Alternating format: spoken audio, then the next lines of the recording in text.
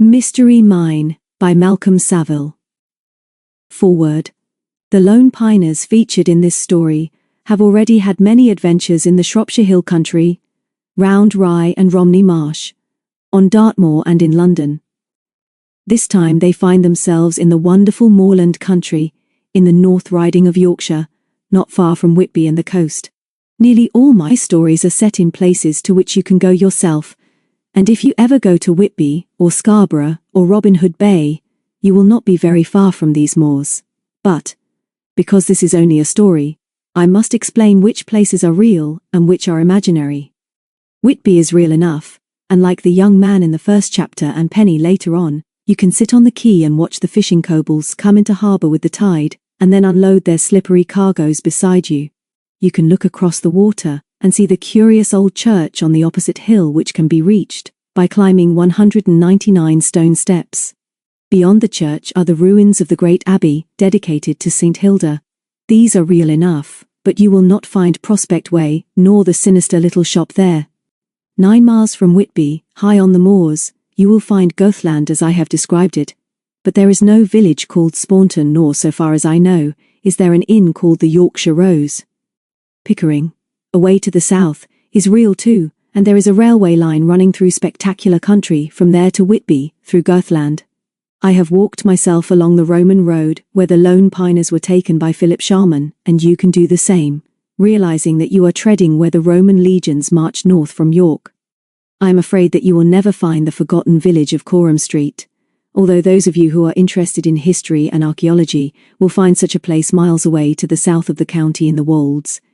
It is called Warham Percy, and I have seen there the buried foundations of many of the houses of 6 centuries ago.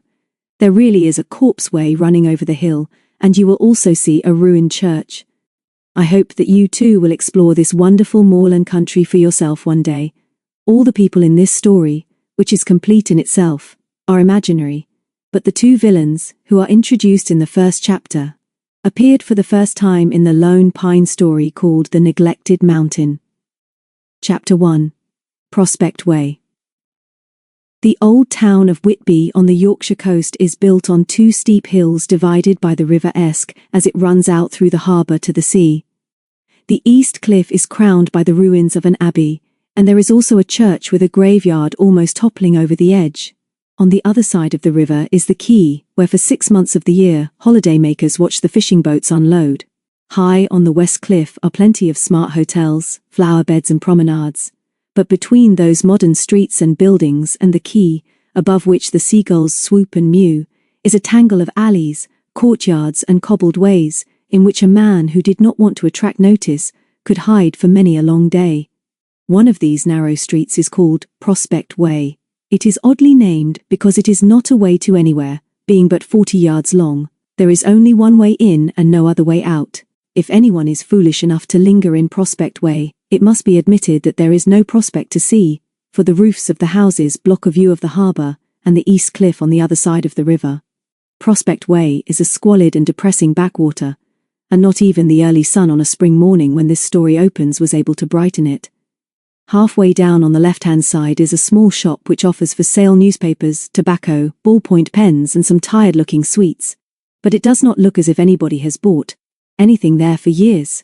There is a door into the shop on the left of the window, and another on the right which is a separate entrance to the house. In a small drab room directly over the shop a young man was eating his breakfast.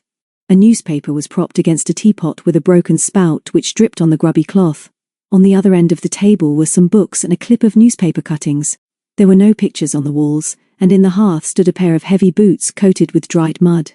The door opened, and a woman wearing a dirty overall and soft slippers came in. Her hair was in curlers, and a smouldering cigarette hung from her lip. "Good morning, Mr. Warner. I hope you found that bit of fish tasty. I knows how you like a nice bit of fish, so as soon as I heard you coming downstairs I whips it out of the oven and onto the table here just as a sort of surprise like." "Thank you," the young man said coldly. "I used to like fish, but this was cooked by your usual methods, I do not doubt. I have often thought that your cooking is unique." "Has the post come?" The woman wiped a hand on her overall and then produced an envelope from her pocket. "Just this very minute, Mr. Warner. Having done your breakfast, I was just sorting through some of the papers in the shop when in comes the postman. Only this one for you today, though. Funny, isn't it? Got a Whitby postmark. Warner took the letter from her hand. Thank you. I have all I need now that I have my letter. I'll call if I want you, but please leave me in peace for half an hour. The woman went out after a curious look at her lodger, who stared at the envelope for half a minute without opening it. He knew from whom the letter came because he recognized the handwriting, and knew too that he was not going to like its contents. He had been expecting it ever since he had received instructions, postmarked York, to come and live in these squalid rooms. Charles Warner was a strange-looking man. His clothes were shabby, and there was a wild gleam in the dark eyes behind the heavy horn-rimmed spectacles. His hair was long and untidy, and he wore a beard. The fingers of his right hand were stained brown with tobacco smoke.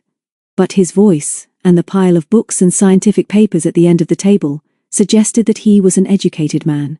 He poured himself another cup of tea, lit a cigarette, and then opened the envelope. There were only a few lines of handwriting on the unaddressed sheet of paper. On the morning on which you read this, the fishing fleet will come in with the tide at about 10 a.m.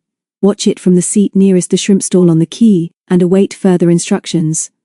Warner sighed and burned the letter on the plate, which held the remains of the tasty bit of fish. This was exactly the sort of thing he had expected. Always the instructions were secret, and so often delivered in what he considered to be a childish sort of way, but as things were at present he had no choice but to obey them. He looked at his watch. 9 o'clock. It was not possible to judge the weather from the windows of the houses in Prospect Way, but he could see that it was not raining, so without hat or coat, he went down the dark, narrow staircase to the door leading directly into the street. He was not the sort of man who ever took much notice of what happened out of doors, but this morning he realized that the sun was bright, the sky clear and blue, and the air keen. He strode out of Prospect Way and walked fast up the hill to the lawns and promenades of the West Cliff. It was not too early in the year for holiday-makers, for Easter was but a week old, and for a while Warner sat on a seat on the cliff top overlooking the sea. He smoked one cigarette after another and moved up sulkily when two talkative women sat down next to him. Then he saw the fishing fleet coming in between the two arms of the harbour, with each boat trailing behind it in a thin white ribbon of wake on the ruffled water. 10 minutes to 10. He got up, sat down again, and took a bundle of untidy papers from his pocket. The two men stopped chattering and eyed him curiously, but he took no notice of them.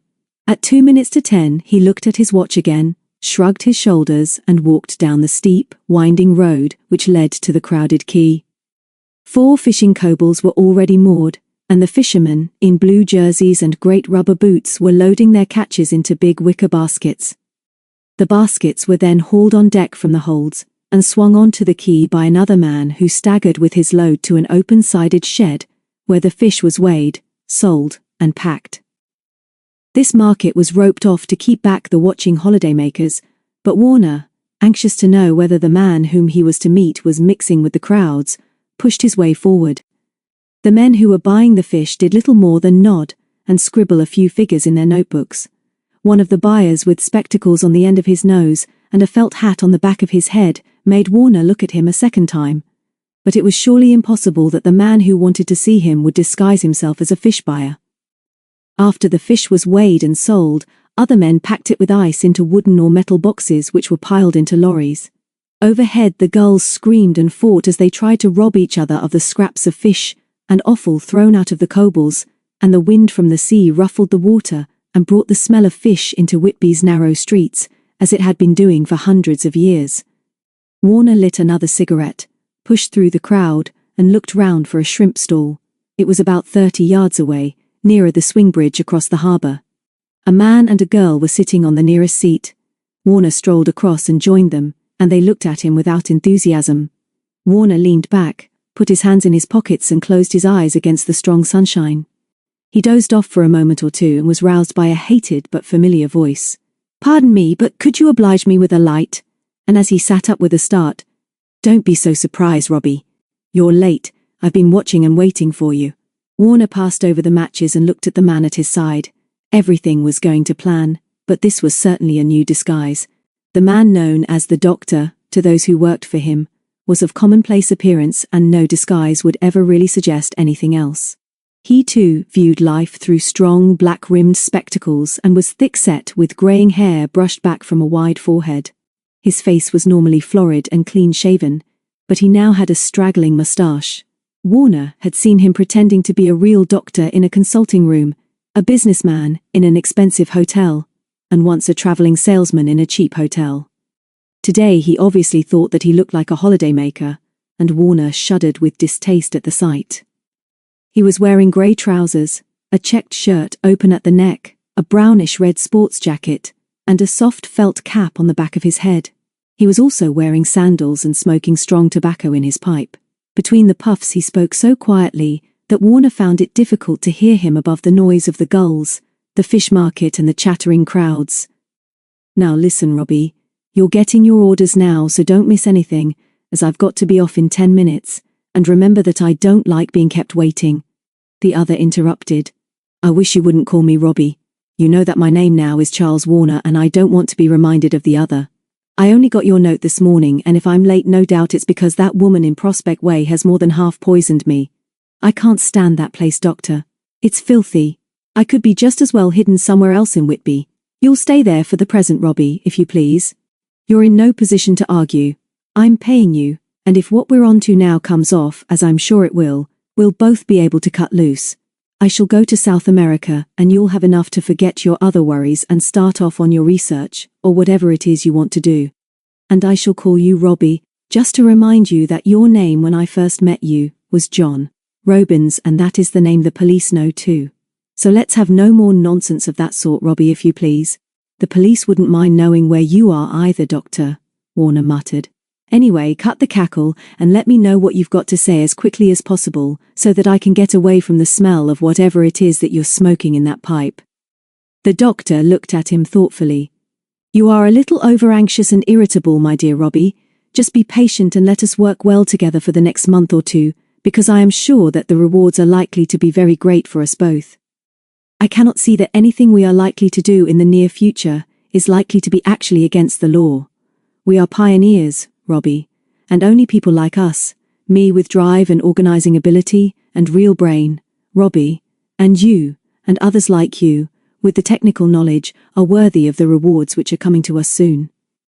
Warner laughed scornfully and lit another cigarette, wondering as he did so what the passing holidaymakers and the couple at the other end of the seat would make of this conversation if they could hear it. The doctor was evidently delighted with his little speech, and pushed his cap even farther on the back of his head. "Stop worrying, Robbie, and if you just do what you're told and keep in touch each day, we shall do very well. There are others covering the north, but I think that you will be the one to bring us the first good news." "I wish you wouldn't speak as if you were doing me a favor," Warner replied. "You're talking too as if I was a public meeting. I'm prepared to see this job through with you because I think it's important, and because we've agreed that if this comes off, then we're both through with all this business for good. Now tell me what you've arranged." "Very well, you will, for the present, stay in Whitby in the rooms I found for you, but if you get on the trail of what we are after, you might stay at the local inn as a walker or holidaymaker. You are responsible for the country from Whitby to Pickering, bounded by the coast to the east, and on the west by an imaginary line from Leesome down to Lastingham in the south. All old mine workings, of which there are many, may be productive. I am particularly interested in such possibilities at a village called Spaunton, not far from Goathland. There should be the remains of a shaft on the moor very close to the village street. Try that first, but there are many other prospects." "Of course there are," Warner snapped. "Don't lecture me, Doc. I've said I'll see this through with you, but I wish you'd stop all this cloak and dagger business and disguises. Are the police after you?" "I've told you not to mention police. I'm relying on you, Robbie. You're the best man I've got, and together we can make a lot of money if all goes well.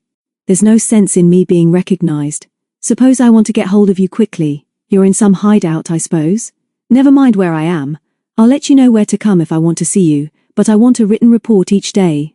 Post to Charles Williams, care of the Post Office, Goathland.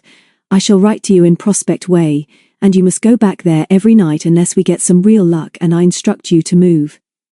Warner got up, pushed through the strolling crowds and leaned against the railings above the water. Then he lit another cigarette and stared across to the east cliff as the doctor crossed to his side. He did not look round when the latter said, "You know where you are now, Robbie, don't you? I'm on my way, but I should have told you that all the necessary equipment is being sent to you. Should arrive tomorrow and then you get busy. Spawnton first. Don't trouble to follow me." Warner answered without looking at him. "Don't worry. I don't care for your company, Doc. Never did. Sooner this is all over the better it will suit me, but I do wish you'd stop playing the fool." He glanced up with a look of disgust, but the doctor had gone. Chapter 2. London. On the same morning that Warner and the doctor were sitting on the quay at Whitby, the sun was also shining in London. In a few more weeks, the leaves of the plane trees in the mall would be fully out, but today, there was a smell of spring in the wind blowing up the river with the tide, and the sun, shining through the spray from the fountains in Trafalgar Square, made little rainbows for the delight of children playing there with the greedy pigeons. Just after 11 o'clock, David Morton, a pleasant-looking boy of 16, crossed the Strand from the square and walked into Charing Cross Station. He glanced up at the clock and then smiled cheerfully at the couple standing beneath it. "Hello, you two. Sorry if I'm late. How was Rye looking this morning?" The girl, Penelope Warrender, was a slim, pretty redhead.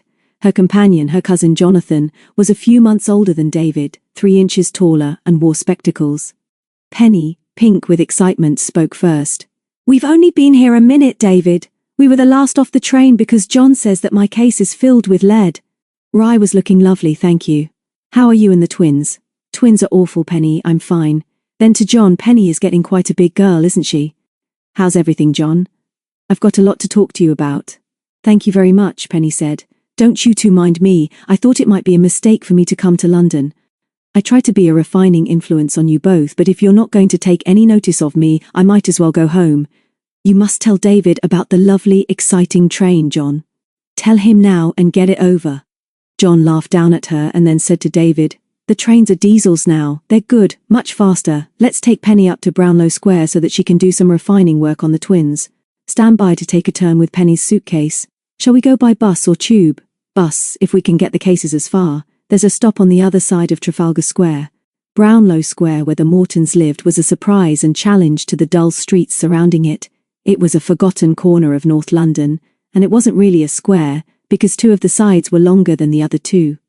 All the houses were tall and narrow, and some had coloured front doors.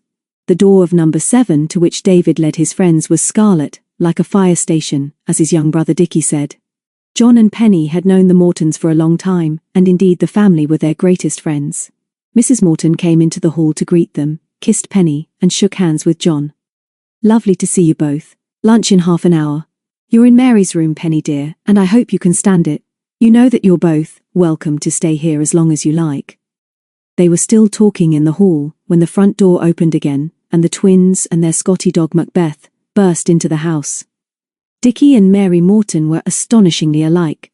They were dressed this morning in blue anoraks, shorts and rubber boots, and both they and the dog were plastered with mud. When they saw John and Penny standing at the bottom of the stairs, Dickie clapped his hand to his head and staggered back against the closed door. Mary took her cue and staggered back too. "Look at that twin," Dickie gasped. "Do you see what I see? It's like a bad dream. Who do they remind you of?" "John and Penny," Mary squeaked. "They look like those 2 from Rye, only much, much cleaner, if you know what I mean." "Unfortunately, we do know what you mean, Mary," their mother said coldly. "Will you both please try to behave yourselves and take off your boots before you step off the mat? Where have you been?" "Hampstead, since you are so kind as to inquire," Dickie said with a cheeky grin. "It's absolutely fabulous up there today. We were invited to rescue some boats on the pond. Hello, John and Penny." John nodded and Penny said, "Hello, twins," and then made a fuss of Mackie, who remembered her. "He said that it's fabulous up on the heath," Mary said, as she kicked off her boots and ran to give Penny a hug. "Did you hear it, John and Penny? It's his new word and he's got another 2. You're looking at us rather rudely, aren't you, John? We came home early specially to welcome you, and honestly, you just don't seem to care." "He doesn't care, does he, twin?" "Course not. Never has. Have we ever told you, Mother, that what Jonathan does to us is absolutely monstrous?" "That's the other word. Monstrous. What do you think of it?" John grabbed at him in vain, as Mary took Penny upstairs, and then comparative peace descended on number 7, Brownlow Square. When they had all helped to wash up after lunch, Mrs. Morton took Penny out shopping, while the twins went out to see their friend Harriet Sparrow, who was staying for a week or two with her grandfather, who kept an antique shop a few streets away. It was nearly tea time when Penny walked into the sitting room to find David and John crouched over the table, examining some large-scale maps. They glanced up and said hello, and then looked a little awkward as she slipped into a big chair by the fire. "There's something wrong with you two today," she said, as she held out her hands to the flames. "Have you made what the twins would call a plot? Now that we've got the rest of the holidays to ourselves, what are we going to do with them? When are we going up to Witch End? I haven't heard from Peter for ages, but I suppose she's written to you, David?" "Not for some weeks," David admitted, as he sat on the edge of the table. "We were going to write to her, or ring her up after you two came. We can't very well go to Witch End without the parents, and I don't think they can manage it now until the summer. No reason why some of us shouldn't go though if we can stay at Ingalls or Hatchholt." Penny stood up and faced them. "Some of us? What are you talking about, David? What does he mean, John?" John pushed her gently back into the chair and sat on the arm. "Don't get mad with us, Penny, but we both found this afternoon that what we want to do just for once is to go off on a hike on our own for about a week. We've both got knapsacks and sleeping bags. I left mine here, and we're looking at maps to see if we could pick a good district. We want somewhere we've never been to before, and we'd like some rough climbing too. Do you know that David and I have never been off on our own together?" Penny looked at him as if he had hit her, and then, to her fury, felt the tears in her eyes.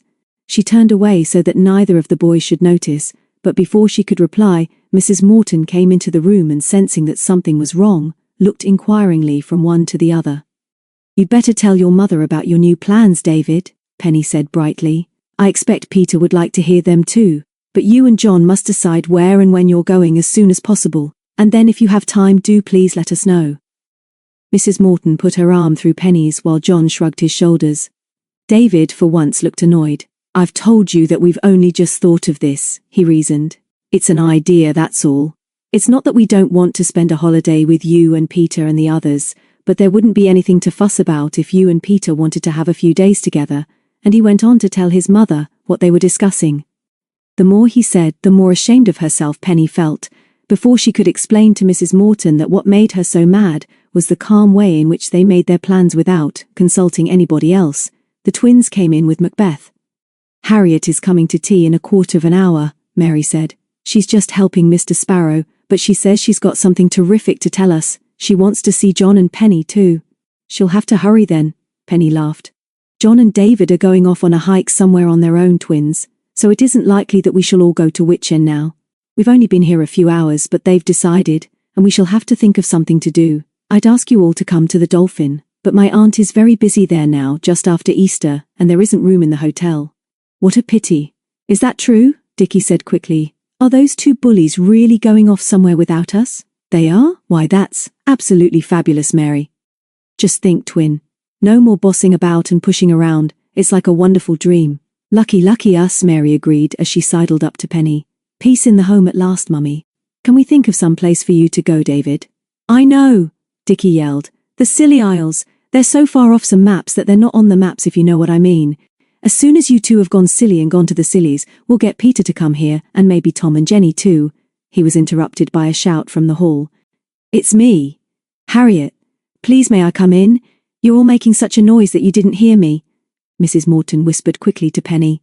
"I'll go and get the tea. Don't worry about this. They've got to go off on their own sometimes, but they'll always come back." Then, "Hello, Harriet. Nice to see you again. Stay to tea and tell us your news. How's your grandfather?" "He's very, very excited, thank you, Mrs. Morton, and so am I. Aren't you going to stay and hear my news? And thank you for asking me to tea. We all hoped you would."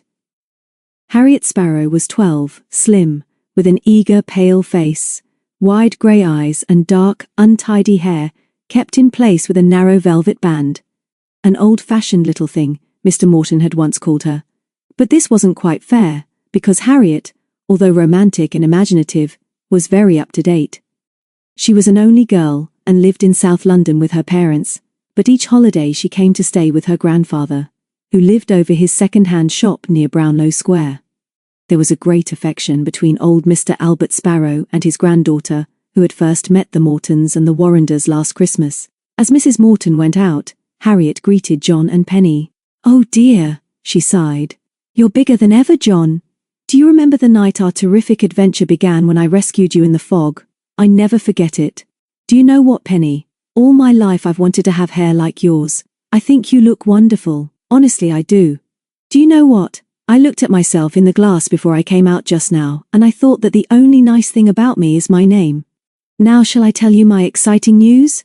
It's awful really, because it will mean that I'm going. Oh, all right then. I'll tell you everything from the beginning.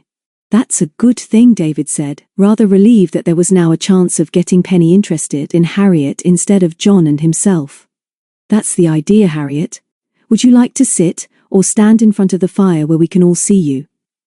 Harriet ran over to the door to make sure that it was fast shut, and then said in a piercing whisper, "Last holidays, after our adventure, you promised that I should be a member of your Lone Pine Club. You all promised, but it didn't happen, 'cause there weren't enough to make me swear the oath or something. The twins told me all about it, but I'm still not in it, and I think I ought to be. We might have another adventure any minute, and then where would I be?" "You do all want me to be in, don't you?" They all explained that they did. But that the other members in Shropshire must agree too. But they were all looking forward to meeting her. "You're honorary," Dickie explained. "It's a fabulous thing to be honorary, but you're it really. You're in the club. Now tell us this terrific thing that you wouldn't tell us at your place, and what it's got to do with Mary and me." Harriet looked round happily. This was her moment, and she was tremendously proud to have them all as her friends. She stood, slim and very erect in the centre of the hearthrug, and made her speech. "I expect I shall have to tell Mrs. Morton all about this sometime, but I want you to know about it first. A most exciting thing is going to happen to me, and it's all to do with my grandfather. I don't expect you know, but he was born in Yorkshire, and although he's lived in London for years and years and years and had his shop here, he's always talking about going back to Yorkshire to finish off his days, as he says, which sounds rather horrid. He doesn't like London anymore, and he says it's not the same as it was, and he told my father that. The doctor says that he ought to move to the country because the fogs in winter are so bad for him. David and the twins know that I only came to see him the day before yesterday, but last night he told me what had been happening." She paused for breath, and Mary squeaked, "Well, what is happening, Harry? Why don't you get on about your wonderful old grandfather who we like very much? Please tell us what it's all got to do with us." "Shut up, twins," John said. "Let Harriet get on with her story, and if looks from Dickie and Mary could have killed, those would have been his last words." "Well, this is it," Harriet went on. "Grandfather has heard of a little shop full of lovely second-hand things like ours in a village in Yorkshire. It's a village called Staunton where lots of tourists go, and the man who is selling it to Grandfather wants our shop here in London. So it's all very wonderful, you see. Grandfather wants to end his days in Yorkshire, and wants a shop and what he calls a little piece of Yorkshire land, and the other man wants a shop in London, and so they've seen each other's shop and they're going to exchange." "We shan't like this at all, Harry," David said. "The new man may be nice, but all of us Mortons like a sparrow just round the corner. When is he going?" "And what about you, Harry?" Mary said quietly. "If there isn't a sparrow round the corner, you'll have to come and stay with us here every holiday, and anyway, you'll have to come to Witchend soon to be made a proper member." "What else?" Dickie hissed. "What about us?" "I'll tell you. Grandfather is going up to Staunton quite soon for about a month, and the other man, Mr. Venton, is coming here. They're going to exchange shops, just to see that it works. Grandfather says it's a wonderful little house and shop, and he wants me to go with him and stay until it's time to go back to school. He says that he would like me to have company, and he wants Dickie and Mary to come too. Would you like to come, twins? Grandfather is coming to ask your mother presently." The twins looked at each other and winked, and then danced round Harriet in triumph. "Fabulous, fabulous," Dickie chanted. "That's just the sort of thing that suits us. We'll start a new club of our own up there, Harry. Thank you and Grandfather Sparrow very much." Harriet laughed and pushed them aside. "There's another thing I thought of too. When we've seen what the village is like, the twins and me, I wondered whether some of you others could come up there too, and perhaps we could have an adventure. Could we ask the others in Shropshire? Although it is rather a lot, isn't it?" John went over to the table and turned the pages of a book of motoring maps. David joined him, and Penny looked miserable. "Here it is," John said. "Only just big enough to mark, but it's on or near the Esk and not far from Whitby. Here's another small place called Goathland. Looks like good country. It's the moors, of course, and the Cleveland Hills. we might as well go up there for a few days and have a look round. I've never been to the North Riding, have you? David shook his head, but before he had a chance to answer, Penny went into battle. Of course you two had better go and have a look at the country, and as far as I'm concerned you can stay there. It's different for the twins, and I'm glad for them and Harry. But what about Peter and me? Isn't Peter expecting us at which end? I suppose David won't telephone her until he's absolutely certain when you're going. You're both so selfish that I'm ashamed of myself for knowing you. And if it wasn't for being rude to Mrs. Morton, who has just asked us to stay here as long as we like, I'd go back to Rye. And don't bother to make any excuses, and don't you twins and Harriet take any notice of me. I think this trip will be lovely for you, and it would be a good idea for you to start a new club. Some people are growing out of the old one, and I'm one of them. And with a toss of the head, she made a grand exit towards the door. The others watched her in stupefied silence, but as she touched the handle, the door was pushed open from the other side, and Mrs. Morton and Mr. Sparrow came in. Mr. Albert Sparrow was charming.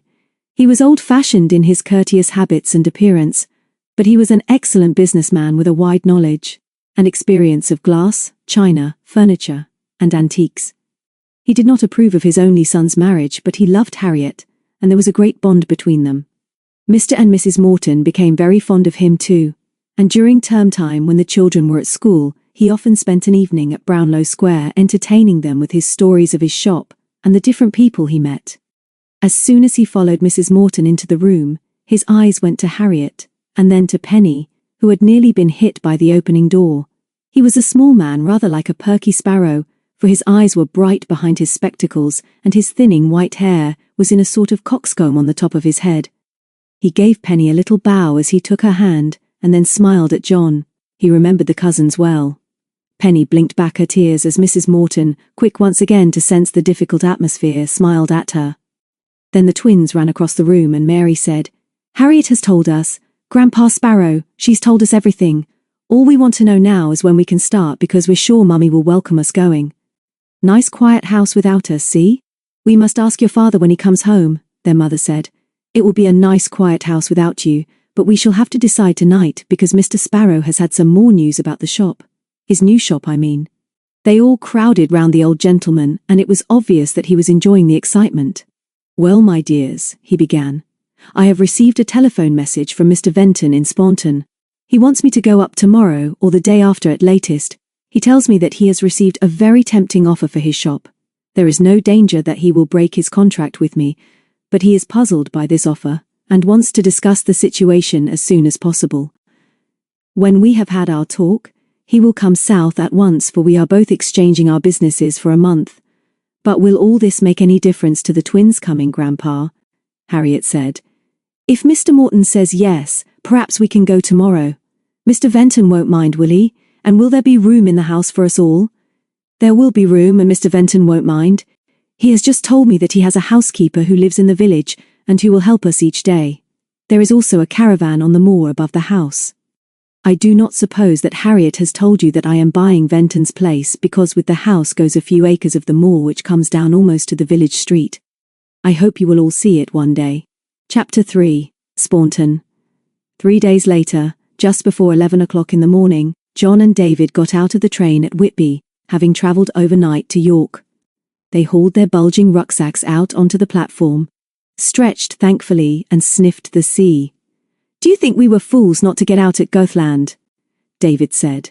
"We'd only have been a few miles from Spaunton by the look of the map." "Of course not. I want to see the sea before we try the moors, and Spaunton can't be more than 12 miles from here.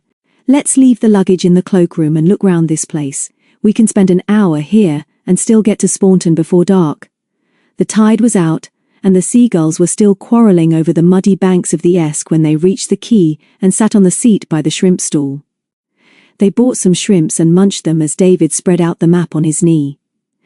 "We should have to take the road to Gisborough, but turn south off it on the main road to Pickering after about 2 miles, he said.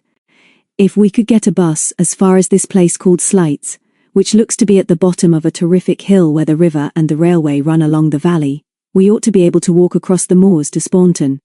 Or we could stay on the bus as far as Gothland." "Looks all right," John agreed. "But there don't seem to be many tracks marked across the moor. The railway line here on the map is the way we've just come. The country is certainly wild, David. Looks as if this is going to be a good trip. We'd better buy some food because the weather is fine and we may as well make the best of it. There's no reason why we must sleep at Staunton, is there? We can call anywhere we like as we've got the tents. The others aren't expecting us any special time, but I'll be glad to know how they've got on. It's odd that old Sparrow should be so keen to settle in this one particular village. He's seen it, David said as he threw up some shrimps' heads, which were caught by 2 swooping gulls. He went up there before Harriet came to stay with him after Easter. He says that he wants a bit of his native county. I like him. He's a grand old chap and my parents like him too. He's good to young Harry. So is she to him, John said. Full marks for Harriet, but there's no reason why we shouldn't have a day or two on our own before we join up with the others, is there? They'll get on better without us. David looked at him in surprise. We don't have to stay in Staunton, John. We can just look them up and go on somewhere else. I want to let the parents know that the twins are all right. Wonder what Penny's doing. So do I, John replied grimly. She was cheerful enough when we left, wasn't she? Cheerful but cool, I thought. Mother and Dad will give her a good time, and anyway there may be a chance of us going to Shropshire soon. If the twins and Harriet are settled in Staunton, maybe we could take Penny and have a spell up at Witchend with Peter, Tom and Jenny. Perhaps? John was doubtful. I've got an odd sort of feeling that it isn't going to work out like that. I know Penny better than you do. She doesn't like Jonathan or David very much at present, and I'm sure she's up to something. Now let's have another look at the map. They both liked maps and could read them well. David's 1-inch ordnance showed them that they were on the edge of exciting country. The 2 main roads to the south, one to Pickering and the other to Scarborough, crossed high moors. Fylingdales to the east of the former. Gothland, Egton High and Wheeldale Moors to the west. Staunton could be seen not far from Gothland, and it was David who noticed that old mine workings were marked on the moor just by that village. That's odd. What sort of mine, I wonder? You don't think of them mining for anything up here, do you? This country looks even wilder than the Stiperstones. Wouldn't be lead, would it, John? No idea. I'd heard there were old coal mines over in the dales on the borders of Westmoreland, bats miles away. Look, David, here. South of Staunton there's an old Roman road marked. It's not part of the main road but just wandering off across the moor on its own. That should be worth having a look at. Let's do some shopping now. I think I'll send a postcard to Penny. David laughed. Good idea, but don't write having a lovely time. Say wish you were here. I'll send one to Peter and say just that. I must send one to the parents too. They did their shopping and posted their cards to London, Shropshire and Rye, and then climbed the narrow streets up to the West Cliff, and looked across the harbour to the old parish church and the ruins of the abbey beyond. I went to the library yesterday and read up this place, John said. There's a good story about the abbey. Sort of story that Jenny would like. When the abbey was suppressed, Henry VIII I suppose, but I'm not sure, it was dismantled. The beautiful bells were sold and ordered to be taken to London. There are 199 stone steps leading up to the church. You can see them from here, and I suppose they had to get the bells down them to the harbour. Quite a job. Anyway, the story goes that the bells were got safely aboard the ship, and all the people of Whitby came out of their houses and lined the harbour with awful wailings and lamentation. The sails were unfurled, and the anchor weighed as the tide ebbed. The little ship moved slowly out of the harbour, and then refused to carry its sacred burden farther. Although it was a summer evening, and nearly dead calm, the ship sank slowly and quietly beneath the gentle waves. And out there within sight of where we're standing now, the bells remain at the bottom of the sea. Sometimes, David, those bells rung by invisible hands are heard by the superstitious, or by those who can hear what others can't. What do you think of that for a story? Not much. What happened to the unlucky crew of the boat? Nothing was said about them. Even if they had jumped overboard, I'm sure the Whitby folk would have pushed them back into the sea, if they'd swum as far as the harbour. I think it's a good story. I like it. Now, let's collect our rucksacks and get a bus either to Slates, or to the Gothland crossroads. Got your compass? David nodded, and as they walked back down the hill, the sun went in, and a sudden chill wind crept up between the hills and made them shiver. They did not have to wait long for a bus, and the conductor was friendly and interested to know where they were going. They told him they intended to walk to Staunton across the moors, and asked him where they should be put down. Ever been on the moors before, son? He asked David. Well, go careful. Staunton's not more than 5 miles away from the Leela Cross where we'll put you down. Maybe though you'd better go to Gothland and walk down the lanes from there. Why not across the moor? John asked. If it's not more than 5 miles we can't miss the way, we know the direction, and we've got a compass. The bus was running into slates now, and the conductor took on 2 more passengers and 3 parcels before he answered John's question. You'll be wiser to walk from Goathland. Weather isn't too good, and you don't want to be out on the moor in a sea roke. There's no sense in it. These rokes come up sudden, and it's often as much as we can do to finish our journey. John looked out of the window as the bus roared slowly, in bottom gear, up the long hill called Blue Bank. It was bright enough, but the sun was not visible, and he wasn't quite sure where to look for it. Thanks for the warning, he said. We'll be careful, but all the same we'd like you to put us down at that cross. What is a roke? Sort of mist? The conductor laughed shortly. Sort of mist, eh? It's a fog that comes in from the sea in a few minutes and often after a bright morning. You chaps'll please yourselves, of course, but I doubt there's a track right across the moor towards Staunton. I'd advise you to come back to the road if the roke comes over, and come as quick as you can. Many of the tracks are made by sheep and don't lead anywhere special, so do have some sense. Maybe it'll clear, but I've been on this route for 15 years and I should know it by now. Here's the cross coming up now. Are you getting off or coming on to Goathland? Here, please, David said, as he folded the map. I can see the way, but thanks again for your warning. We'll be all right even if we camp in the heather, if the fog comes over. Thanks very much, and cheerio. The conductor helped them out with their rucksacks, and they stood and watched the bus getting smaller and smaller in the distance. Then they looked round. Apart from the road, now looking like a white ribbon, a few grubby sheep grazing on the grass verge and a stone monument about 100 yards away on their right, there was nothing to see but rolling moorland. The horizon in each direction was bounded by the smooth, heather-clad hills. There were no trees, and only a few refreshing patches of green broke the monotony of the brown heather, which in a few months would be purple. The sound of the bus died away as it disappeared over the brow of the hill, and David hoisted his rucksack onto his back. Not much doing, is there? Do you think we ought to have gone to Goathland? Can't see what that chap was fussing about, can you? John looked over to the east, knowing that a few miles beyond the desolation of Fylingdales Moor lay the sea. No, I can't. Weather seems all right, although it's much colder than when we got out of the train this morning. Come over to the cross and then look at the map again. Might be a good idea to get cracking. People who live up here must know more about it than we do, and he led the way along a narrow track to the mound on which the old cross stood. Before they sat down and munched their bread and cheese, they read the notice fixed to this lonely monument. An officer of the court of Edwin died to save his king. Although this cross was erected in AD 607, it has been moved twice since it was first found on Fylingdales Moor. Then they looked at the map.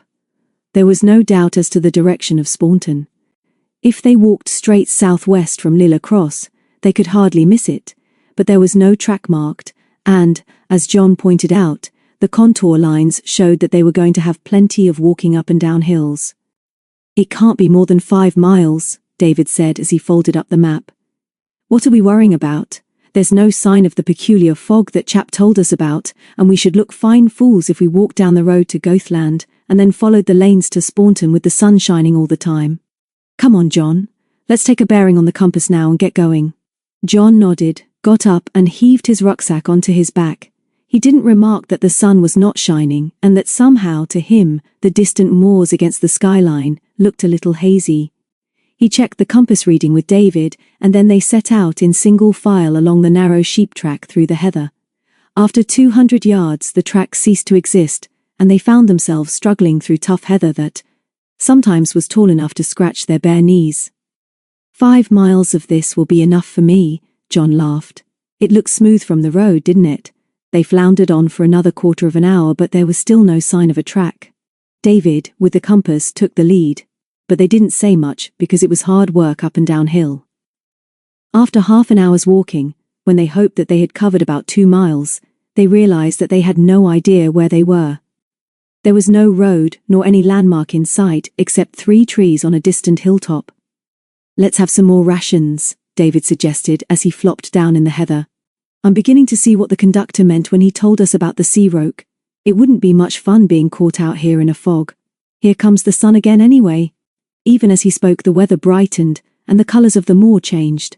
John pointed up to a hovering speck in the sky and said, Kestrel maybe? That's the first bird we've seen since we left the cross. Are we still on our course? Look at the map again. I think we're here, David. The trees aren't marked, of course, but I believe that over the next hill we shall find the railway and a stream called Staunton Beck. And you'll be wrong if you think that will take us to the village. It doesn't go anywhere near it. We shall have to cross the stream and make for those trees. This is getting more like a commando course every minute." And that was the last feeble joke either of them made for some hours. They scrambled down a steep hill into a valley and found Staunton Beck deeper and wider than they expected. The water was brown with peat, but cold and sweet to drink. They scrambled across some big rocks and John slipped in, and much to his annoyance filled both shoes with water. Then they crossed the railway track and took a line on the little clump of trees on the crest of the hill and started to clamber up towards it. The heather was thick and tall, and as they struggled up, neither noticed that the sun had vanished again. And more than the sun disappeared, for when they were nearly up, David looked round for the trees. To his astonishment, they were no longer there. Neither was the skyline of the moor behind them. Suddenly it was cold, as the dreaded sea roke came sweeping in from the coast like a grey and silent ghost. John looked round in astonishment. "So that chap was right, and we're the mugs. Taste it on your lips, David. It's salt from the sea. We'd better try and find those trees, for we can't be more than 100 yards from them." As they climbed upwards, the roke eddied round them, and when at last they sighted the trees and looked back, the beck in the valley had vanished. Indeed, all they could see 20 yards below them was a soft but impenetrable blanket of fog. It was lighter on the top under the 3 stunted hawthorns, light enough for them to realize that all the colour had disappeared from heather and sky. And it was suddenly so cold that they shivered as the fog swirled round them. "Sorry about this," David said. "I was keener than you to risk the moors. What shall we do?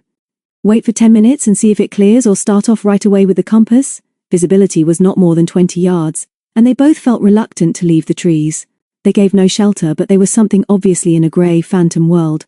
John was not the sort of person to say "I told you so," but it was true that he had felt that until they knew more about the moors, and considering the bus conductor's warning, this had been a silly thing to do. There were times, particularly with Penny, when he enjoyed doing crazy things, but he didn't like giving himself extra trouble. He was now certain that they were going to have plenty of trouble and exertion, but they had obviously got to make the best of it. "Pull my sweater out of my rucksack, David, and I'll do the same for you." "Thanks. Trouble is, that chap didn't say how long these rokes last, and it might go as quickly as it came. I don't think there's any sense in staying here, and if we've got to move, it would be more sensible to go on rather than try to get back to the road." "You've got a better sense of direction than I have, so lead on." The next hour and a half was very unpleasant, and both boys admitted later that there were times when they were very scared. The fog never cleared, but occasionally, when they were high, the visibility improved.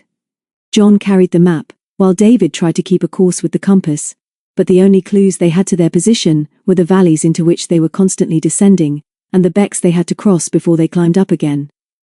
In 10 minutes their shoes, socks, shirts and sweaters were sodden, and they changed the latter for their anoraks. Their hair was soaking, and John had constantly to wipe his spectacles. At no time during this nightmare journey did they find even the semblance of a track.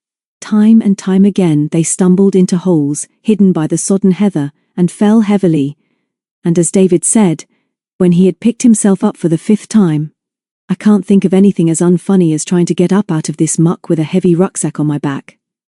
It's torture. Do you think we're getting anywhere, John?" John laughed when Penny said coldly the day before yesterday, "I don't wish to be discourteous.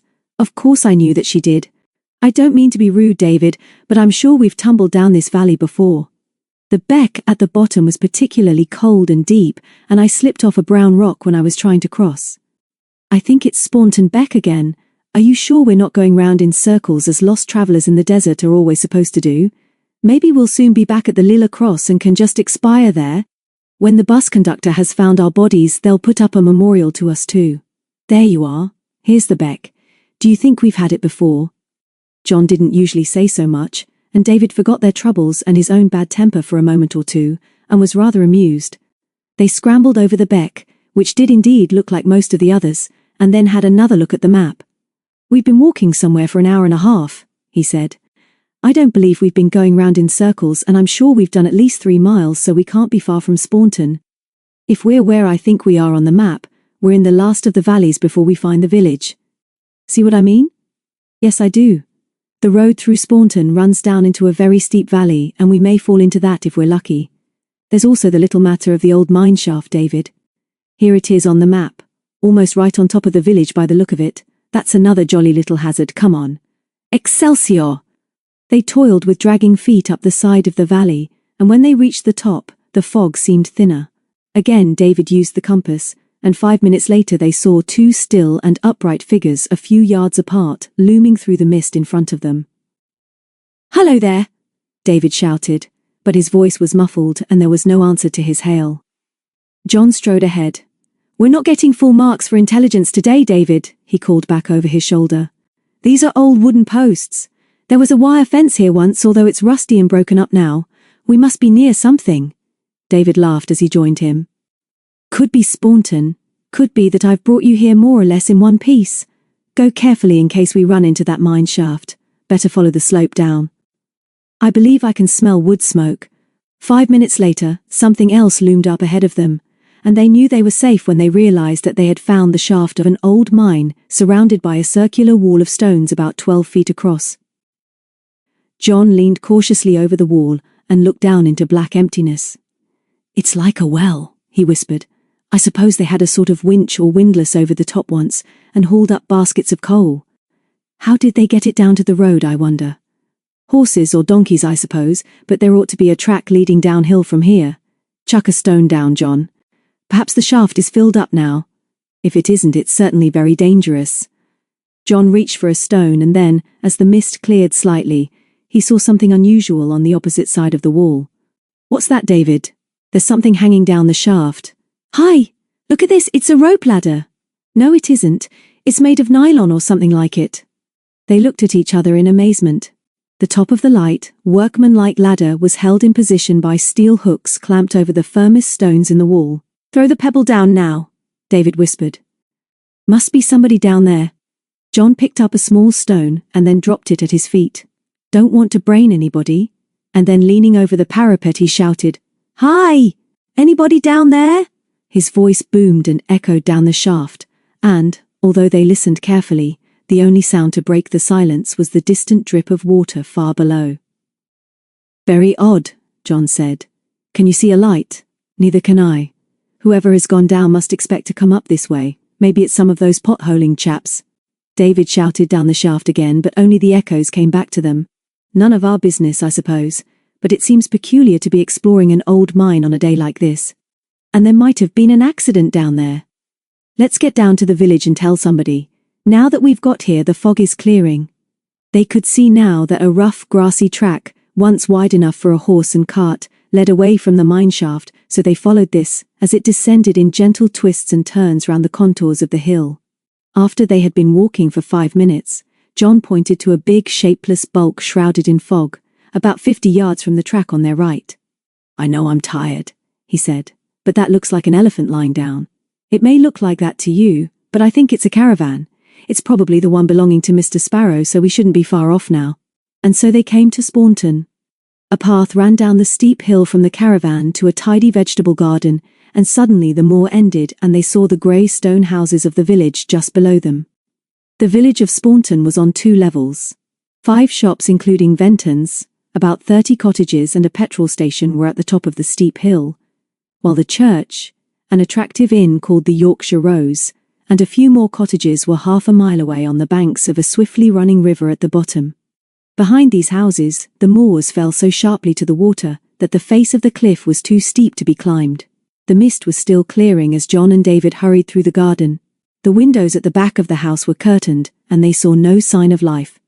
"Let's get round to the front and see whether the shop is open," John suggested. So they followed a stone-paved path round the side of the house and past the back door into the village street.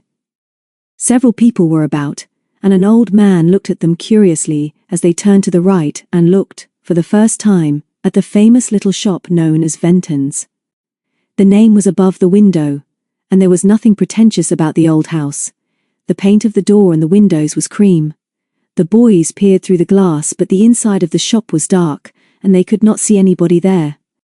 Not much was shown in the window, but in the centre was a superb gilt clock about 18 inches high. On its right was a huge rose bowl patterned in vivid blue, red and gold, and on its other side were some beautiful snuff boxes. And that was all.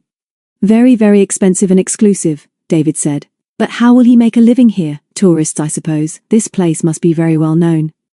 Perhaps the shop is locked. Try the door.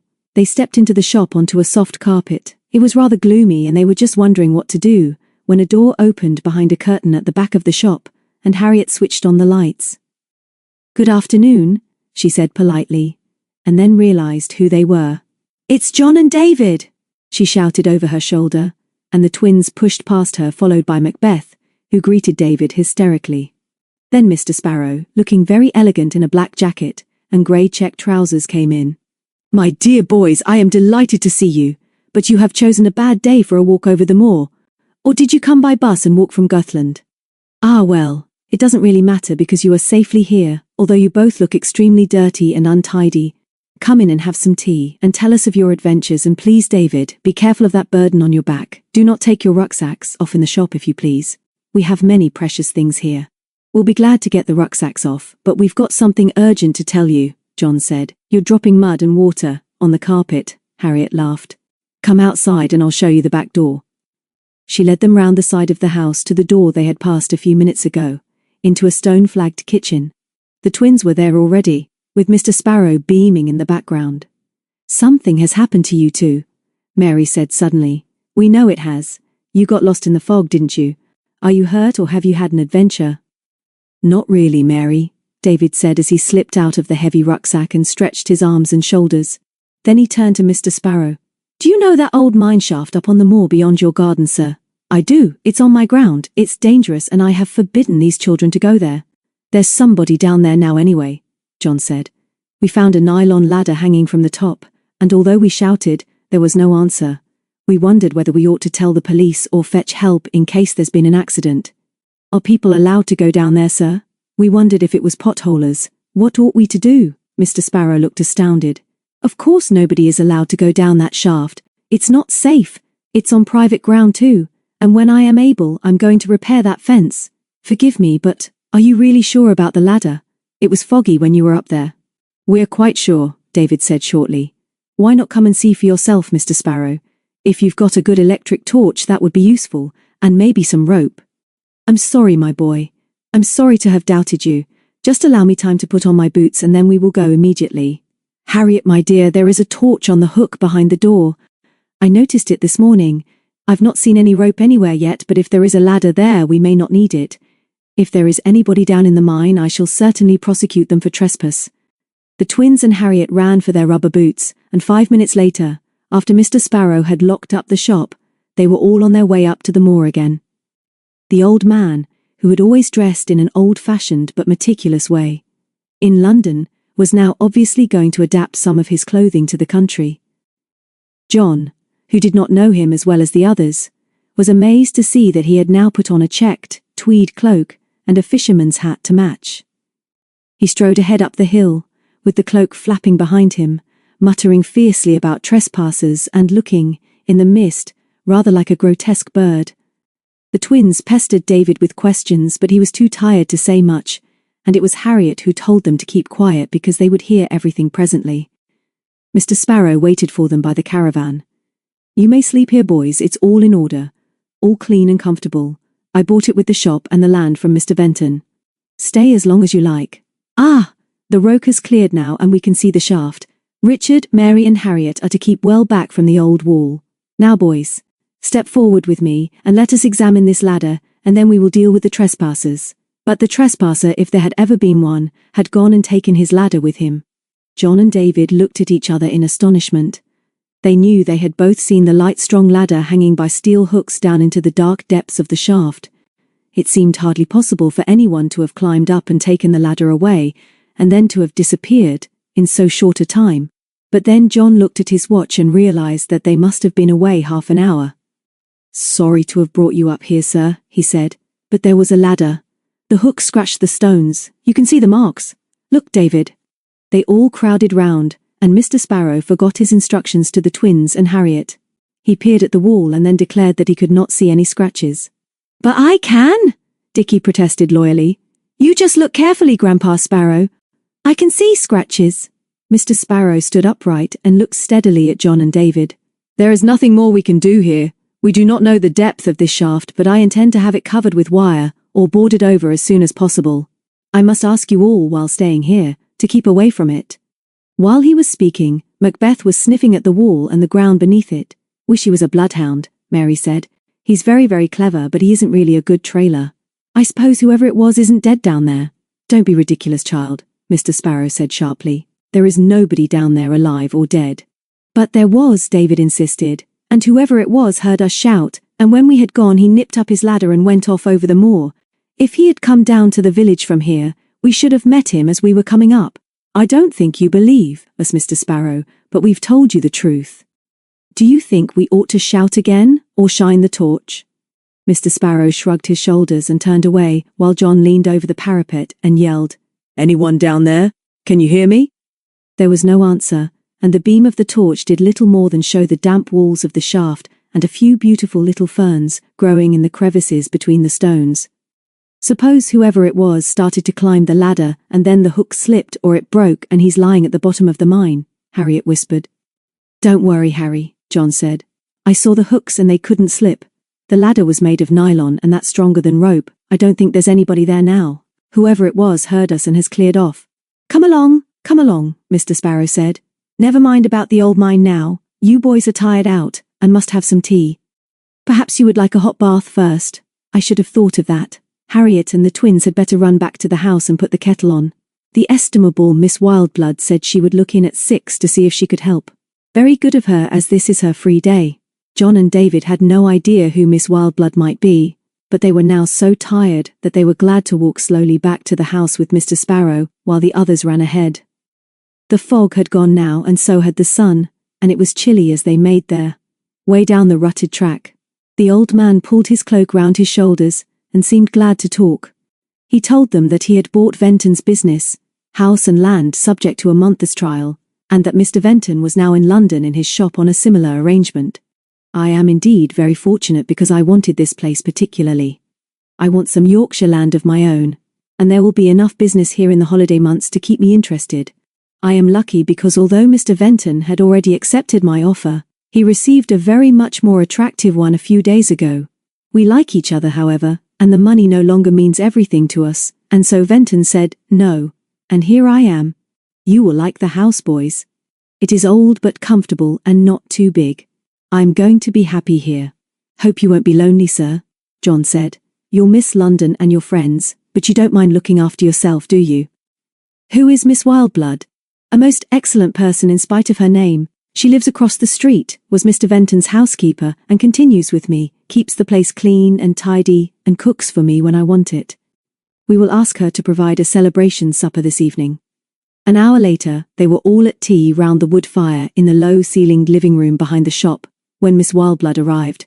She put her head round the door, saw David and John and withdrew to the kitchen, but not before the boys had formed the opinion that Wildblood was a suitable name for her. She was tall and thin with wild black hair, and wild black eyes, and a swarthy complexion. "How very fortunate," Mr. Sparrow said.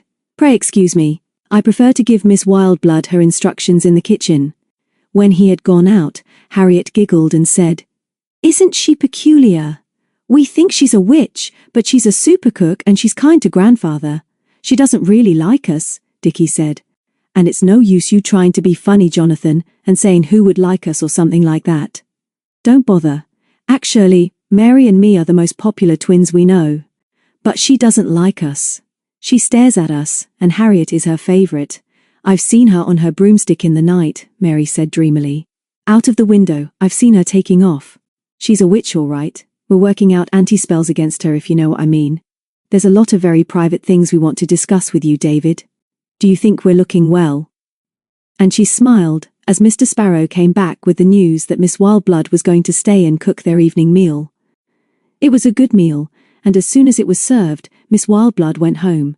John and David were so tired that they could hardly keep awake, but they all jumped when the doorbell shrilled. Mr. Sparrow got up and walked through into the shop, leaving the door ajar. The others, curious to know the identity of the visitor, stopped talking and listened. They heard the shop door and a man's voice say, "Good evening, sir. If, as I believe, you are Mr. Sparrow, may I ask you for a few minutes of your time? I would not bother you now if the matter I have to discuss was not extremely urgent and personal. They heard Mr. Sparrow mumble a protest, and then came the sound of the shop door closing and the man spoke again. I will not keep you long, sir, but what I have to say is definitely to your advantage. It is something that will not wait. Mr. Sparrow came back to the door and said, Please excuse me. I will see this man in the shop. Do not interrupt me. David got up. Let's clear away and wash up before John and I fall asleep. And keep away from the door, twins. Mr. Sparrow's visitor is no business of ours. Witches and warlocks and wizards, Mary whispered. This place is full of 'em. While we're washing up, we'll make another anti-spell for Grandpa Sparrow. I'd like to find out who that man is. I wish we could spy on him.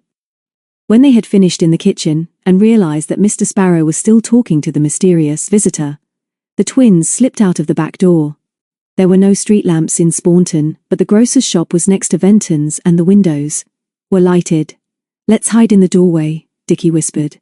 Why are you so keen to find out about this man, twin? It's silly, but the voice reminded me of somebody we know, or somebody we once met. I just wanted to see him, Dickie. I think Grandpa Sparrow is worried about something, although he's so happy up here in this fabulous place. Here comes the wizard. I can hear them at the shop door. I will see you tomorrow then, Mr. Sparrow. The offer cannot remain open indefinitely, and you will be very wise to accept it. The door closed and the footsteps of Mr. Sparrow's visitor came nearer. For a few seconds they saw him clearly, a tallish, shabbily dressed young man, bareheaded, with untidy black hair, a beard and a wild look in his eyes behind heavy, horn-rimmed spectacles. They stood back in the doorway, but he stared at them as he passed. When his footsteps had died away down the hill, they stepped out into the road, and Dickie said, Did you see his boots, twin? Sort of climbing boots, and they were all covered with grey mud. How peculiar. Chapter 4. The Mine. Next morning John and David slept late in Mr. Sparrow's caravan on the edge of the moor. They were still asleep on the 2 bunks when there was a bang on the door, and Harriet and the twins came in. David sat up suddenly and rubbed his eyes. Get out, he mumbled. Where am I? Get out and go away. Harriet slipped behind the twins and closed the door. It's no use getting mad and red in the face, David, Dickie said. You're all wrapped up in a sleeping bag and you can't get at us. We've come on very important, urgent, private, confidential business. Of course we didn't think that you would still be wrapped in sloth, Mary went on. It's nearly 9 o'clock and we've had our breakfast and we had to apologize to Grandpa Sparrow for you. Shut up, John shouted as he began to struggle in his sleeping bag. Please, please, Harriet pleaded. Please don't be wild with us, John and David. We really have got something important to tell you. If you'll just sit there for a while, we'll tell you all about it, and then, while you're dressing, we'll go back and get your breakfast. Please listen to us. There was a sharp bark from outside, so Mary opened the door and let in Macbeth, who jumped onto David's bunk and licked his face. All right, he said. 5 minutes only because we want our breakfast, and if you twins are being funny, we'll scrag you. All right, Mackie, go and jump on your Uncle Jonathan. Mary removed Macbeth and sat on the end of David's bunk. Harriet and Dickie joined John while Mackie sniffed suspiciously around the caravan and evidently didn't think much of it. I'll speak first, Harriet began. It's about what happened last night and some peculiar things that have been happening to my grandfather since we came here. I get up early every morning and help with the breakfast, and if I wake up in time, I take him a cup of tea. I did this morning and I could see that he was very worried and unhappy. I know when he's worried, and the twins noticed it at breakfast because he hardly said a word. We've been talking about it secretly after he went to write letters at his desk in the shop, and we think it's something to do with that man who came to see him last night. But what can we do to help him, Harry? David said. I suppose that chap came about business and that's nothing to do with us. Huh? Said Dickie loudly. Now you listen to us, 'cause once again we've found out something. We just wondered about that man when we heard him speak to Grandpa Sparrow. You heard him too because the door was open, and so we went out into the street and did a bit of spying. So that's where you went. John interrupted, giving Dickie a kick through his sleeping bag. Nosy as usual. What did you find out? Mary flushed. I suppose it was rather nosy, but Dickie and me both thought we'd heard that voice before. You may think that's silly, but when he spoke it reminded us of somebody. We've tried and tried to remember, but we can't. You both must know how things like voices or smells remind you of something. All right, Mary. David said quietly. We know what you mean. Did you remember him when you saw him outside? His sister gave him a grateful glance for taking her seriously, and went on to tell them how they had stood in the doorway of the grocer shop and heard the stranger say something about accepting a good offer. We did just see him, but it was only for a second, as he went down the street. It's most peculiar, David and John, but we do think we've seen him before. He's taller than John. He wasn't wearing a hat or a coat and his clothes were untidy. So was his hair, all wild and straggly. He looked at us as if he didn't like twins, and we both hated his eyes. He had thick, black specs on, and a beard too. David opened his mouth to reply, but Dickie spoke first. And there's something else he had more important than a beard or specs, let me jolly well tell you. He had big boots on, sort of climbing boots, and they were covered with dried mud, sort of white mud. Were they though? John said. It was very bright of you to spot that, Dickie. He might have been the stranger who had been down in the mine, Harriet broke in excitedly. Don't you see that? And if he was, what has he got to say to Grandfather that worries him? Do you think he could ask Grandfather about it and say we think that the man had been down in the mine? Yes, I do, David said. Get off my feet, Mary, and run and put the breakfast on like a good girl.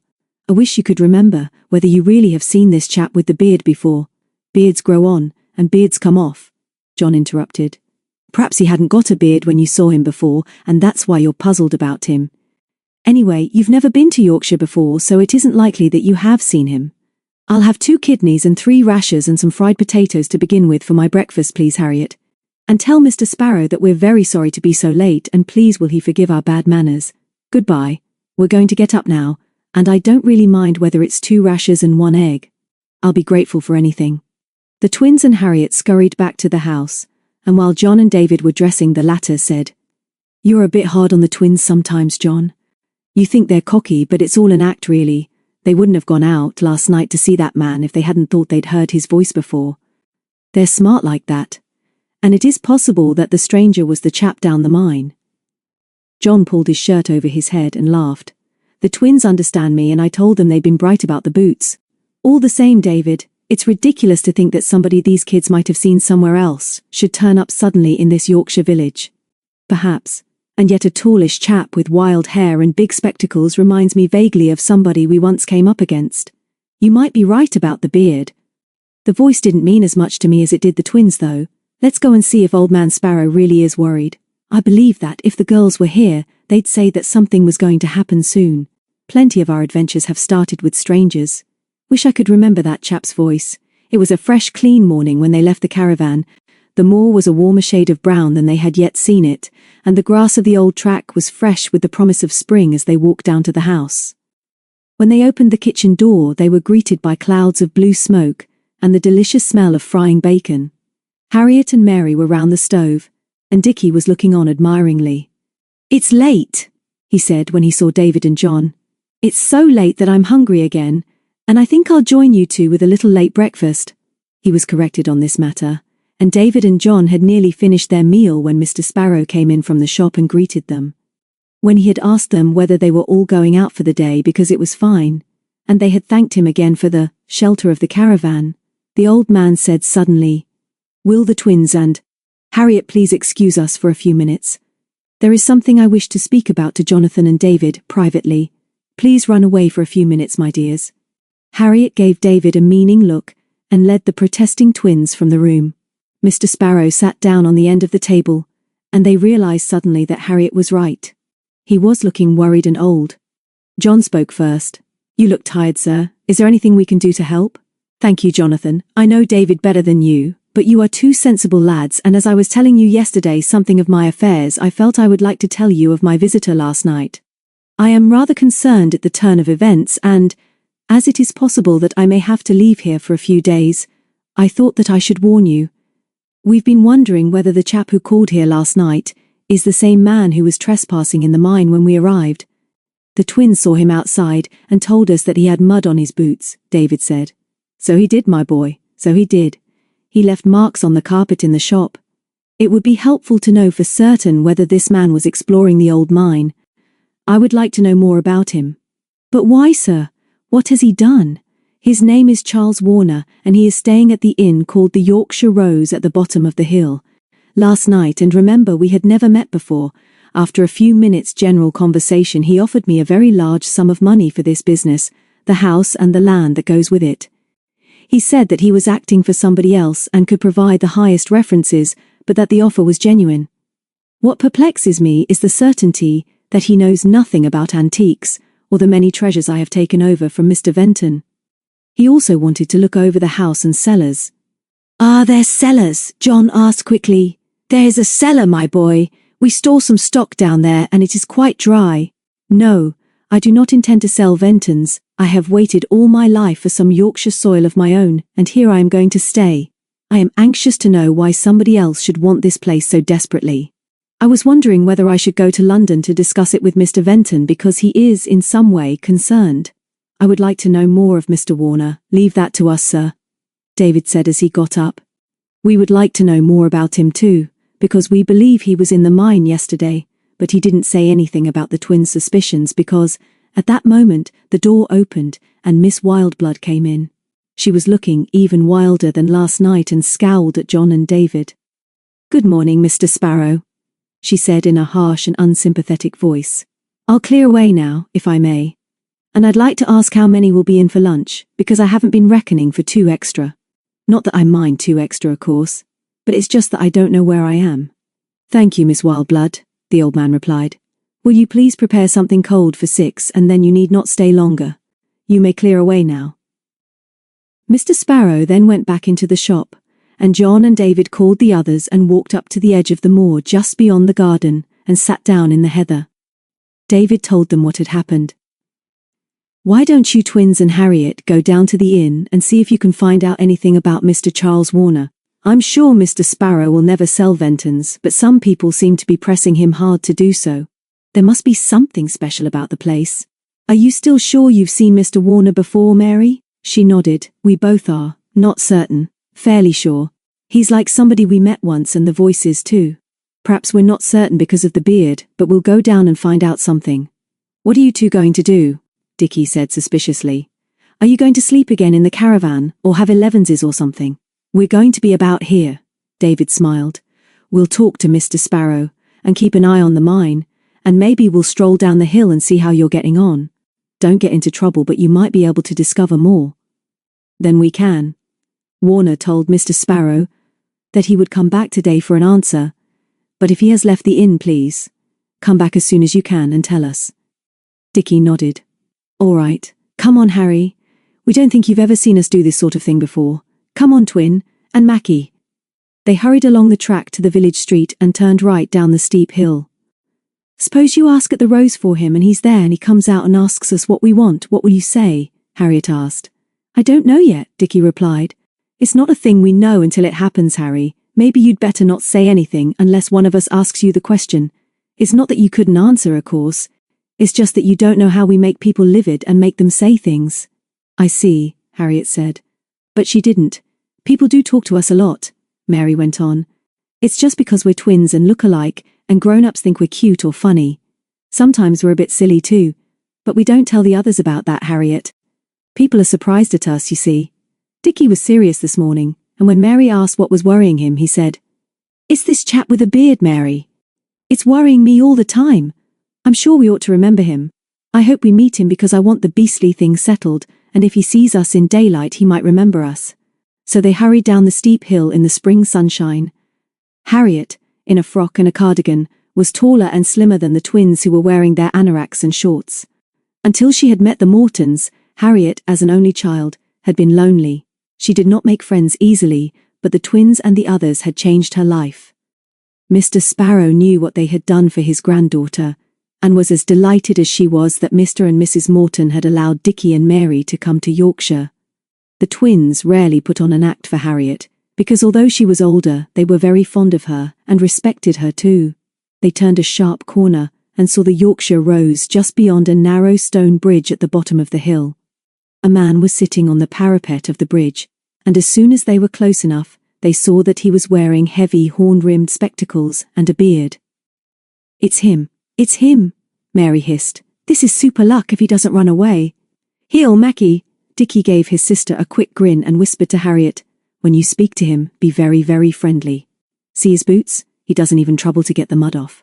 As the children strolled onto the bridge, Warner lighted a new cigarette from the stub of the last and then stared at them as if he loathed all boys and girls, and this trio in particular. He was wearing old corduroy trousers and a heavy sweater, and at his feet was a rectangular leather case with straps which looked as if it might contain a big shiny camera. Macbeth ambled over and sniffed at the case, and Warner shouted, "Get out! Keep your dog under control." Mackie, with his head on one side, looked up at the man, and then growled at the menace in his voice.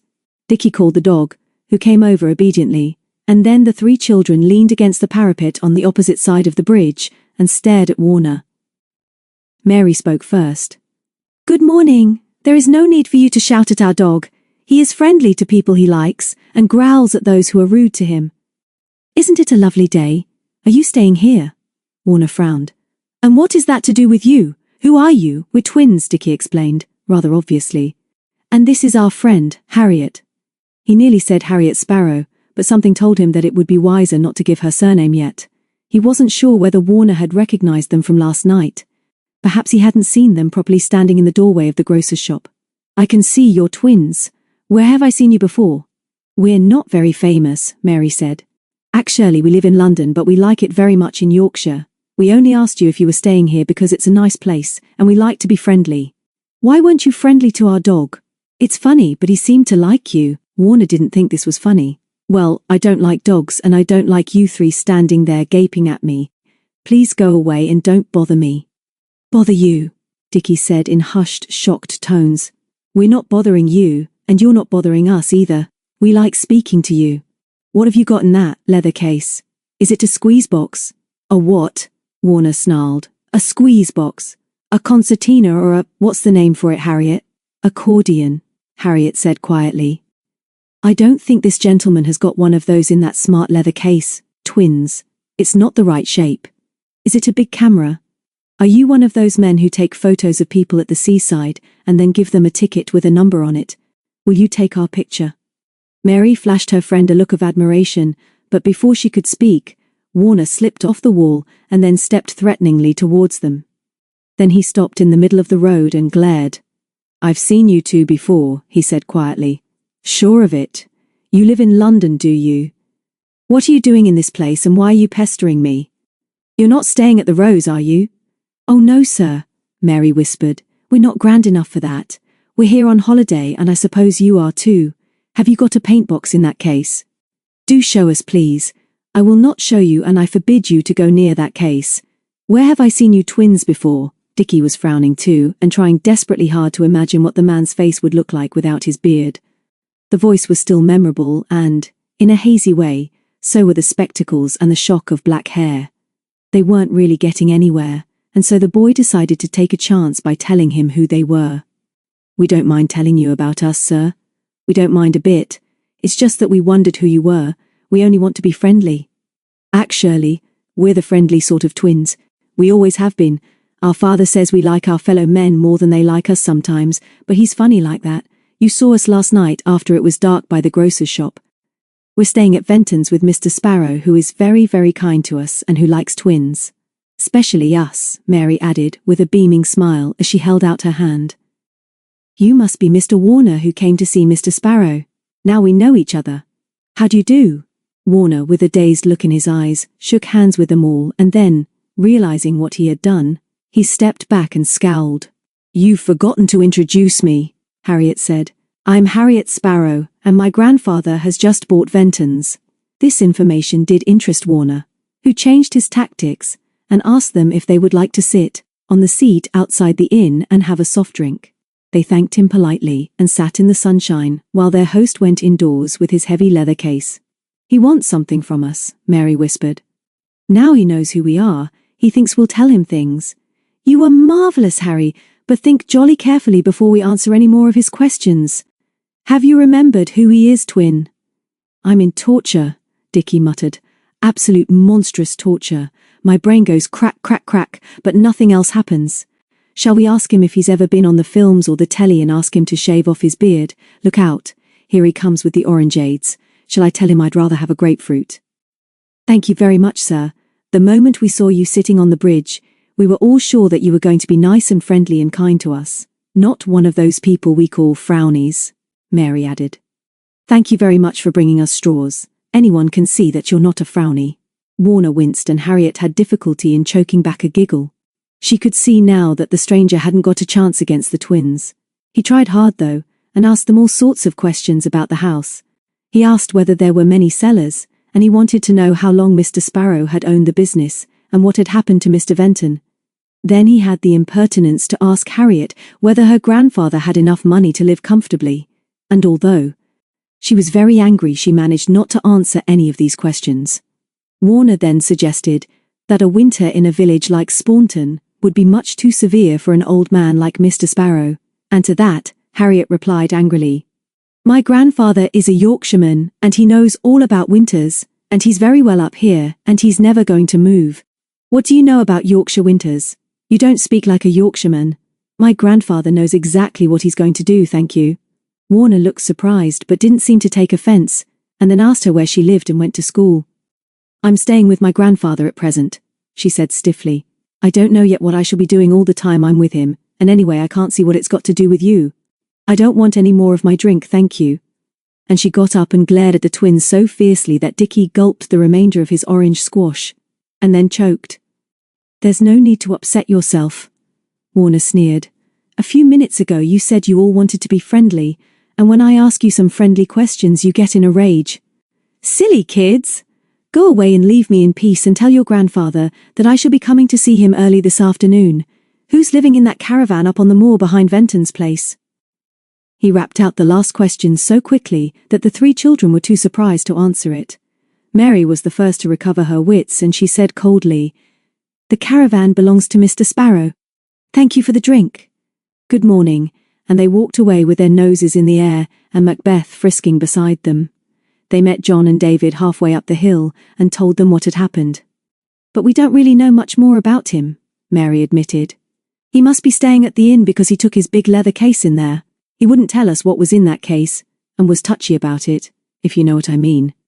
And he asked about cellars again.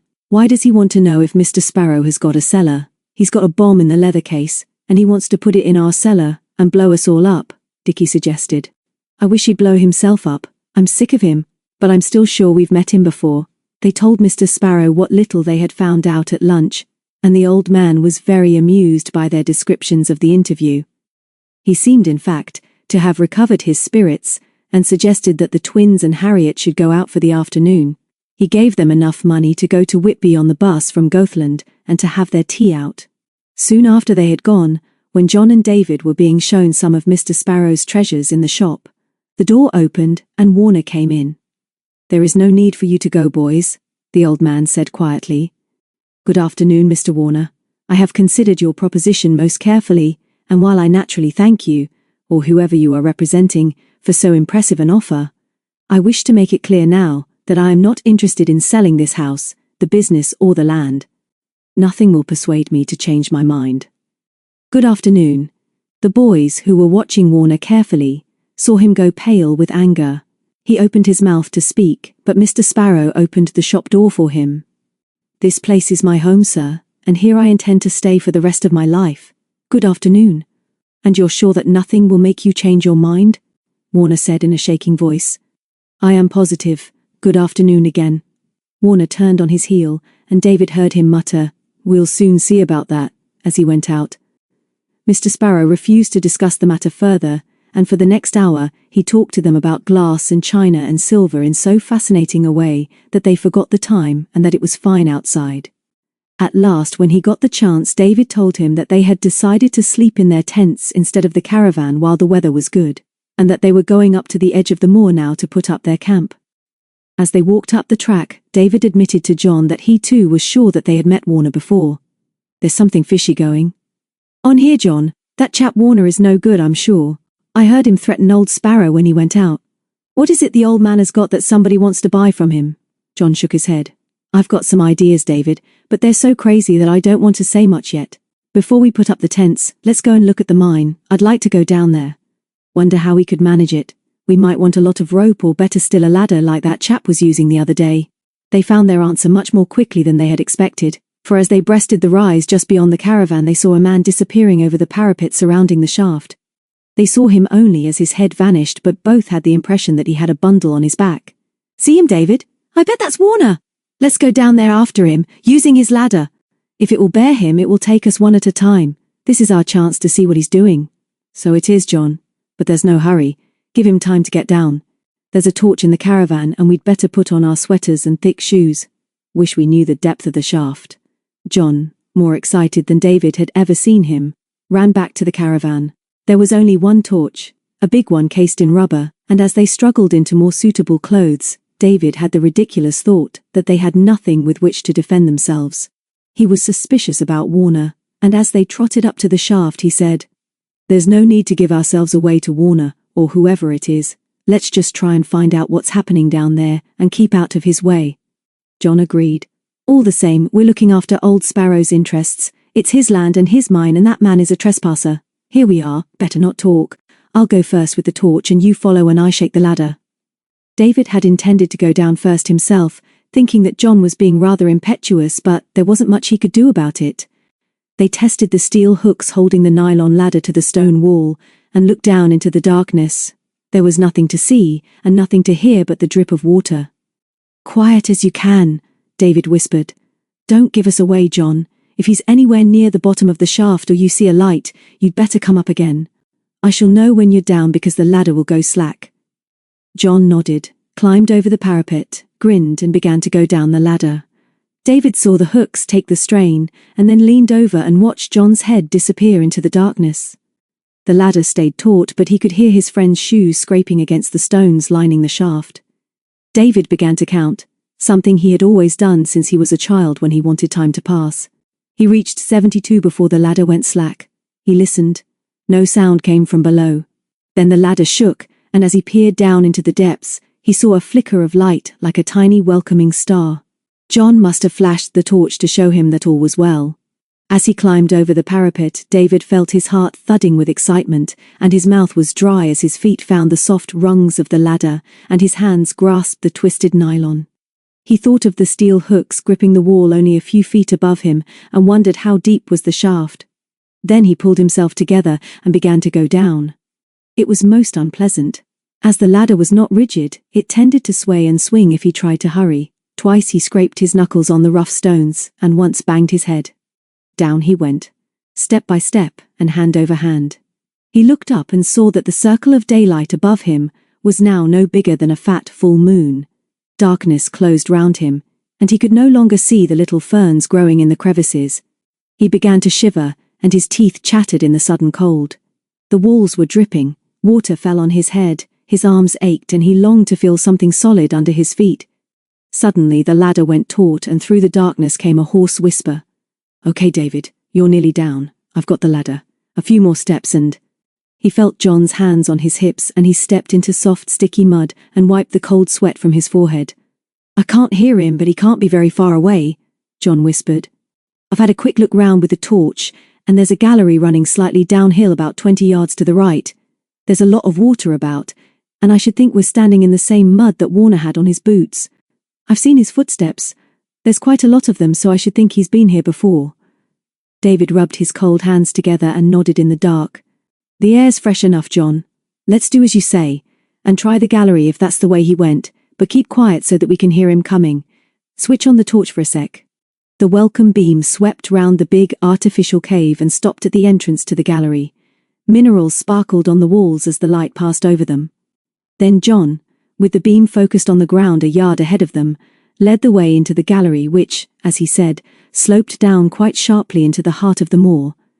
The walls were damp, and in some places there had been falls of earth and stones over which they had to step carefully.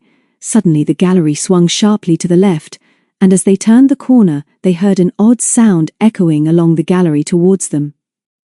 "Footsteps," John whispered as he switched off the torch. "He's coming back." And even as he spoke they saw a glow of light ahead of them. "Get back to the shaft," David urged. "We dare not meet him here. Might get up the ladder first and wait for him at the top. Give me the torch now and I'll lead." John passed it over, and they groped their way back towards the turn in the passage. Once round the corner, David was prepared to use their light and run for it. John's hand was on his arm, but above their heavy breathing they could hear the shuffling footsteps of the man coming up behind them. He seemed to sense that something was wrong, for he was coming fast. They reached the corner. As they rounded it, David switched on the torch and suddenly stumbled on a loose stone. With a cry of alarm, he fell forward on his face, and the torch, still alight, slipped from his hand and rolled away from him. He heard John's grunt of surprise, but as he tried to struggle to his feet, the shuffling footsteps behind them broke into a run. Chapter 5. Hatchholt. High in the Shropshire Hills, at the head of one of the narrow valleys which split the eastern escarpment of the curiously shaped mountain known as the Long Mind, is a reservoir. 200 yards below the stone wall, which dams the water, is a small neat cottage, tucked into the hillside and sheltered from the westerly gales which come tearing over the Mind from Wales. The cottage is surrounded by a well-kept garden, at one side of which are some outhouses and a stable. The pipeline from the reservoir runs down this valley, which is called Hatchholt, and a telephone wire links the cottage with the outside world. The nearest village, which is on the railway line between Shrewsbury and Hereford, is Onnybrook. The nearest house, which can only be reached by footpath, is over the hills flanking the southern side of the Hatchholt Valley. It is called Witchend and belongs to the Morton family. In the Hatchholt cottage lives Mr. Jasper Sterling in retirement. For many years he served the water company in a Midland city, to which much of the Long Mind water goes, and all that he has to worry about now is to watch the water level in the reservoir, and to keep it in good order. He loves the hills and is not afraid of solitude, but life starts afresh for him at the beginning of each holiday, when his only daughter Petronella comes home from school in Shrewsbury. On the morning of the third day after the events described in the last chapter, Mr. Sterling, Peter and a guest were sitting down to breakfast in the kitchen of Hatchholt. David Morton had once said that this kitchen was like the galley of a small boat because everything in it was gleaming and spotless. Mr. Sterling had a passion for cleanliness, and although he liked young company and had a great affection for Peter's friends, he preferred to entertain out of doors in the summer because he hated crumbs dropped in the house. He was long suffering about Peter's untidy habits, but as he served breakfast from the glowing stove, he looked apprehensively at their new guest, who was Penny Warrender. Penny had only arrived last evening, and although he had met her before, his opinion that she was very much slapdash and happy-go-lucky than Peter was soon confirmed. "There you are, Penelope," he said as he passed her a highly polished plate of bacon and egg. "I am afraid the table, and indeed this room, is rather small, but I hope you will manage. Do you like your bacon curly at the edges?" Penny flashed him a smile. "I like bacon practically anyway, Mr. Sterling, thank you so much, and thank you again for letting me come and stay with Peter. I love your house and the hills, and it's wonderful to be here again. And I'll tell you something else, Mr. Sterling. I think you're a darling to spoil us like this, and cook and serve our breakfast." The old man twinkled at her over the top of his spectacles. How nice these two girls looked, and how very different from the schoolgirls when he was a boy. He passed Peter her plate, and when he had seated himself he said a simple grace. For a second, Penny was taken aback, and then went pink, because she hoped that he had not noticed her surprise. These two girls were so different in character and appearance that they were undoubtedly very good for each other. His heart warmed as he glanced at Peter's gleaming fair head. She still refused to have her hair cut short, and it was now worn in a bun. Her skin was clear and faintly tanned, and when she looked up and saw him regarding her, she gave him a steady and affectionate smile in return. Steady is the word for my girl, Mr. Sterling thought. Steady and true, and yet she doesn't know how pretty she is. I'll not be keeping her for long when she's left school behind her. Penny, of course, was talking excitedly. Everything was either funny or dramatic to her this morning. "What shall we do this morning, Peter? What about that decrepit old pony of yours? I suppose he can still carry you. Somebody, maybe it was Tom, told me once that he'd seen your Sally pulling an old-fashioned milk cart in Shrewsbury. You know what I mean, don't you? You see pictures of those carts in old magazines, like a sort of chariot." "Then Tom is a liar," Peter said cheerfully. "Well, so he is, Daddy. I won't have Sally mocked. Anyway, Penny, you wouldn't be able to stay on her back for long, so don't you be funny about her. We might go over to the farm presently and see Tom and Mr. and Mrs. Ingalls. I've been over once since I broke up. First of all, though, we'll saddle Sally and go down the valley and collect the post and the paper for Daddy." Penny had forgotten that the postman never came to the cottage, but left the mail in a box nailed to a gatepost a mile or more down the pipeline. And here too the Sterlings left their post and money for stamps, and sometimes messages for folk in Onnybrook who were not on the telephone. So after the girls had washed up and made their beds, Peter saddled her Welsh pony Sally, and they went down the valley together. Penny had been on Sally's back occasionally, but she was not keen on riding. Truth was that she never settled down to any sport long enough to do well at it. She thought hockey was misery, and cricket too slow. Tennis was possible with the right partner, and although she was a good swimmer, Peter could beat her by 15 yards in 2 lengths of the reservoir.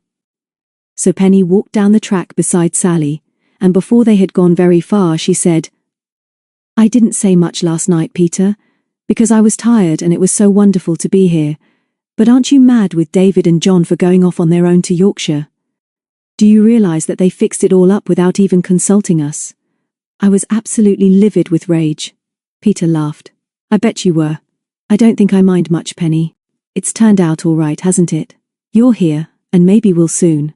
Seeing Tom and Jenny and I wouldn't be surprised if we don't see the others too before the end of the holidays. We could go off somewhere, on our own if we want to, couldn't we?" "Of course we could. That's what makes me so mad. Those 2 boys never even seemed to consider that we might. Of course later I pretended that I didn't care where they went, or for how long they stayed wherever they were going.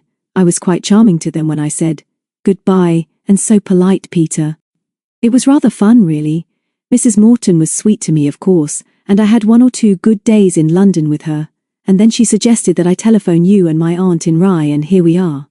However much Penny joked about it now, Peter knew that she was still upset, but she changed the subject and they talked about school until they reached the postbox. There were 4 letters, 3 for Mr. Sterling, and a fat one with a Yorkshire postmark for Peter, who blushed a little when she recognised the writing. "It's from David," she said, unnecessarily. "Funny we were just talking about them." "Not funny," Penny said. "Would you like me to fade away while you read it?" "Of course John doesn't know I'm here. I didn't tell him. I suppose he thinks I'm still pining for him at Brownlow Square. All boys are utterly selfish." Peter stuffed all the letters in the pocket of her jodhpurs and remounted Sally. "So they are, Penny. I like boys though. 1 or 2 anyway. Let's go back to the cottage and give Daddy his mail and the paper, and then we'll go up to the reservoir and see what David's got to say." Penny agreed good-humouredly, and half an hour later, they were lying in a sunny hollow just above the water. "Just read out the unprivate bits," Penny said, as Peter slit the envelope. "Of course I would like to know the private bits, but I suppose that's too much to ask. Anyway, I'd like to know what they're doing and whether John is still with David. It's always possible that they'll decide to go off in different directions to see how they can manage camping without each other." It was a long letter, and Peter looked quite pleased with herself as she read the first 2 pages silently. "Those were sort of private," she said, with an apologetic look at her friend. "They're all right and have joined up with the others at this village Spaunton. But listen, Penny, they seem to have got mixed up with an adventure which concerned Mr. Sparrow. Come here and read it with me." Once having settled down to write a letter, David did not spare himself, and Penny was a little envious of his obvious ability. He wrote well and amusingly of their trek across the moor in the fog and of everything that had happened to them since. When they got to the dramatic story of their descent into the mine, Penny, in her excitement, grabbed the sheet on which it was written and tore it. "You're breathing down my neck," Peter said indignantly, "and it is my letter anyway. Just sit back and I'll read the rest to you." "Go on," Penny hissed. "I just got to where David fell down and they heard the shuffling footsteps coming nearer and nearer." "Do go on, Peter." Peter sat up and began to read. "There was I grovelling about on the slimy floor of the gallery with the torch out of reach and the enemy coming up behind us. John helped me up and we were groping for the torch when the chap came round the corner and blundered into us. He had one of those big electric lamps like farmers use. Mr. Ingalls has got one, and we were dazzled by the beam which shone into our faces. We couldn't see him, but he recognised us at once, and we knew that it was Warner as soon as he began to swear at us. Can't very well tell you what he said, because you're not supposed to know some of the words he used. Lots of them were new to us. Anyway, he blustered and told us to get out, and that we were trespassing. This annoyed John very much, me too, and he told Warner straight out that he was the trespasser because the mine was on Old Sparrow's land and belonged to him, and that if he didn't shut up and get out we'd report him to the police. Then he asked how we got down, and when we told him by his ladder he nearly had a fit. I told him that we had more right down there than he had, and that we were interested in old mines, and that now we had found our way down we should certainly come again. At that he changed his tune and said, "No use arguing down here. You two get on ahead and use your torch.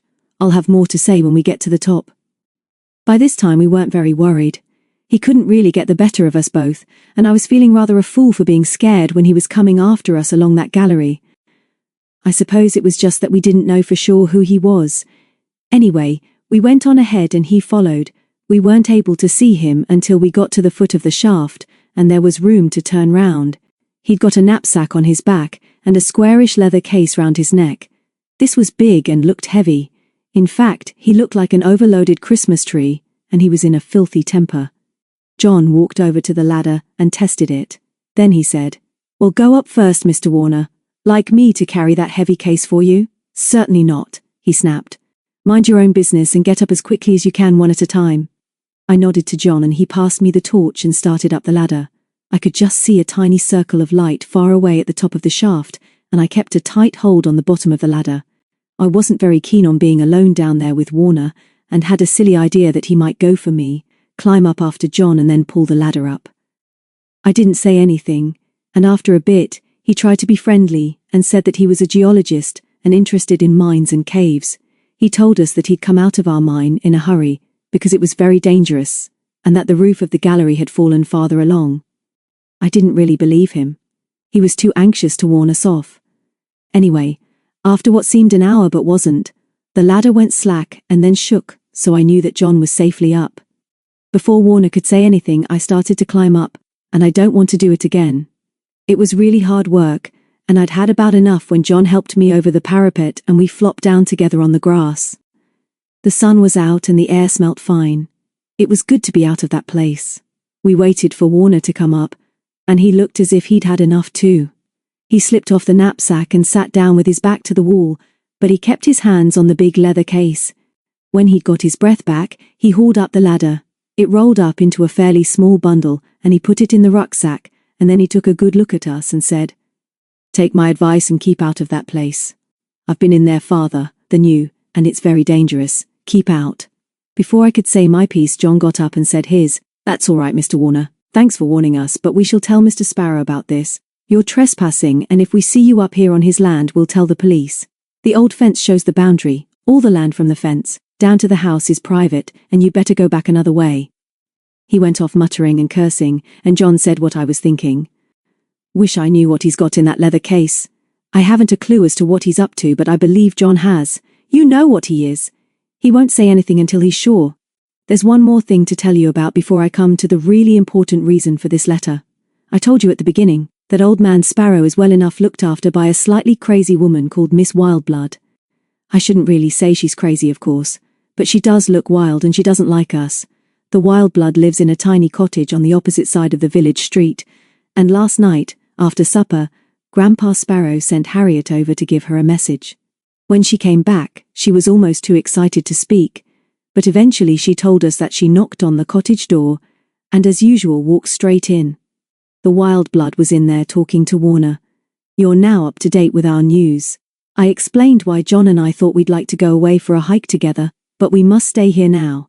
You can see, Peter, that we're almost right in another adventure. There's more than one person trying to get Mr. Sparrow out of his place, and it's all to do with the mine. Warner has got something to do with it, and I'm now as sure as the twins we've run across him before, but I can't place him. We must back up Mr. Sparrow, who, although determined not to be bribed out of Yorkshire, is rather shaken and talking of going back to London to discuss the peculiar goings-on with Mr. Venton. Harriet is grand, and we must make her a member of the club, but we're all determined to get this sorted out. We can't have an adventure without you, Peter, and we all want you to come here as soon as you can. We'd like Tom and Jenny if they could manage it, and John has written to Penny, who is still at Brownlow Square. "Stop!" Penny shouted as she jumped up and twirled round like a ballet dancer with joy. "Stop, Peter! They think I'm in London moping for them. This is the most wonderful thing that's ever happened to me. Ha, ha, Mr. Warrender. Maybe he'll ring up the Mortons and I won't be there. This is what Dickie calls fabulous. You can go on now." Peter giggled and read the rest of the letter. "John has written to Penny because of course we want her too. There's a grand caravan up on the edge of the moor for you two to sleep in, and John and I have got our tents. Please come, Peter, but tell your father how sorry we are to take you away. The twins and Harriet send their love and we all want you to come. I'll telephone Hatchholt after 7 to have your answer.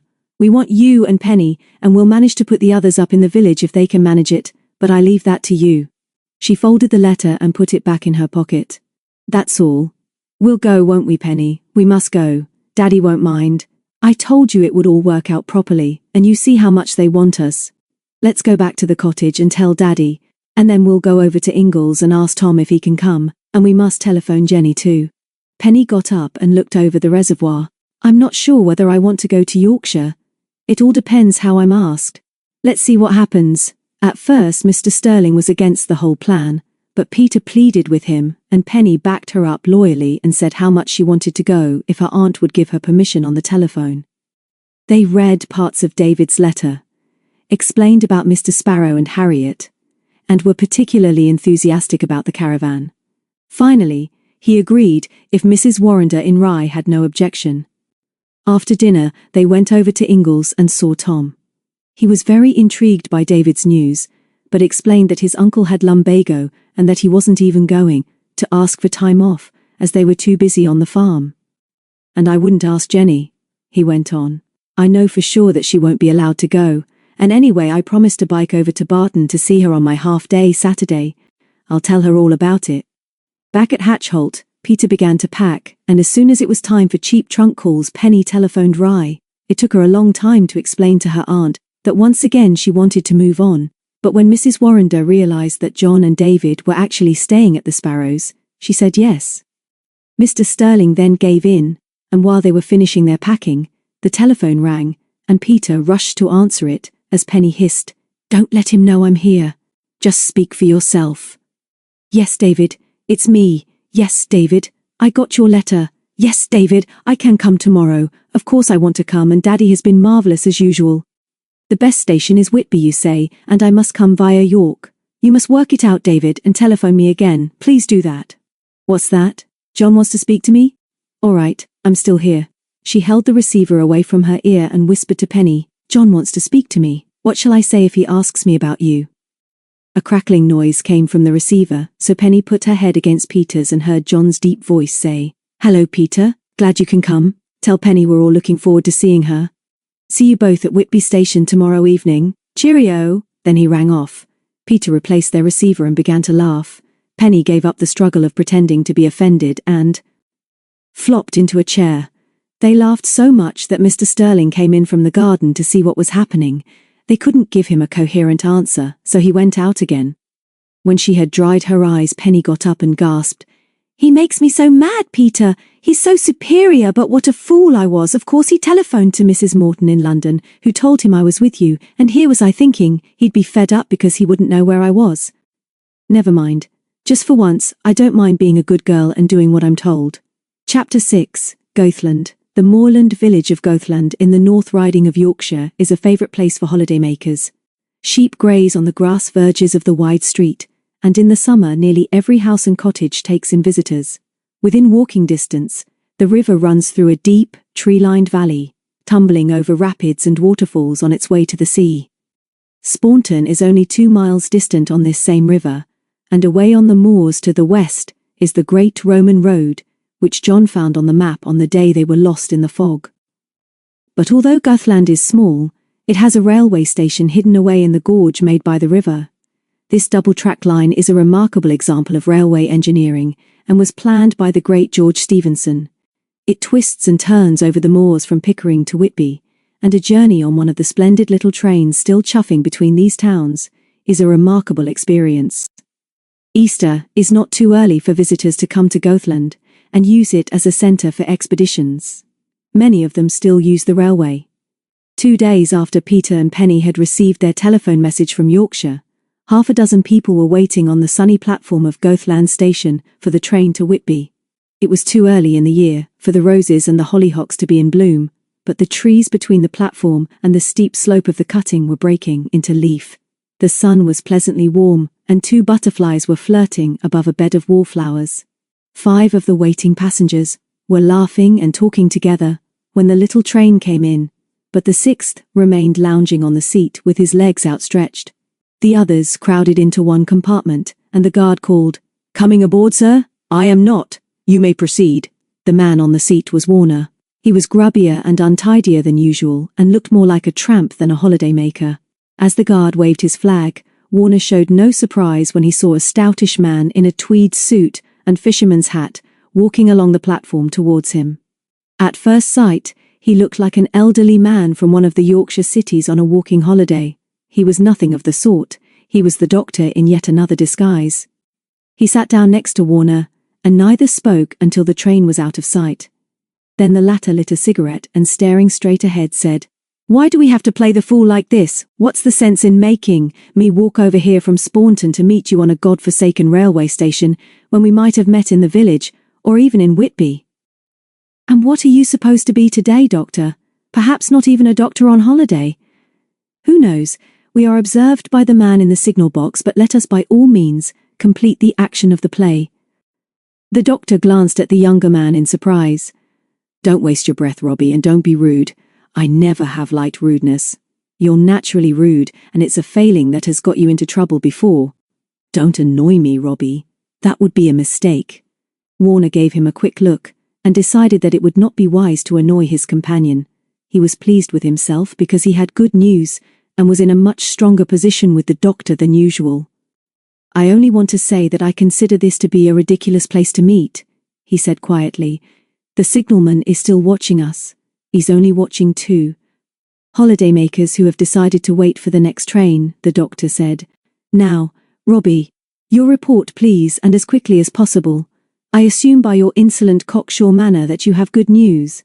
"You're right. I've done what you asked me. There is no question that there are deposits of uranium in the old mine working at Staunton. It has been hard and dangerous work to get the evidence, but I have a rough record in my pocket and I have no doubt. The detector you sent me is admirable." The doctor's eyes gleamed triumphantly. "Well done, Robbie. I thought Staunton would be fruitful. Let me see your records." Warner handed over a paper covered with figures and diagrams of the mine workings. "So far so good," the doctor said, as he pocketed the paper. "If our colleagues who are covering the rest of the North Country are half as fortunate as you have been, Robbie, we are all going to make a lot of money. We shall be able to buy up any private land where there are uranium deposits, and provided the owner has no suspicion of its value, we can resell to the Atomic Energy Authority at a very handsome profit. The whole world is crying out for radioactive minerals, Robbie. Have no fear. If all goes well, you are not going to have any more financial worries. Now to business. All these deals must be rushed through before the owners grasp what is happening. The Staunton mine belongs to the man who bought Venton's, does it not? What is his name? Name of Sparrow, believe it or not. He's only just bought the place from old Venton and he comes from London. He's proving difficult." "My dear Robbie, no small difficulties must be allowed to stand in our way now. I remember taking a chance on that mine when we heard Venton had decided to sell out. I was confident of Staunton, but Venton didn't seem interested. Odd. Can't understand it. Now what about this old cock Sparrow? I gave you a figure to start on, didn't I? A figure that meant we took a big chance on the mine containing uranium." Warner looked sulky. "I knew we were on a good thing the first time I went down. I was sure of it. I've made old Sparrow 2 very handsome offers within the limits you set me, but he won't listen." "Won't listen? This is nonsense, Robbie. What do you mean he won't listen? Doesn't he want money?" "Don't think he does, just not interested. Keeps the shop as a sort of hobby and talks a lot of nonsense about wanting to spend the rest of his days here on the moors. He must be interested, Robbie. We'll increase the offer, but he must be got out quickly. We want possession of the house, and the garden and all the land. It's worth nearly any money to get him out. We must be the legitimate owners of the whole property in a few weeks. What are you finding so difficult? It's only a matter of perseverance and salesmanship on your part and plenty of money. We're playing for a big prize, Robbie.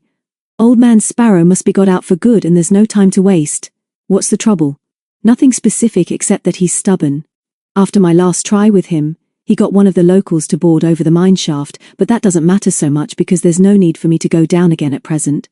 It's odd, Doctor, but I've a hunch that there might be an entrance into the old mine workings through the cellar. The garden slopes down steeply to the back of the house. We'll see about that when we get possession of the place, Robbie. Nothing to worry about if he's closed up the entrance to the shaft.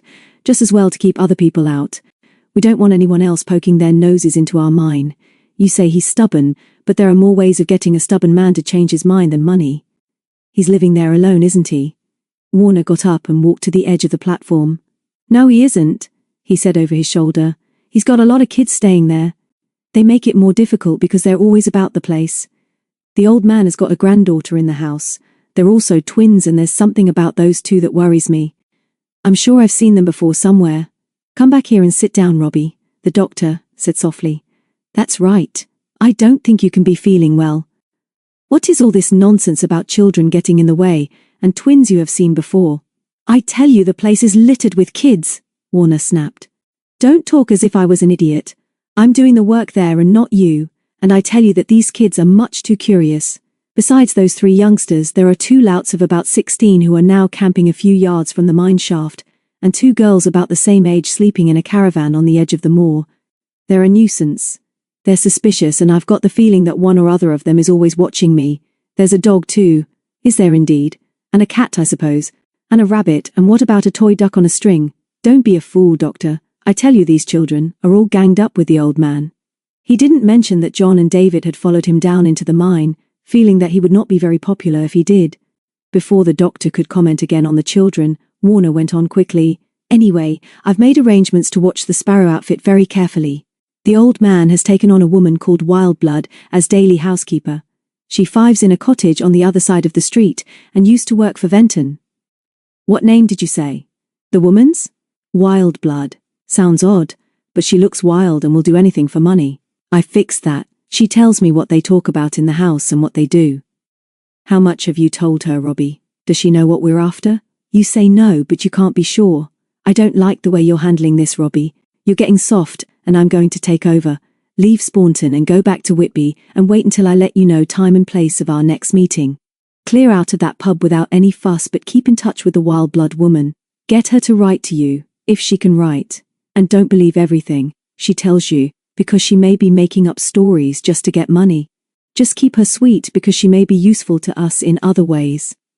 Warner nodded. You won't be any luckier with Sparrow than I've been. I know him. You've never met him, and I tell you he won't sell. I think he will. If he can't be bought with money, I shall persuade him, one way or another, to quit. You have not been as smart as I hoped, Robbie. I never thought to hear you make a pack of children an excuse for failure. Warner fumbled for another cigarette, but before he could light it, the 2 men heard a dog bark and looked up to see a lively black Scotty watching them with his head on one side from the opposite platform. He was followed by twins, dressed in checked shirts and shorts, and by 2 older pretty girls, one a redhead and the other fair. Warner laughed, but there was no humor in it. There you are, Doctor, he whispered. Here's a selection of the dear little innocent children from Venton's. How did they know we were here? They followed me, of course. They're not as innocent as they look. We'd better clear out, and he turned his back to the lone piners. The doctor frowned. Those twins. You say you've seen them before, Staunton? I seem to remember them too. No, Robbie, don't go. I'm going to handle this. And he stood up and walked to the edge of the platform. The 4 children regarded the 2 men gravely for a long half-minute, and then Mary smiled and said, It's that nice Mr. Warner twin. So it is. Good afternoon, Mr. Warner. Isn't it a lovely day for a walk? Thank you so much for that drink you gave us the other day. Peter and Penny, this is Mr. Warner, who has been staying at the Yorkshire Rose. He knows Grandpa Sparrow. Before Warner could speak, Dickie broke in. Hello, Mr. Warner. We like walking too, but it's such a grand afternoon for sitting on a seat and watching the trains go by, isn't it? This is a super railway, and we've been watching it from the bridge over there for a long time. Actually, we've seen you in the distance for a long time too, ever since the Whitby train went out. We thought we'd like to come and see your friend. There was another silence. The 2 butterflies fluttered over the gleaming metals and circled round Mackie, who snapped at them playfully. Penny, with a smile, watched the twins, while Peter, with a worried frown, stared at the 2 men. Then the doctor spoke. Good afternoon. Are you all waiting for the Pickering train? It should be due in 10 minutes. Do you all live here, or like me are you visiting Yorkshire for the first time? Actually we are, Mary replied. Is Mr. Warner your friend too? He's a very kind man, but he's looking rather worried this afternoon. Don't talk about me as if I wasn't here, Warner snapped. I've told you before that I don't like you. Clear out. We don't see why you should speak to us like that, Dickie said sulkily. We saw you going for a walk after dinner, and we thought we'd like to go for a walk with our friends Peter and Penny. So out we came, and after a bit we saw you walking along the lane to Gothland, and we said we'd like to go to Gothland too, so here we are. Oh, Mr. Warner, Mary went on.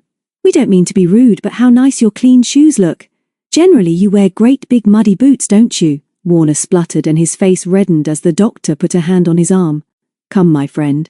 Let us join these delightful children on the other platform. I'm aware that I shall have to wait a long time here for a train to Pickering, shall I not, my dear? And he smiled across the rails at Penny. Penny did not like being addressed as my dear by strangers, but she supposed she should make some response, so she grinned feebly and said, Yes, you will. The doctor, still grasping Warner's arm, led him, rather as one leads a sleepwalker, down the platform to where they could cross the rails. Run and meet them, twins, Peter whispered. Don't give them a chance to talk together privately. And then, as Dickie and Mary ran off to meet the two men, Peter went on. I don't like this, Penny. I'm just on the edge of remembering those two. The twins have been very, very smart.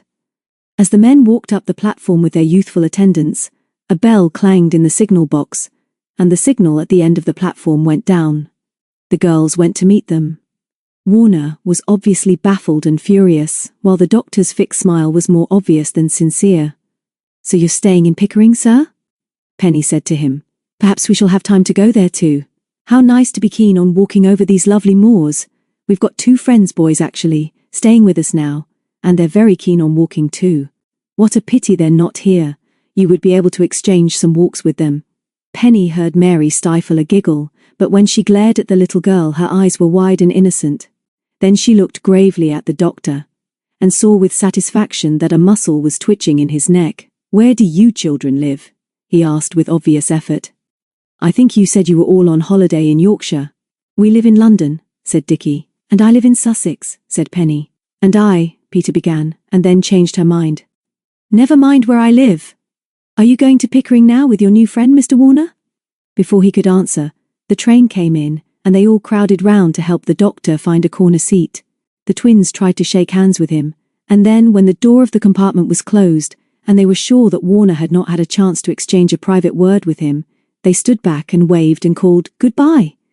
It was quite a touching farewell, and the only people who were not touched were the 2 men. The train disappeared round the curve on its way south. Now wasn't that fun? Mary suggested. Wasn't it fun, Mr. Warner? I mean us all meeting like that?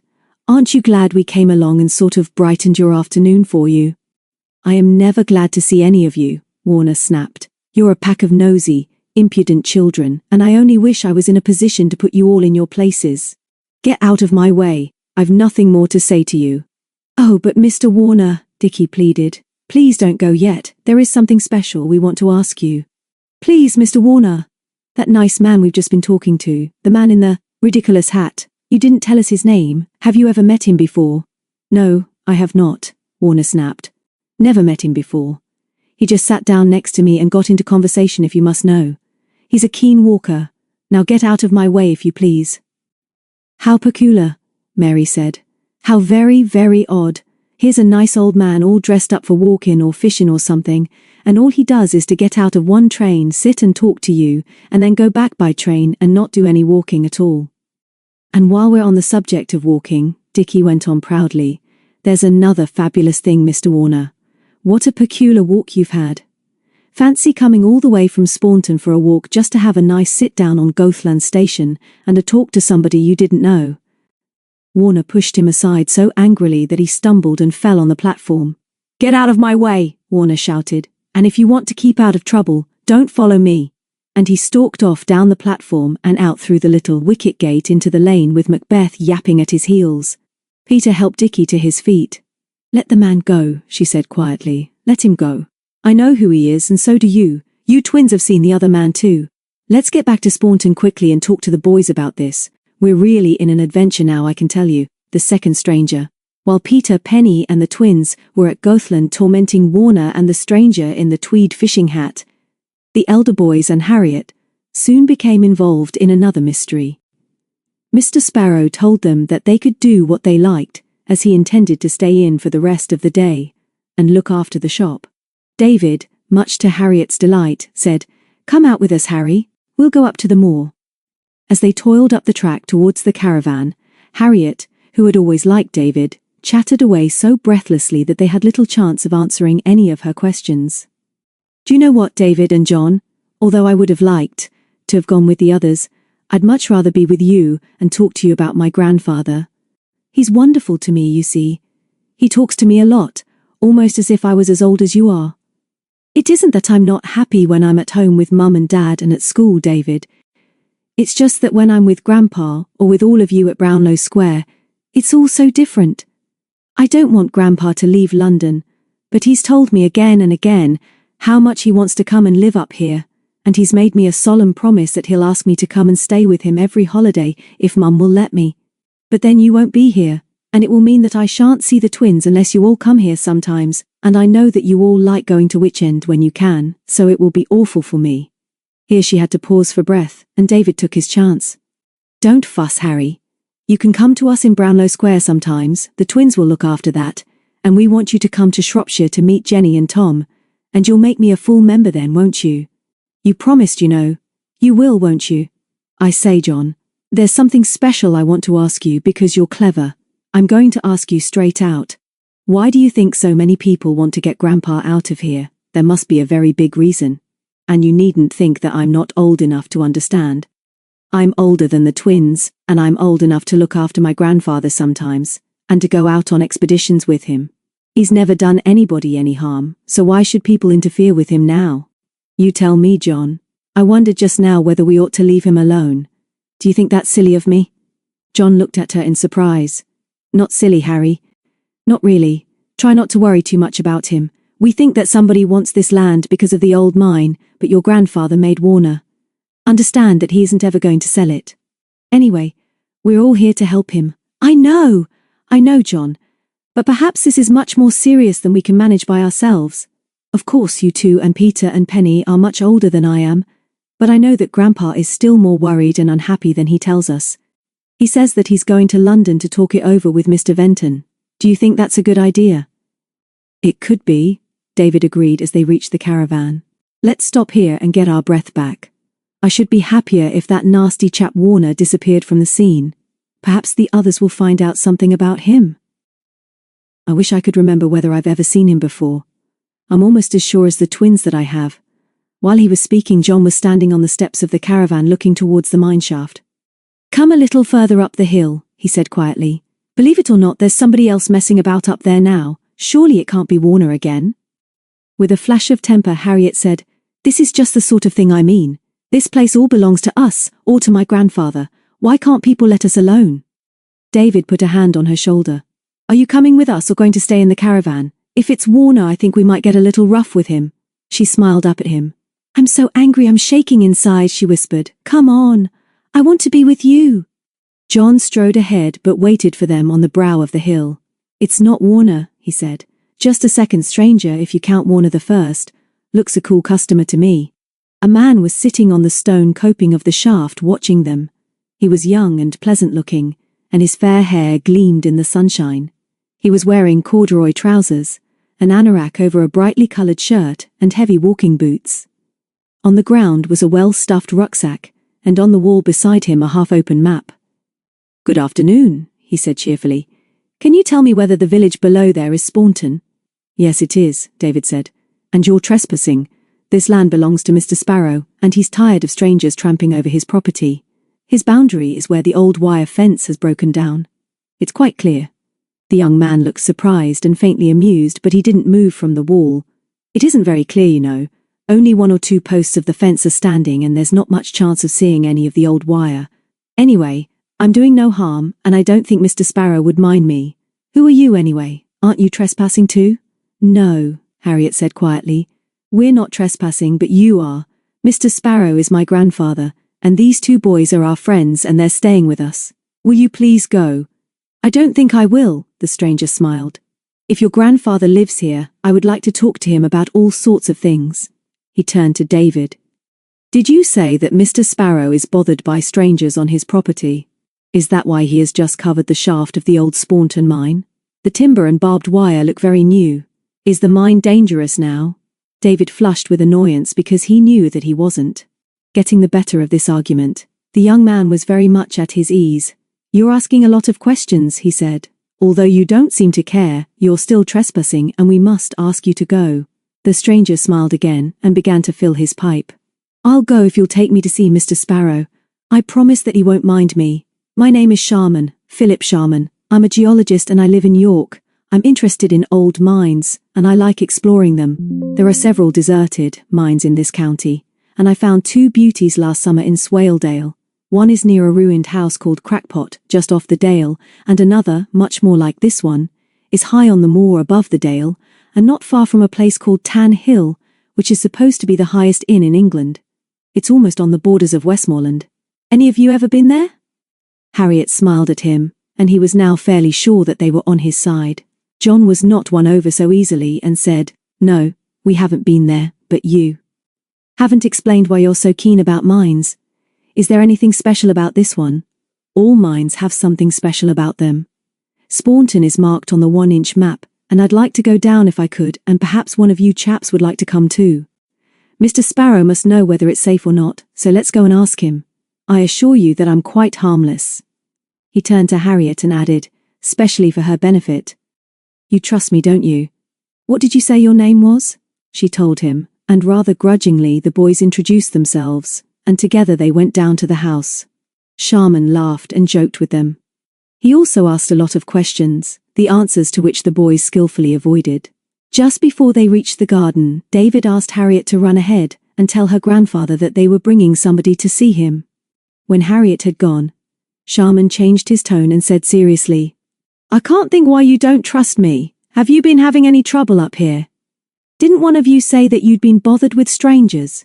Do you mean somebody has been down the mine shaft? We're camping up there, and we don't like strangers, David said evasively. Mr. Sparrow is very nice, but he's funny about trespassers.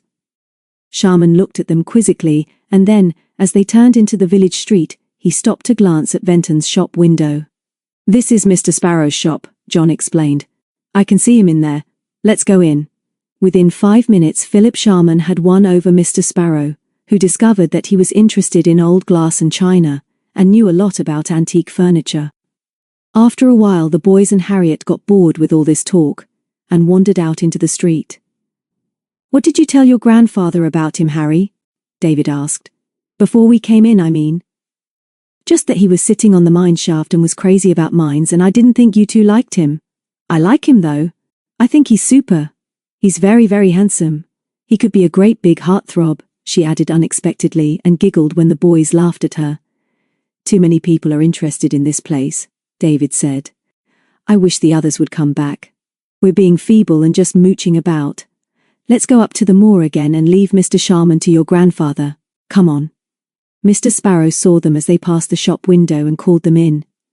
Mr. Sharman is on a tramping holiday, and we have so much in common that I have asked him to stay to tea with us. Please put the kettle on, Harriet, and if we need any cakes, perhaps one of you would run over to the bakery and buy some. No, my dear sir. We shall be delighted to have your company, and my young people would like to hear something more about the archaeological and geological treasures of Yorkshire. John and David glanced at each other in surprise. What were they in for now? However, there was nothing they could do because Mr. Sparrow had undoubtedly accepted Sharman without any suspicion, and when the two men came into the sitting room 10 minutes later, the latter had a parcel under his arm which he put with great care on the window ledge. David thought that he winked at him as he said, I've been very lucky, David. First to meet you chaps and so have a chance of meeting Mr. Sparrow and picking his brains about my hobby, and secondly of buying from him 4 coffee cups at a bargain price. I'm sure he hasn't charged me enough. Harriet, who had heard her grandfather selling something before now, doubted very much whether Sharman was right, but she had the wisdom to say nothing, and passed round the scones. David and John munched through an uneasy silence which was broken by Sharman, who began to talk to them about Yorkshire. He told them many strange tales and legends of ancient days and old superstitions. He told them of the lost drummer boy of Richmond Castle, whose drum can sometimes still be heard throbbing underground. He gave them tales of Robin Hood, who had many adventures in the Yorkshire forests, and whose name has been given to a tiny village clinging to the cliffs south of Whitby. He told them of the great houses of God, so many of which were now in ruins, of the glories of Fountains Abbey, of lovely Revolks, of Kirkham, Byland and Jervolks. Harriet was listening eagerly when he passed his cup for more tea. You like old things as much as your grandfather, don't you, Harriet? If I decide to stay for a few days round these parts, would you like me to show you some old places? Good. We'll see what I have time for. But did you know about the Roman road, which is only about 2 miles from here? We saw it on the map, David said. What's it like? It's a rough road, but it's there for you to walk on for more than a mile. It's on Wheeldale Moor, and the actual stones are still there, some of them too big for a vehicle to drive over now without being shaken to pieces. But they're not covered with weeds or grass. This stretch of road has been cared for since the war, and I don't think you'll see anything else like it in Britain. You can walk where the legions marched, Harriet. Harriet sat on a stool with her hands clasped round her knees. I'd like to do that. Tell us some more. I think I can do better than a Roman road if it's a thrill you want. Did you know that there is what we can justly call a forgotten village not many miles further from here than the Roman road? Mr. Sparrow looked up in surprise. You mean Coram Street, Mr. Sharman? I have heard of it but never been there. Have you been excavating there? Sharman nodded. Indeed we have. I like some archaeology sometimes. A lot of work was done there last summer, and a few of us will probably be there each fine weekend soon. But how is it forgotten? Harriet pleaded. Tell us about it. It would take you a long time to find Coram Street by yourselves. No road leads to it now. There's only a sunken track made by wagon wheels hundreds of years ago, and it runs from a lane, over the fields to a valley. It's odd that through this valley runs a single-line railway track, but that too is in danger of being forgotten, for the line is now closed. On the opposite side of the valley are the buried foundations of an ancient village and manor house. We are working on these, and I will show them to you if you are interested. If you're not keen, please stay away, because we don't want everyone flocking to the place and dropping orange peel everywhere. I'd like to see it, John said quickly. I don't much care for monuments and old things, but your forgotten village sounds intriguing. Why has it been forgotten? Why doesn't anybody live there now? What we shall be working on in a few weeks' time are the foundations of dwellings many hundreds of years old. The Black Death in the 14th century wiped out the populations of many villages like Coram Street. Sounds very ghostly, Harriet whispered. Hasn't anybody else ever lived there? Not on the hill, but in the valley there are a few ruined cottages. There's a decaying church too, nasty place. I hate churches which aren't used for their proper purpose. I think the devil gets in, don't you? They looked at him in surprise, and Mr. Sparrow said, You could be right, Mr. Sharman. Continue if you please. When I looked in this unpleasant place last summer, I noticed that the tower was splitting. Most of the roof is off, and the stone walls are green with moss and slime. The altar has also been smashed. You can still see a well-defined track leading down the shoulder of the hill to the church, and this is correctly called a corpse way. Along this path in all weather, the bodies of those who died in nearby villages without a church were carried in coffins by bearers to Coram Street for burial. It isn't a very cheerful place, and I don't think anyone lives there now. The railway runs into a tunnel to the north, and I believe there are some ruined cottages at the other end, where there used to be a big quarry. Anyway, it's not often you have the chance of seeing a place like Coram Street, so I'll show it to you one day, if I'm around and you're still here. They were all impressed by his description of the forgotten village and sat in silence for a few moments. Then, because the door between the shop and the living room was open, they suddenly heard a dog bark in the street and then the sound of joyful and familiar voices. David jumped up. Excuse me, sir, that sounds as if the twins are up to something, and he ran out into the street followed by John and Harriet. He was right. The twins were in action. About 15 yards ahead of them, and now almost on the brow of the hill leading down to the Yorkshire Rows, the man calling himself Warner was in full retreat. There was no doubt that he was very angry, because he turned and shook both clenched fists in the air. They could see that he was hot and exhausted too. He was shouting at the twins who, with an excited Mackie between them, were hopping and skipping down the middle of the street. They were followed, about 15 yards in the rear, by Peter and Penny, who were looking embarrassed as some of the villagers came to their front doors to see the cause of the commotion. Oh, Mr. Warner, Mary was chanting. Dear Mr. Warner, please don't run away, please don't run away. Our legs are so small that we can't keep up with you. Then Dickie saw the others at the shop door and waved cheerfully. "Shan't be long," he called. "We're hungry and exhausted, but we think perhaps our nice Mr. Warner is going to give us some tea at the inn. Please don't shout like that, Mr. Warner. We can't hear you when you shout." David ran out into the street and grabbed at Dickie, who dodged him easily as the girls ran up. "We're ashamed to be with them," Penny said, although her mouth was twitching. "I'm almost sorry for Warner. Let's go indoors because we've a lot to tell you. Don't worry about the twins. Nobody will be able to stop them now." Again Warner turned and shook his fists, and again Mackie barked as the twins, with a wary eye on David and John, capered forward again. "We won't be long, David," Dickie called back over his shoulder. "We're just going to stroll down to the inn with our new friend. We met him at Gothland Station. And what do you think?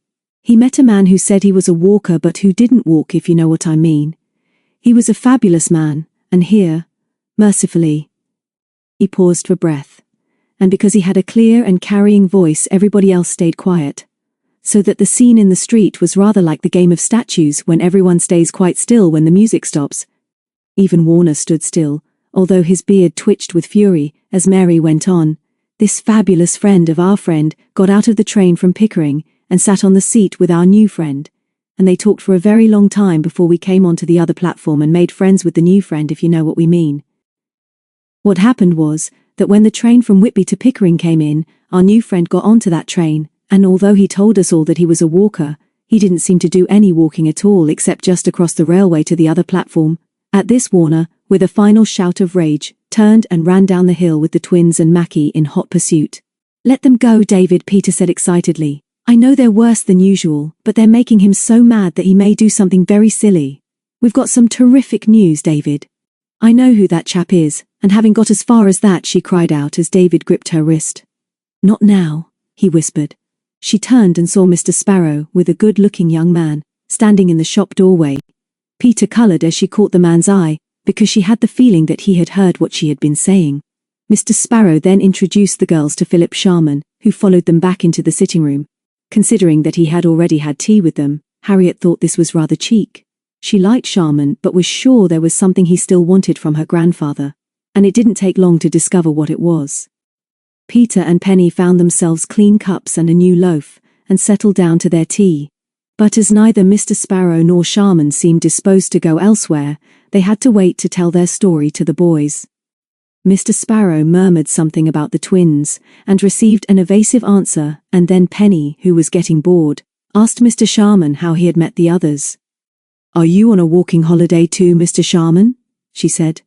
"We haven't been here very long, but we keep on meeting walkers. Do you collect things?" Sharman looked at her coolly until she blushed. "I collect both information and specimens," he said. "When I have gone on my way, no doubt your friends will tell you about our first meeting and of Mr. Sparrow's hospitality to a stranger. I have one further favour to ask you, sir. I have told you that geology is my subject, and I want to ask you to allow me to explore the old mine, although I see that you have recently covered up the shaft. I'm not inexperienced in this sort of work, and my real purpose in coming to Staunton is to take a look at your mine. I have all the equipment I need, and I hope you will give me permission to go down. I'll put the covers back, of course." The boys exchanged a meaning glance, but before either of them could speak, Mr. Sparrow said sharply, "I'm sorry, Mr. Sharman, but I cannot permit that. The mine shaft has been closed because it is dangerous. Moreover, it is on my land and I consider myself responsible. Whatever your interest, I am afraid that I must forbid you to go down into the Staunton mine.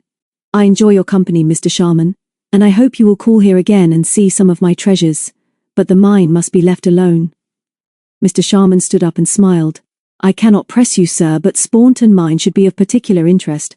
I have always believed that it could have more than one entrance, and now that I have seen its position for myself, I am wondering whether there might not be a tunnel coming out by the river, in the valley below, or even in the basement of this house, if you have a cellar. If any of you youngsters ever find another entrance to the mine, I hope you'll let me know." "Where shall we find you, Mr. Sharman?" John asked quickly.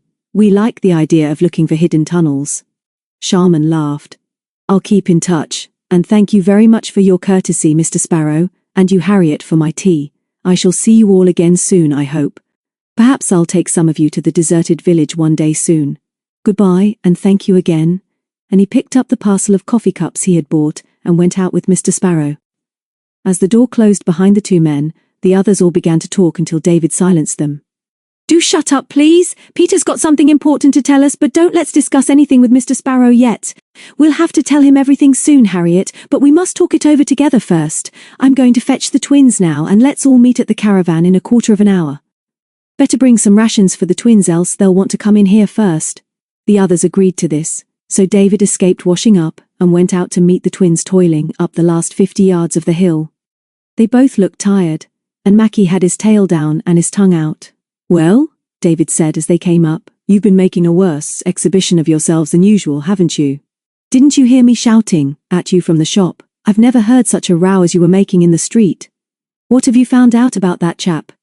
Do you remember him?"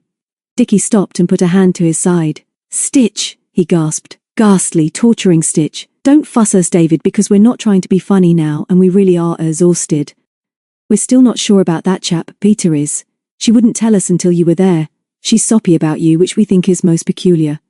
He dodged a playful blow as Mary took up the tale. "We thought we'd follow him right down to the inn, but he rushed in and shut the door. We think he's going crackers," he was foaming. "It's true what Dickie says. Peter is sure about him, but Penny has never seen him before. She says she's certain she would remember anybody as nasty. We met another man like a walker going down the hill. He didn't look too bad and was quite polite. Don't be mad with us, David. We're tired and hungry, but we really are in another adventure. Sorry we couldn't find out more, but Peter must tell us what she thinks now." David realized that they were really tired and that for all their maddening ways they were trying to help. "That's all right," he said. "Take it easy. You were making a most awful row, and I don't know how we're going to explain everything to Mr. Sparrow, but the others are bringing you some food up to the caravan. We'll go up there right away and get this sorted out." 10 minutes later they were all in the caravan with the door open, and while the twins ate chunks of bread and butter from the paper bag brought them by Harriet, Peter began her story. She was excited but serious as she sat on the edge of her bunk with her hands clasped about her knees. "First of all, Penny and twins, I'm sorry not to have told you about this until now, but I did think that I ought to wait because it's an important club thing, and it should be told to as many members as possible." "What about me?" Harriet interrupted. "I'm just a girl who does everything for your club except be a member." "You're in it, Harry," Penny said. "You can't escape now, but you can't actually sign your name in your own blood on what Dickie calls the document until we take you to Witch End, because that's where it's hidden. We'll take you soon. We all think you're a member, don't we, David?" David nodded and signed to Peter to go on with her story while Harriet beamed at them all enthusiastically. "I can't think why neither the twins nor David spotted this man. When we last met him he called himself John Robins. Don't you remember our adventure with him? He was living in an old cottage called Greystone End and experimenting on dogs. He got hold of Mackie with a whoop of triumph. The twins dropped their bread and forced their way to Peter between the others in the crowded caravan and thumped her on the back. "That's it!" Dickie yelled. "Of course you're right, Peter, but he hadn't got a beard then. Now we remember his long black hair and glasses and his sort of superior voice. And darling Mackie was captured by him. And of course, Peter. He was the man who came after us in the cave, and in a way he rescued us, Peter, after you had fallen down into that horrible place." Then David clapped his hand to his forehead. "What a fool I am, Peter. Of course you're right. I'm not likely to forget that adventure considering what you did, and yet I couldn't place this chap. It's the beard, of course. Let me get on, please," Peter pleaded. "I can't be sure why Robins is here now, but you may remember, sorry you weren't with us then, John and Penny, that the Robins adventure really started when that charter plane came down on the Long Mind. There were 2 passengers in a great hurry to get somewhere, and they came to Hatchholt and scared me. One was Robins, and the other was a doctor, but this was easy for me, because the first time I saw Robins he had a beard, but he was clean-shaven when we met him later. The other man called himself a doctor, and lived in a house called the Limes Inn, in Shrewsbury," Dickie shouted triumphantly. "We remember. We went in and said we'd got awful pains and we got into the house, and there was Robins almost as angry as he was just now when he's worn her." "You're marvellous, Peter. No wonder we were worried because we couldn't quite remember him. The point really is whether either of them remember us," Peter said soberly. "Those 2 are crooks, and although Robins could have left us in that terrible cave and didn't, we know how cruel and wicked he can be." Here John interrupted and begged them to start from the beginning, because they seemed to forget that. Penny and he had not been with them. He remembered now that David had once told him that Peter had, during this adventure in the caves of the Stiperstones, deliberately risked her own life in order to save Mary's. So they told John and Penny all they knew of the two accomplices, reminding each other that the doctor had always been the leader, although the younger man was better educated. "You're suspicious about what is going on here, aren't you, John?" David said. "I know you are. It's something to do with the mine, isn't it?" "It must be the mine, of course," John agreed. "I think Mr. Sparrow is being urged to sell Ventons because there are valuable mineral deposits either in the old mine or in this land. I read something in one of the papers about this a few weeks ago, but I can't be sure until I've been to a public library and checked on the file. All libraries have a file of important daily papers. As soon as I'm sure, I'll tell you, and then we shall have to tell Mr. Sparrow our suspicions." Penny was furious. "Don't be so stuffy and stuck up, John. Just tell us now what you suspect instead of treating us like babies. You're afraid that you may make yourself look a fool, I suppose? Please tell us." "Sorry, but I won't say until I'm sure. It's too serious. I'll go to Whitby directly after breakfast and look in the library. You can come with me, Penny, and then you'll be the first to know what a fool I am." "Oh, all right, John. I'd like to come, but I wish you wouldn't be so secretive and solemn." "Harriet, what is the matter? Have you got a pain?" "It's something I've just remembered and something we all seem to have forgotten. Now we know that Warner really is an enemy. Do you realize that he knows Miss Wildblood? I told you that he was talking to her in her cottage the other evening. I don't know what they were saying, but do you think they were plotting something together against Grandfather?" "You mean that the Wildblood is a real traitor?" Dickie hissed. "If she is, that's absolutely monstrous, Harry." "She's a witch," Mary said. "I bet she's got lots of broomsticks in her cottage. I bet she does spells." "Shall we ask her, David?" "You'll do nothing of the sort, but we must be careful what we say when she's in the room or could be listening. I suggest that tomorrow, as soon as John has done his checking up in Whitby, we decide whether Mr. Sparrow has got to be told everything we know. After all, the mineshaft is boarded over, and John and I are on guard there at night. The girls are safe in the caravan, and the twins, Harry and Mackie, can guard the house at night. Let's not fuss Mr. Sparrow any more today, but before supper, I'd like to know whether Warner is still at the Yorkshire Rose, and if he is, we must try to find out more about him. Will you walk down with me, Peter?" "Of course, David. I agree that we shouldn't worry Mr. Sparrow until we're more certain of what's really happening, but seeing Robins and the doctor together again has scared me. I wonder if they recognized us. I bet they're worried about the twins.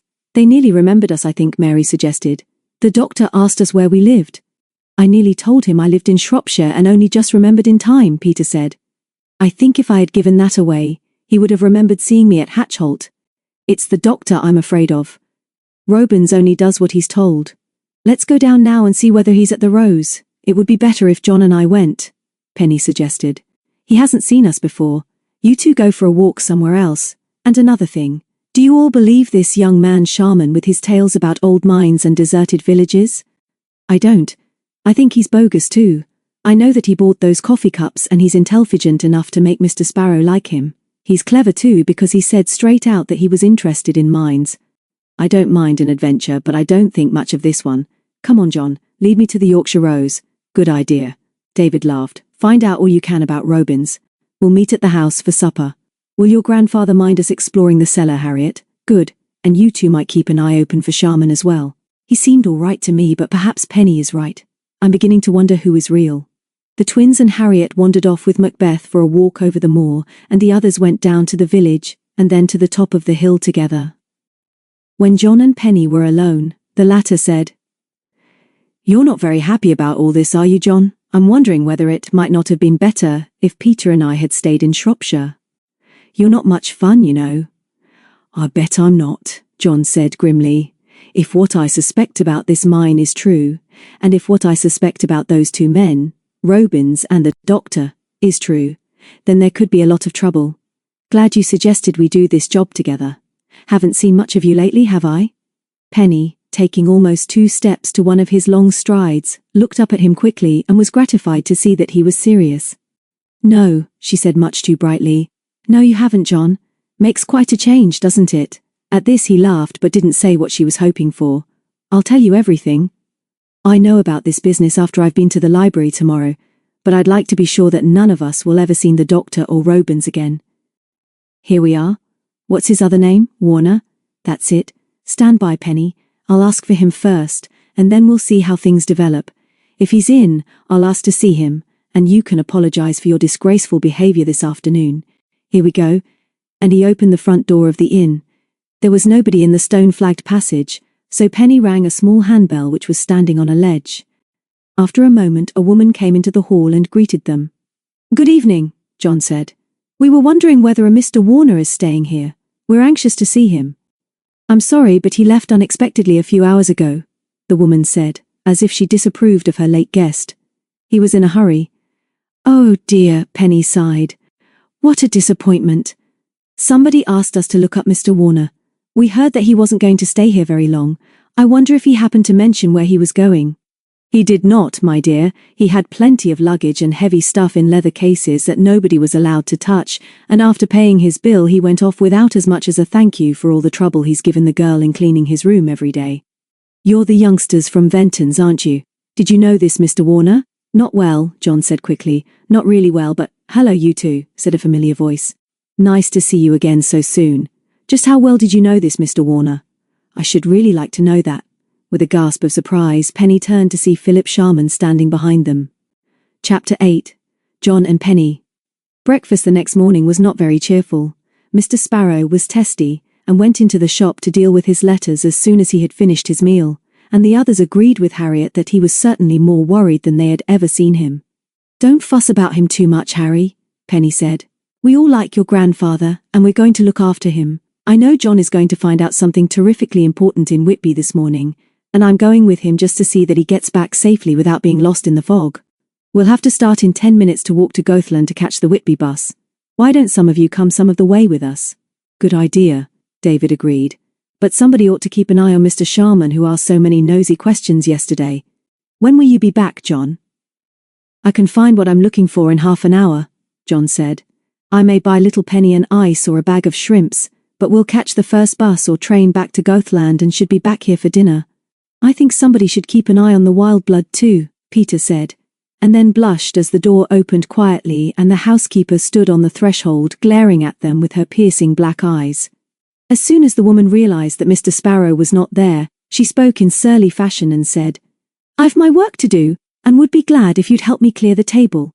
There's no time to sit around doing nothing in this house after the meal is finished." Mary smirked at her. "We always help if we can, dear Miss Wildblood. We'll bring everything out to you, so please don't worry. There's lots of willing hands here, except my twin, of course. He's just lazy." Miss Wildblood looked astonished at this statement, as well she might, and then left the room. Peter covered her face with her hands. "Did she hear? I'm sorry if I gave us away," she whispered. "I bet she's listening now," Dickie hissed. "I bet she's just—" Behind the door, and he dashed across the room and flung it open. Miss Wildblood was there, and with a cry of triumph Dickie pointed an accusing finger at her. "Shut up, Dickie," David snapped. "Come and sit down," and his brother obeyed. "More and more sinister," John said. "You'd all better stop here on guard. We'll be back soon as we can. Goodbye." It was a grand morning as John and Penny hurried into Gothland, and although the sky was blue and clear, the air from the moors was keen. As usual, John, with his long stride, was always a few paces ahead, and Penny was too breathless to make conversation as she tried to keep up with him. A few other people were waiting at the bus stop, and when John was told that they had 4 minutes to wait, he took Penny over to the village shop and bought a newspaper, some postcards, and 2 bars of chocolate. "Thanks very much," Penny said as they walked back. "I suppose that when you're not reading the paper in the bus you'll be writing postcards. I don't know why I'm here. Because I like your company, Penny. I think I'm going to be able to confirm some very serious suspicions about all these goings-on. If I'm right, we may find this job is too big for us. You wanted to come with me, didn't you?" She nodded as the bus arrived, and the conductor recognized John as he put a hand under Penny's elbow to help her onto the bus. A few hours later she was to remember thankfully the feel of his strong fingers and the smile that he gave her as she sat down. "Did you get to Spawnton over the moor t'other day?" the conductor said. "That were a bad spot o' roke. Some of us was wondering whether you'd make it. Wouldn't believe me, would you? I see you've got rid of your other mate and I've nothing against your new one." "Good morning to you, miss. Don't you go walking on the moors with this chap unless I tell you it's okay. I won't if I can help it, Penny said fervently. My trouble will be to find you and ask your advice, and this remark put everybody in a good humour until they reached Whitby. No need for you to come to the library, John said as they got off the bus. See that shrimp stall? I'll meet you there in an hour, that's 10 minutes past 11, and I may be back before then. What are you going to do? I thought I was spending the morning with you, but never mind. I think I'll sit in the sun, and maybe walk to the end of the harbour wall. Be as quick as you can, John, just in case I get bored without you. John gave her a vague sort of salute, and crossed the road to ask a policeman the way to the library. Penny watched him stroll away and wondered, not for the first time, why she allowed him to order her about. Then she smiled to herself, and walked along the promenade past the shrimp stall. The sun was already warm, so she took off her cardigan and leaned on the railing and watched the river rushing out to the sea. A man in high rubber boots, washing down the decks of a fishing boat called the Heart's Delight, looked up and waved to her, and the seagulls dipped and mewed over the moored cobles and the fish market between the road and the sea. She looked across the river to the church and ruined abbey on the opposite hill and sniffed the salt of the sea and the smell of fish. She thought that, in spite of old mines and the complications about young men with beards and older men with heavy, horn-rimmed spectacles and great problems for John to solve, life was pretty good. She was lucky enough to be on holiday with her best friends, and she believed that she looked quite nice. If John was quick, she might be able to persuade him to explore both the town and the ruins of the abbey on the other side of the river, before they went back to Staunton. A gull with cruel, curved beak and staring eyes swooped, squawking, just above her head. She ducked instinctively, and as she half turned to face the road she saw a familiar figure slouching along the promenade. Her heart seemed to miss a beat as she recognized the man Robins, who now called himself Warner, and who was causing them so much trouble. She turned her back on him, hoping that she would not be recognized, and then, gaining courage, she watched him covertly as he walked away from her towards the mouth of the harbour. He had looked tired and dispirited. His long untidy hair was falling over his forehead, and as usual, a smouldering cigarette hung from his lip. His hands were in his pockets, his shoulders hunched and his shoes were dirty. Under his arm he carried a folded newspaper, and he looked neither to right nor left. Penny remembered every word the others had told her about this man, and recalled his anger at Goathland Station, and on the walk back through Staunton. She knew he was an enemy, and that he had hurried away from the Yorkshire Rows at an hour's notice, with a lot of cumbersome luggage. She was also aware that this other man, Philip Sharman, was interested in Robins, and that in spite of Sharman's sharp questions about him yesterday, neither John nor she had given anything away about their suspicions. She knew that John, even now, was trying to prove a case against this man and the doctor, and she was suddenly sure of what she must do. She must help the others and prove to John that she was brave, intelligent and self-reliant. She must follow Robins secretly and find out whether he was living in Whitby and what he was doing. It wasn't difficult to follow without being seen, because he was tall and nobody in Whitby on this spring day looked anything like him. He walked steadily to the end of the promenade without looking back, and Penny wondered if he was going along the stone wall of the harbour as far as the lighthouse. He paused at the end of the road, leaning over the railings for a few moments while Penny dodged behind a parked car. Then he lit a cigarette and turned back towards the town with his hands in his pockets, and Penny realized, for the first time, that although this young man was certainly up to no good, he was also lonely and unhappy. She didn't know as much about him as did the others, but she was warm-hearted, and all that she had seen of Robins up to now had made her rather sorry for him.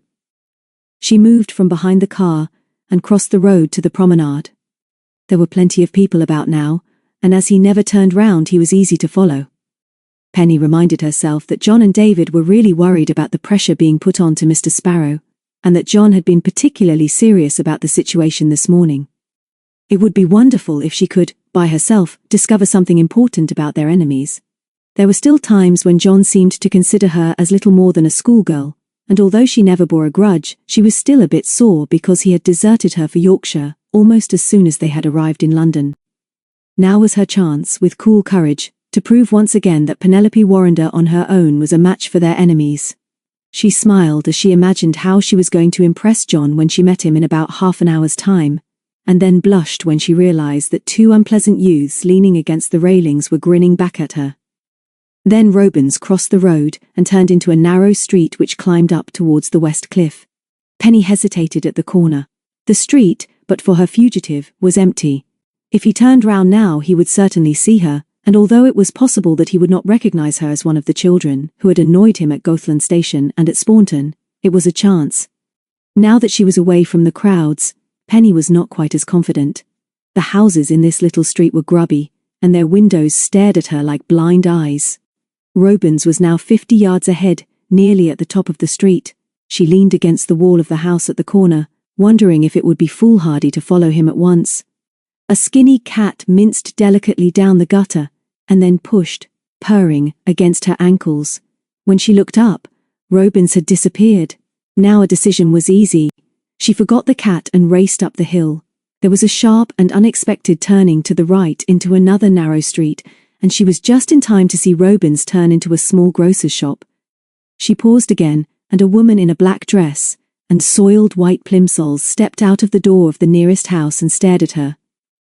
"And who are you looking for, dearie?" she said in a soft voice which somehow reminded Penny of the cat and made her afraid. "Nobody, thank you," she replied as bravely as she could, hoping that the woman wouldn't notice the tremor in her voice. "Nobody at all. I'm just exploring." The woman looked Penny up and down, and then padded up the narrow street towards the shop. Penny stayed where she was, wondering what to do next, but as the woman went into the shop, Robins came out and glanced down the street. In sudden panic, Penny turned her back. Surely he would recognize her red head. She listened for hurrying footsteps behind her, but there was silence. She turned again and the street was empty. Penny tried to get a grip on herself. Only 5 minutes ago she had been on the crowded promenade in sunshine. She had only to run back and wait by the shrimp stall, and John would soon come ambling along and greet her with his teasing, slow smile. That would be the easy thing to do, and she could just tell John that she had recognized Robins and followed him a little way up a side street, and then decided not to go any farther by herself. No doubt John would approve in his slightly superior way, and she would feel a fool because she would be quite sure that he would wonder what had scared her, knowing very well that she wasn't easily frightened. Of course she couldn't go back now. A man couldn't just disappear in a few seconds. He might have gone back into the shop. He might have gone into the house next door. He might have hurried into an alley or courtyard, the entrance to which she couldn't see from where she was standing. Of course that was it. Without hesitation she ran up the street, past the shop and found the narrow entrance to another cobbled street. Only a few seconds had passed since she had turned her back on Robins, and now she was once again just in time to see him opening a door halfway up on the left. She shrank back against the wall, but he did not look back and stepped into the house and closed the door behind him. She looked up and saw that this narrow, dead-end street was called Prospect Way, and that it was altogether horrid. Now surely she had run him to earth and could hurry back to John with the news that she had found his hiding place.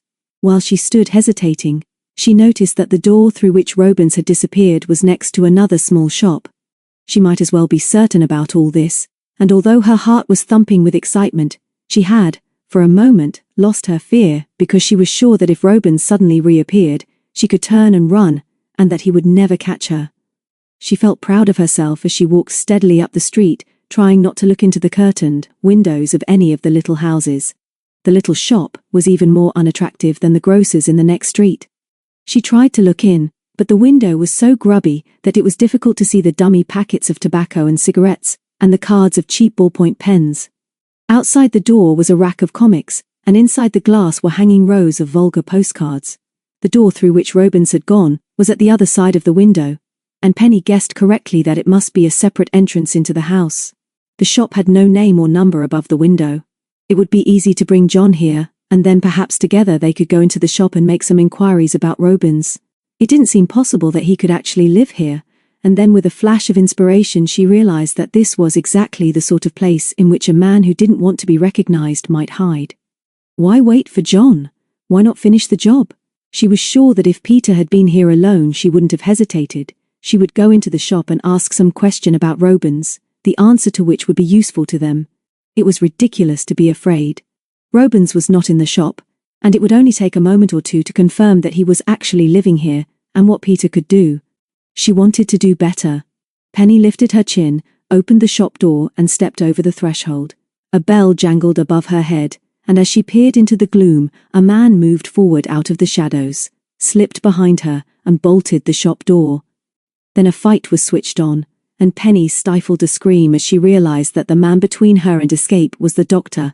She felt her knees weaken, and heard a strange, hoarse voice, which must have been her own, whisper, "Don't touch me!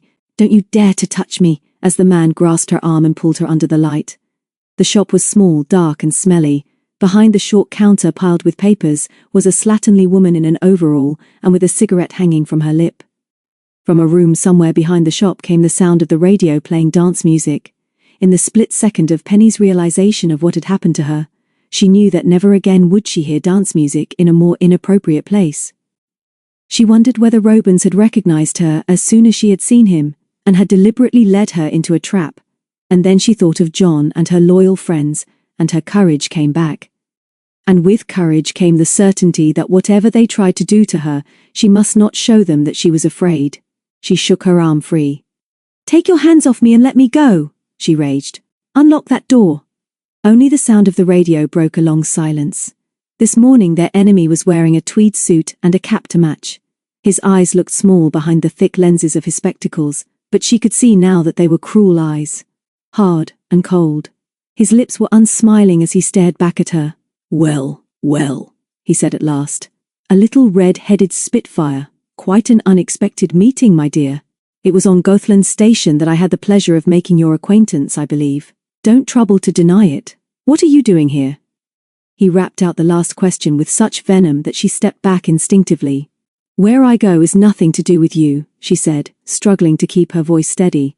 "I remember seeing you yesterday, but I'm in Whitby now with my friends, and I was exploring and got lost. Please unlock that door and let me go. You know you've no right to keep me here." And then she turned to the slatternly woman and said, "Tell him to let me go." Without taking his eyes off Penny, the man spoke to the woman.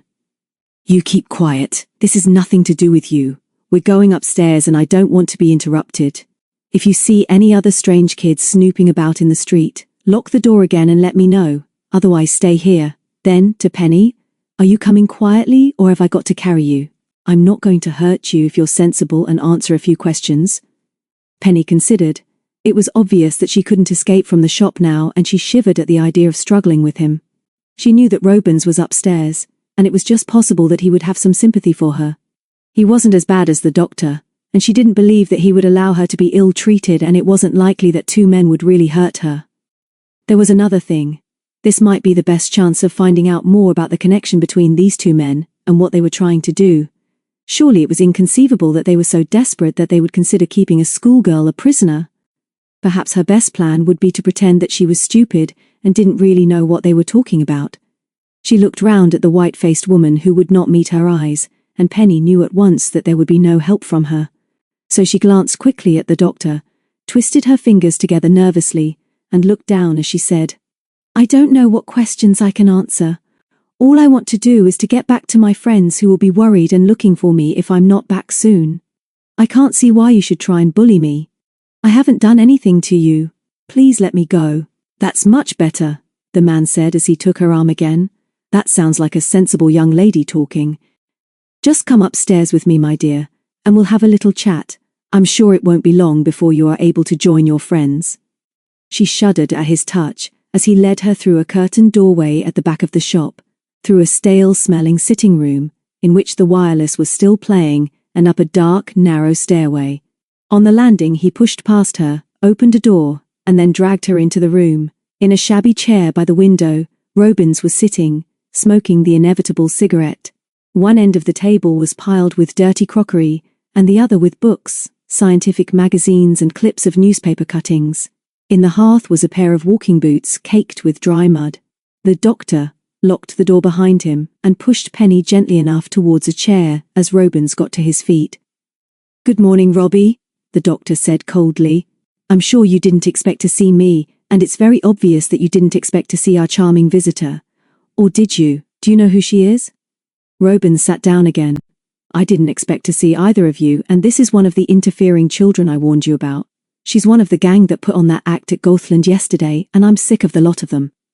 What's she doing here? It must be a pleasure for her to be your guest, and why are you in this stinking hole anyway? Aren't you ever going to stop play acting? Penny hoped that they could not hear the beating of her heart. She was wondering whether the doctor in his anger with Robins might forget her. He strode over to the younger man and lashed him in a cold, quiet voice. You stupid, blundering fool, Robbie. Why can't you believe me when I tell you how careful you must be? I'm sure that this girl saw you this morning and followed you here. I was in the shop doing some business with the woman and saw you from the window come slouching up the street and go upstairs without even looking round.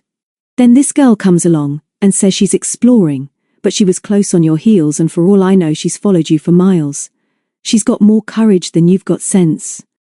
We'll decide what to do with her in a few minutes, but you're so lazy and incompetent that you get yourself followed by a red-headed school kid. Robins got up and faced him. I'll not waste my breath on you, nor will I tell you what I think of you in front of her. Anyway, I'm through. I'm off. Do your own work for once. I've had enough. I don't care about the money. I'm through. The doctor was not impressed. You're through here, Robbie. Go and pack your bag, and while you're doing it, just remember that you can't be through with me. I know too much about you. By your carelessness, you've given yourself away to a pack of children. They followed you yesterday, and you've been fooled again today. You can't stay here. I'll find you a nice new home, Robbie, and I'm going to take great care of you in future. While you're packing up, I'm going to have a chat with our guest. I'll keep the door open. I shall hear you and you can't run away. It would be very foolish and misguided to try. Run along and pack, Robbie. Run along. Penny looked up in fear as the doctor unlocked the door and Robins, muttering under his breath and not even looking at her, went out of the room. She was frightened because she could see that he was completely in the power of the older man and, in spite of his bluster, had no fight left. Now she was alone with him. She clenched her hands in her lap and hardly felt the pain of her nails in the soft flesh as he moved his chair into the open doorway so that he was between her and escape and could also watch the landing. Then he began to talk, but afterwards, when she tried to remember exactly what he said, she was not really sure of all his questions, nor of the answers she gave him. He was clever, and she was disarmed because he did not try to bully her. He flattered her by treating her as an intelligent adult, and didn't even ask whether she had been following Robins. He assumed that she had, and there was therefore no opportunity for her to deny it. He asked her how long she had known Mr. Sparrow, and where she lived, and why she was staying at Spawnton. He asked her whether the twins and the other girl, who was Peter, were also staying at Venton's, and how many there were in the party. She tried to dodge this question, hoping that he did not know about John and David. But while she hesitated, he said, But of course, I remember now. Our young friend who, as you know, has been staying in Spawnton, told me that there were 2 elder boys camping up by the old mineshaft, which seems to be very unwise. You should warn them against camping there, my dear. It's lonely up on the moor and could be very dangerous. When you do see them, and who knows when that will be, do please warn them for their own sakes.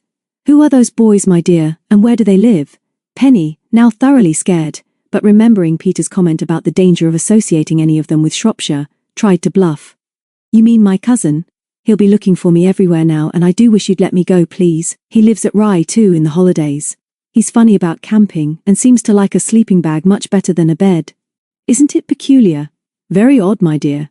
And the other boy? He's a friend. He lives in London. Ah yes, and old Mr. Sparrow has a granddaughter who is a member of your happy house party, I believe, and he's very attached to her? She fell into the trap. Yes, he is. She nearly always stays with him in the holidays. May I go now, please? I promise I'll never come near this place again if you'll let me go. I don't suppose you will, my dear. Ah, come along in, Robbie. If you cannot get all those books and papers in your bag, put them in the hearth and burn them before we go. He moved his chair, and Robins came in, staggering under the weight of a heavy grip. He glanced at Penny, and reading the contempt in her steady grey eyes, looked away and began to stack up his books. The doctor turned again to Penny. Now listen carefully, because what I have to say is of particular importance. By your interference in matters which are no concern of yours, you and your friends are in danger. You should realize this now if you did not do so before. You all seem to have some regard for Mr. Sparrow, so I am going to entrust you with a message for him. Mr. Sparrow has had by now the last offer of a very large sum of money for his house, property and land. Will you tell him that unless he accepts it, he is not going to like the consequences?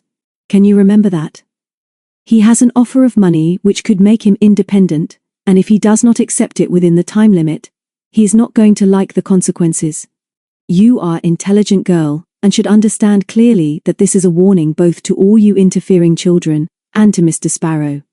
And don't forget that any nonsense from you, nonsense such as discussing this meeting with the police, could well make things very unpleasant for your old friend Mr. Sparrow.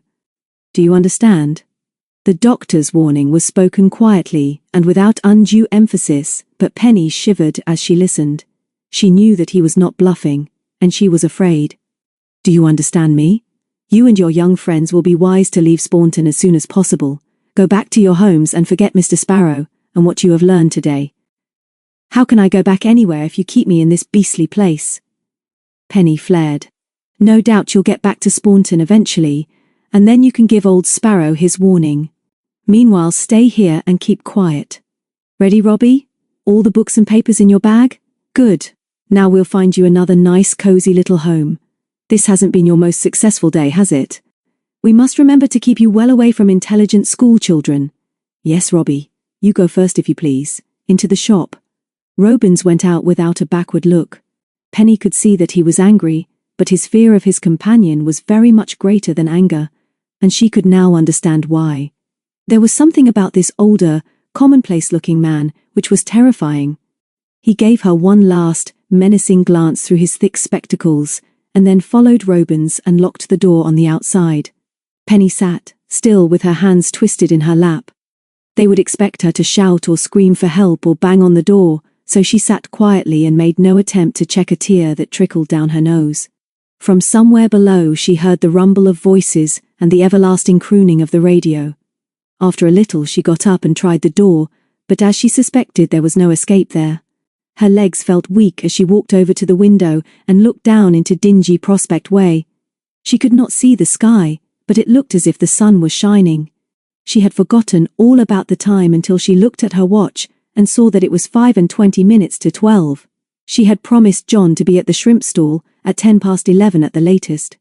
He would be furious, of course, and think that she had forgotten the time and the appointment.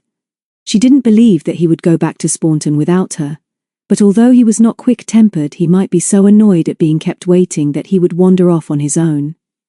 In spite of her misery, the thought of John at this moment was comforting, and once they were together again, nothing very much would matter.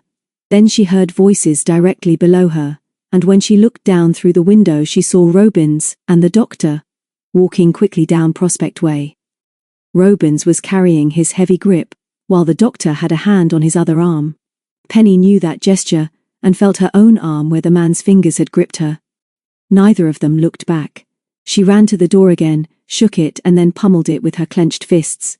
"Let me out," she shouted. "Unlock the door else I'll smash the window. Let me out, let me out." She felt hysteria rising and fought back the tears at the thought of John waiting for her on the promenade. She knew now that Robins had not deliberately tricked her into coming to Prospect Way, and realized that the doctor had seen Robins arrive from the shop window, and then seen her a few minutes later.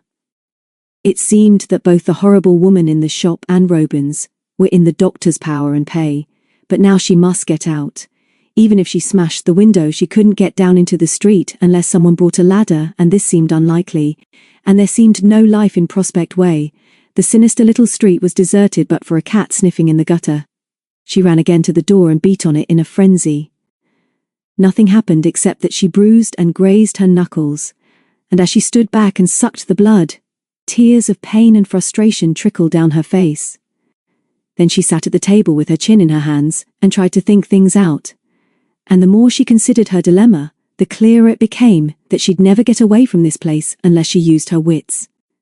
She tried to imagine what John or David would have done, and reached the conclusion that it would be best to open the window, and when someone came into Prospect Way, and surely someone must come sometime, she would tell them that she was locked in by mistake and couldn't make the woman downstairs hear her.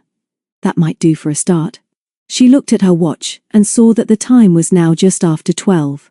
She went to the door again and listened with her ear against the panel. The everlasting dance music seemed louder. She tried the handle. The door was no longer locked. She pulled it open. The key had gone and must have been removed by the woman in the shop. She stepped out onto the gloomy landing. The house smelled of cooking and the dance music still broke the silence. she remembered that there must be a second staircase leading down directly to the door through which she had seen Robins pass only just over an hour ago. She found it and ran down, but this door was bolted and locked and without a key. There was no escape here, so she crept up to the landing again, realizing that she had no alternative but to go down to the room behind the shop.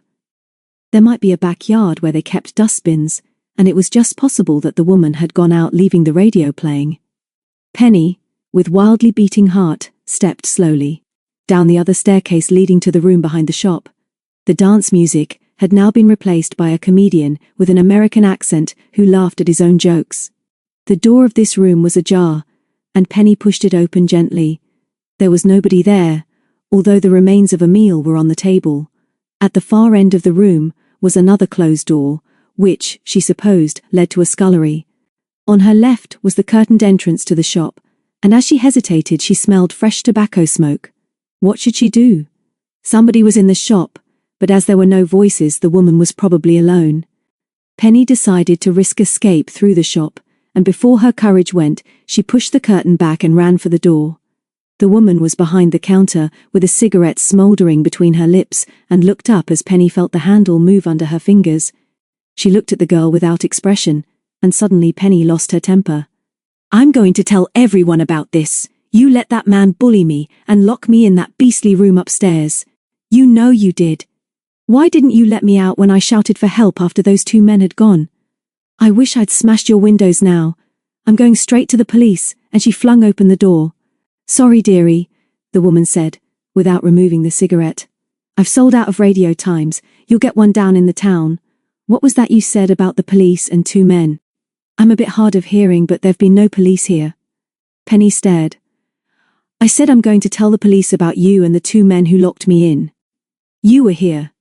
You saw the man grab my arm and force me to go upstairs where Mr. Robins, or Warner, or whatever he calls himself, was waiting. You know they were here because from the window I saw them come out of this door and go down the street together not long ago." The woman shook her head, and an inch of grey cigarette ash fell onto her enormous bosom. "You're not well, dearie. You don't know what you're talking about. There haven't been any two men here all the morning. Business is quiet today. There's nobody in my upstairs room." "Don't pretend," Penny stormed. "You know there were two men here. The older one with the black-rimmed glasses was here in the shop when I came in, and he grabbed me and locked this door so that I couldn't get out, and forced me to go upstairs. You were here. You saw him." The woman stubbed out her cigarette end and stood up. "You'd better be getting home, dearie. You don't want to come here with your fancy stories. There's something wrong with your head today. Just 3 minutes ago you come in here and ask for a radio times which I am sold out of, and then you start talking about two men pushing you around. I don't like it. Just clear off if you please." Penny slammed the shop door and ran down Prospect Way as if the devil was after her. She turned right into the street with the grocer's shop and then left into the road that led down to the promenade. She passed several people but looked at none twice because John was not among them. She ran until her mouth was dry and a stitch stabbed at her side. The air was fresh and clean and the sun shining, and she was free. The gulls sailed over the rooftops, and when she reached the promenade and stopped for a breath, ordinary people were laughing and talking and going about their jobs and pleasure-making. It seemed impossible that Prospect Way was only a few hundred yards away, and that there she had been locked in and questioned, and threatened by the frightening man who called himself a doctor, and then treated as an idiot by that horrible white-faced woman, who suggested that she had never been in the room above the shop, and that the two men were creatures of her imagination. But Penny knew that the warning to Mr. Sparrow was real enough, and that she must now find John and get back to Spawnton at once. Nothing would be as bad once she could share everything with John, and it suddenly occurred to her then, as she stood on the pavement waiting to cross the road to the promenade, that it had nearly always been like that, and not only because she saw so little of her parents, always John in the background, sometimes slow and deliberate and occasionally a little patronizing, but always dependable. In a way, too, she realized that although she may once have thought him a substitute for a brother, he was much more important than that now. She crossed the road and ran to the shrimp stall. John was not there. She ran onto the fish market, but he was not there either. She turned back towards the shrimp stall and played with herself an old, childish game. She closed her eyes while counting 5, saying to herself, When I open them again, he'll be there waiting for me. But he wasn't. She ran back into the town and asked the way to the public library. She asked for John there, and they remembered him leaving over an hour ago. She ran out into the crowded street again in a panic. Where had he gone? Perhaps he was at the shrimp stall now. Why couldn't he be patient and just wait at the place where they had arranged to meet? Perhaps he was so angry that he'd gone back to Staunton or Goathland by bus. She ran to the bus station and tried to control her voice as she asked an inspector when the last bus to Goathland had left. The man glanced curiously at the pretty white-faced girl, who looked as if she was in trouble. Last bus went 2 hours ago, and there's not another until 1:30. Anything wrong, miss? He looked kind, so Penny said, I'm looking for someone. My cousin. A tall boy of 16. We're staying at Staunton and I wondered if he'd gone without me. The inspector shook his head. I've not seen him, miss, but he couldn't get back to Staunton before the 1:30 bus and there's no train to Goathland in the mornings either. Penny thanked him and turned away quickly so that he shouldn't see the tears in her eyes. Perhaps the best thing to do now would be to telephone Ventons. But John couldn't have got back there, and surely he wouldn't desert her. Of course he wouldn't. He must still be looking for her in Whitby. Perhaps he was at the shrimp stall now. Perhaps she should never have left the place where they had arranged to meet. She ran back towards the quay, but when she came to the swing bridge crossing the Esk and which all north-south traffic had to cross, a policeman in the middle of the road was holding up pedestrians. As she stood waiting on the curb to cross, the policeman deliberately smiled at her. He looked nice, and she gave him a watery sort of smile in return. He held up the traffic, and as the people began to cross the road, he beckoned to her. Perhaps she should tell him about Prospect Way, but would he believe her, and wasn't it more important to find John? But why should he want her specially? The policeman smiled at her again. Lost your boyfriend, miss? Chap with untidy hair and specs? He's looking for a redhead. Penny could have kissed him, but she could only gulp and nod. He asked me to look out for you. Said you were scatterbrained. He thought you might be sightseeing, but he seemed in a bit of a state. He's gone up to the church to see if you went there, and had forgotten the time. And if you weren't there, he's going to look round the ruins of the abbey. You better go and find him, but there are 199 steps to climb. Over the bridge, turn to the left, and you'll soon see the way up. You'll find him, and you can tell him from me that he ought to take better care of you. Mind the bus now. She gave him a radiant smile, and he winked at her as he held up the traffic again for her to cross. She raced over the bridge, turned to the left along a narrow street of old houses, and then, at the end, saw the long, long flight of worn stone steps, winding up towards the church on the edge of the cliff. There were plenty of people using the steps, but she was nearly at the top when she saw John coming down. Her heart seemed to jump into her throat, and then banged away so furiously that she stopped and leaned against the iron handrail, waiting for him to come to her. Somebody passed her going up, and she looked out across the sea, waiting for John to speak. She wondered if he was going to touch her. He didn't. When he spoke, she hardly recognized his voice. You little idiot! Why weren't you at the shrimp stall? Why can't you keep an appointment like anybody else? I suppose you know I've been searching the town for you for hours. I found what I wanted in the library after 20 minutes, but now I can't even trust you to be in the place where we arranged to meet. I suppose you've been having a look at the shops? She turned and looked at him. His face was white and his eyes angry behind his spectacles. Her temper flared. How dare you speak to me as if I was one of the twins? You only think of yourself, don't you? You great stuck-up conceited lout. And you think I deliberately keep you waiting and you don't even ask what has happened to me. You don't care. Just as long as what you want to do works out all right, nothing else matters. I've been racing all over Whitby looking for you, and you're right about looking at shops. You don't care whether I've been kidnapped and locked up in a beastly smelly shop by the doctor and Robins. You don't care. I loathe you and I'll never speak to you again. I never wanted to come to Yorkshire, and now you've absolutely ruined my holiday by your selfishness. His strong hands gripped her shoulders and swung her round to face him. She struggled for a moment, and then looked up at him. And in a flash, she knew that he wasn't really angry, but was frightened because he had lost her, and with that realization, she burst into tears and clung to the lapels of his coat. She just didn't care. She snivelled against the rough tweed, and even when he passed her his own handkerchief, she held on to him with one hand. Several people passed them on the steps. One elderly woman stopped and asked if she could do anything, and Penny was never sure what John replied. After a while she stepped back, blew her nose loudly, returned the handkerchief and said in a small and rather choky voice, "Sorry, John. I've made idiots of both of us." "Oh no, you haven't. I've been a fool for a very long time, but don't scare me like this again."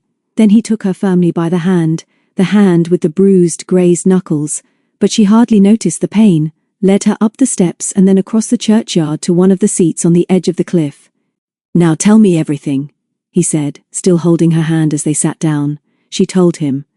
What had happened only an hour or so ago didn't seem important now, but it was still vivid and she didn't waste any words. He hardly interrupted, but when she admitted her panic when she banged on the locked door, he loosened the grip of his fingers and looked at her hand. When he saw the bruises and the blood, he did something he had never done before. Without any shyness, he lifted her hand and kissed it gently. She looked at him in amazement and felt herself blushing as he then tucked his hand into her arm and giving her an odd, shaky sort of smile. "Go on, Penny. Don't leave out anything."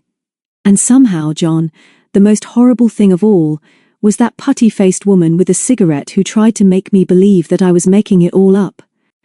She must have unlocked the door without me hearing, but you believe me, don't you? He touched her bruised knuckles gently, nodded, and then got up. "We've got to hurry, Penny. There's a lot to do, and after this morning's effort we must all try and stick together. We're really onto something now, and we mustn't separate again. I found what I wanted in the paper. I knew I'd read something a few weeks ago about the government being willing to help any private owners of land to search for uranium. I'm sure now of what I suspected. Robins has found deposits of uranium in Venton's old mine, and that's why the doctor is trying to buy out Mr. Sparrow, who now owns it. Come on, are you all right now?" She stood up and smiled at him. "Yes, I am, John. I don't care what happens now. I'm feeling fine. It's most peculiar, as Dickie would say, but I'm feeling happy too." Chapter 9. The Second Threat. Soon after John and Penny had gone to Whitby, the twins and Harriet went up on the moor with Macbeth. Peter and David went with them as far as the caravan, and then turned back. "This isn't much of a holiday really, David," Peter said. "We're not having fun, are we? I'm beginning to wish we were all in Shropshire. I wouldn't have minded going into Whitby either. Why don't we go off on our own for the day, like John and Penny?" "I don't see why we shouldn't tomorrow," David agreed. "John is after something important though, and I think we ought to wait until they come back and hear the news. I'm wondering if we've gone as far as we can on this business." Mr. Sparrow was very touchy at breakfast. One of his letters upset him. "He's really worried about all this, Peter, and I've even been wondering whether we all ought to go home because we may be in his way. You know how polite and old world he is. He never forgets that we're his guests, and yet he might be longing to get rid of us." "I see what you mean, David. But what about Harriet? If we all went back to Shropshire for a few days, perhaps she could come too. But that would mean leaving dear old Sparrow alone with the wild blood, and I don't like that idea." "But he'll have to be alone with her anyway as soon as we've gone," David objected. "I'm sure there is a link between that woman and Robins and the doctor, but she's not dangerous. Perhaps not yet, but as Mary says, she's probably a witch and almost certainly a spy. We shall have to tell him about her, David. We must tell him all we know. That's why I've been thinking, and what I said to John up at the camp this morning. He says he's sure he's going to get one special piece of evidence this morning, so I do think we ought to wait for him. Anyway, there's no reason why we shouldn't go for a walk now, but we'd better tell the old man we're all out for the morning. I'd like to know more about Philip Sharman too. He's a mystery." "Too many mysteries," Peter sighed. "I'm sick of them. Let's go and see Mr. Sparrow. I think he's a poppet." Mr. Sparrow looked like a very sad poppet when they found him in the shop. He was sitting at his desk, and as they came in he folded a letter and put it in his pocket. Then he gave them his gentle smile and stood up. "Well, my dears, I was just thinking of you all. I have something important to tell you. Where are the others?" David explained that John and Penny were in Whitby, and that the twins and Harriet were up on the moor. "We were just talking about you too, sir," he went on. "We know that you're very worried about these men trying to buy Ventons, and we want to help you if we can. If we're in the way here, though, do please say so and we shall understand. We don't want to go," Peter added as she touched the old man's hand in a sudden affectionate gesture. "We love being here, but if we do go back to Shropshire, we'll take Harriet with us if you like, and then David can take her back to London when they all go." "Would everything be easier for you if we weren't here, Grandpa Sparrow?" The old man put an arm round her shoulders. "No, my dear, it would not be easier for me, but thank you for offering to go. I was going to tell you all of a sudden decision I have made, But perhaps it is as well that the youngsters are not here, as they will find it all difficult to understand. You can explain to them and to Jonathan and Penelope later. Please listen carefully, because I have very little time. In half an hour I am leaving for London, and I have arranged with the garage for a car to take me to Pickering, as the buses are most infrequent. I do not expect to be away for more than 2 days, and I must therefore close the shop. I have told you that I am under considerable pressure to sell my property here, and the offer which came this morning is very tempting. I do not want to sell, but because I am sure that somebody has discovered something of value here, I want to discuss the matter fully with Mr. Venton. Although this place is virtually mine, I am sure Mr. Venton should know what is happening, and if by any chance we did decide to sell, then Mr. Venton should also benefit. That is what I feel, but I will not be bullied or bribed into selling just because somebody else wants this property. I like it here, and want to spend the rest of my life in Staunton. I telephoned Mr. Venton in London a few minutes ago, and he will be delighted to see me this evening. I shall be sleeping in my old home, which will be a curious experience. I shall probably travel back here tomorrow. The shop must be closed while I am away, but I would like you all to continue your holiday, and I will arrange for Miss Wildblood to look after you. I have, in fact, already asked her to do so, and she has agreed. But Grandpa Sparrow, we don't trust Miss Wildblood. We think she's been spying on you, and we know she was in touch with that detestable man Warner, Peter said. Nonsense, my dear. Miss Wildblood is certainly eccentric and not very intelligent, but she is harmless. You mustn't read more into this situation than actually exists. I trust you older ones to look after the others. Indeed, you are responsible for them until I return. Although the shop must be closed, I would like to think that you are not all out all the time. Will you do this for me and explain to the others and give my special love to Harriet? Of course we will, sir, David said. By the time you're back again, we may have found out some more. We shall guard the mine as well as the house, because although Warner seems to have gone for good, I'm not sure about Mr. Philip Sharman. He's pleasant, I know, but he too is interested in the mine, and he thinks there may be another entrance to it, and I'm sure he intends to get into it somehow. No, my dear boy, you have no need to worry about Mr. Sharman, I am sure. You are trying to make a dramatic story out of this. As soon as I am back, we shall be able to settle everything satisfactorily. It is just that I must talk this over with Mr. Venton before I confirm my decision not to sell this place for any price. I think he will agree with me. I am sorry you do not care for Miss Wildblood, and I must ask you to make everything as easy as you can for her.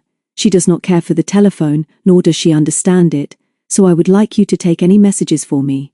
Should any post come, please lock it away in my desk.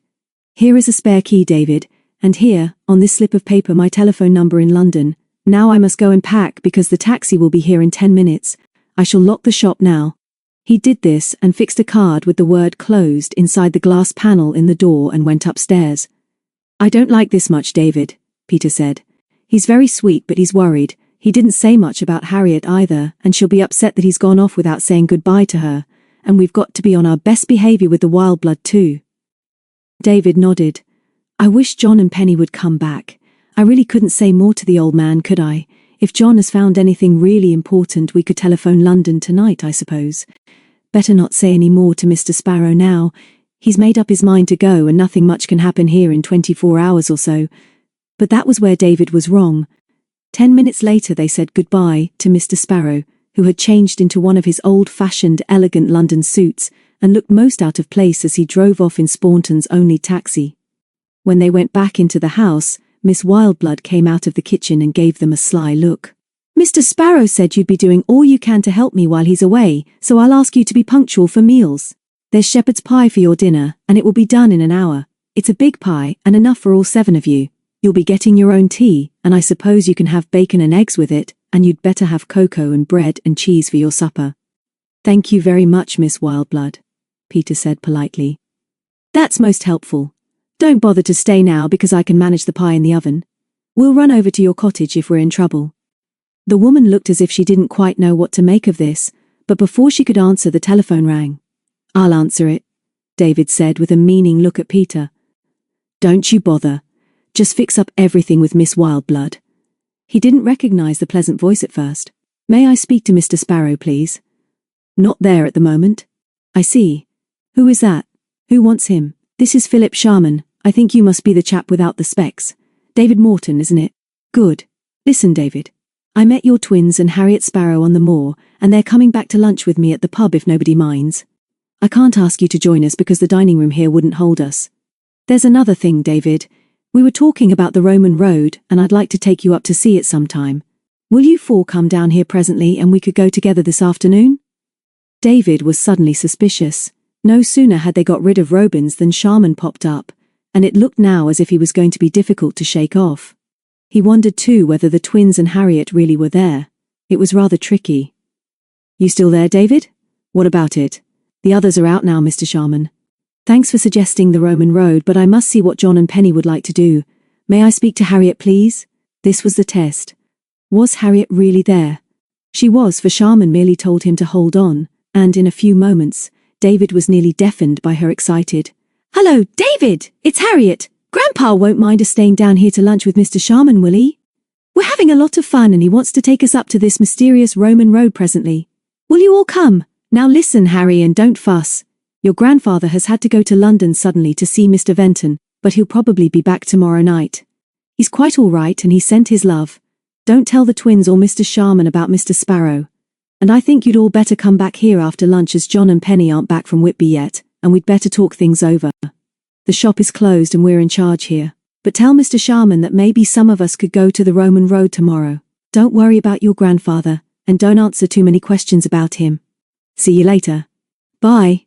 He heard her gasp of surprise just before he rang off, but he didn't want to give her time to argue. Peter ran to meet him as he closed the shop door. "You wanted me to keep the wild blood away, didn't you, David? She's gone now and I've told her that we'll call her over if we want her. I think she's sinister, but I'm not sure yet whether she's as simple as she seems to be." "Who was that?" he told her. "I can't make up my mind about Sharman either, Peter. Why should he suddenly want to make a fuss of the others and ask them out to lunch? Do you think I ought to have told them to come back here now?" "I don't think it matters if they don't tell him too much. Mr. Sharman is a wheedler, though. He might get something out of Harry, but it's too late now to do anything about it. I'd rather talk to John and Penny before they come back anyway. I wish they'd come. It's after 12. While they were waiting, they wrote letters home, but at 10 minutes past 1, when the shepherd's pie was beginning to dry up, they started their meal. They had second helpings, but still there was no sign of the Warrenders. "I suppose they're just amusing themselves and have decided to eat in Whitby," David grumbled. "Serve them right if we finish the pie. The least they could do is to telephone, but I bet Penny has some scatterbrained idea that's made them forget all about us. They're selfish. No more than we are," Peter said. "We should telephone if we could, and so would they. I'm worried about them. This is a beastly day. Everything has gone wrong and we're all separated, and I don't like it. Let's walk to Gothland and meet them. Whether they come by bus or train from Whitby, they've got to get out there and walk. Come on, David. I'm sick of it here. The shop is closed and we'll lock the side door and take the key, put the remains of the pie in the oven and hope for the best." As they walked up the village street, Peter whispered, "Don't look now, David, but the wild blood is behind her curtains watching us. I bet she knows the others aren't back. Has she got a key to the side door? Can she come and go as she likes? We must chance it. She can't do any harm in there, and if the twins and Harriet are back before we are, they'll have to wait as the door is locked." As it happened, they had only just reached the top of the hill and turned into the road to Gothland, when a big cream car passed them at speed and then pulled up with a screech of brakes about 100 yards behind them. Peter turned round to see what had happened as the driver sounded his horn. Then John and Penny got out and waved goodbye as the car drove down into Staunton. "They must have got a lift," David said.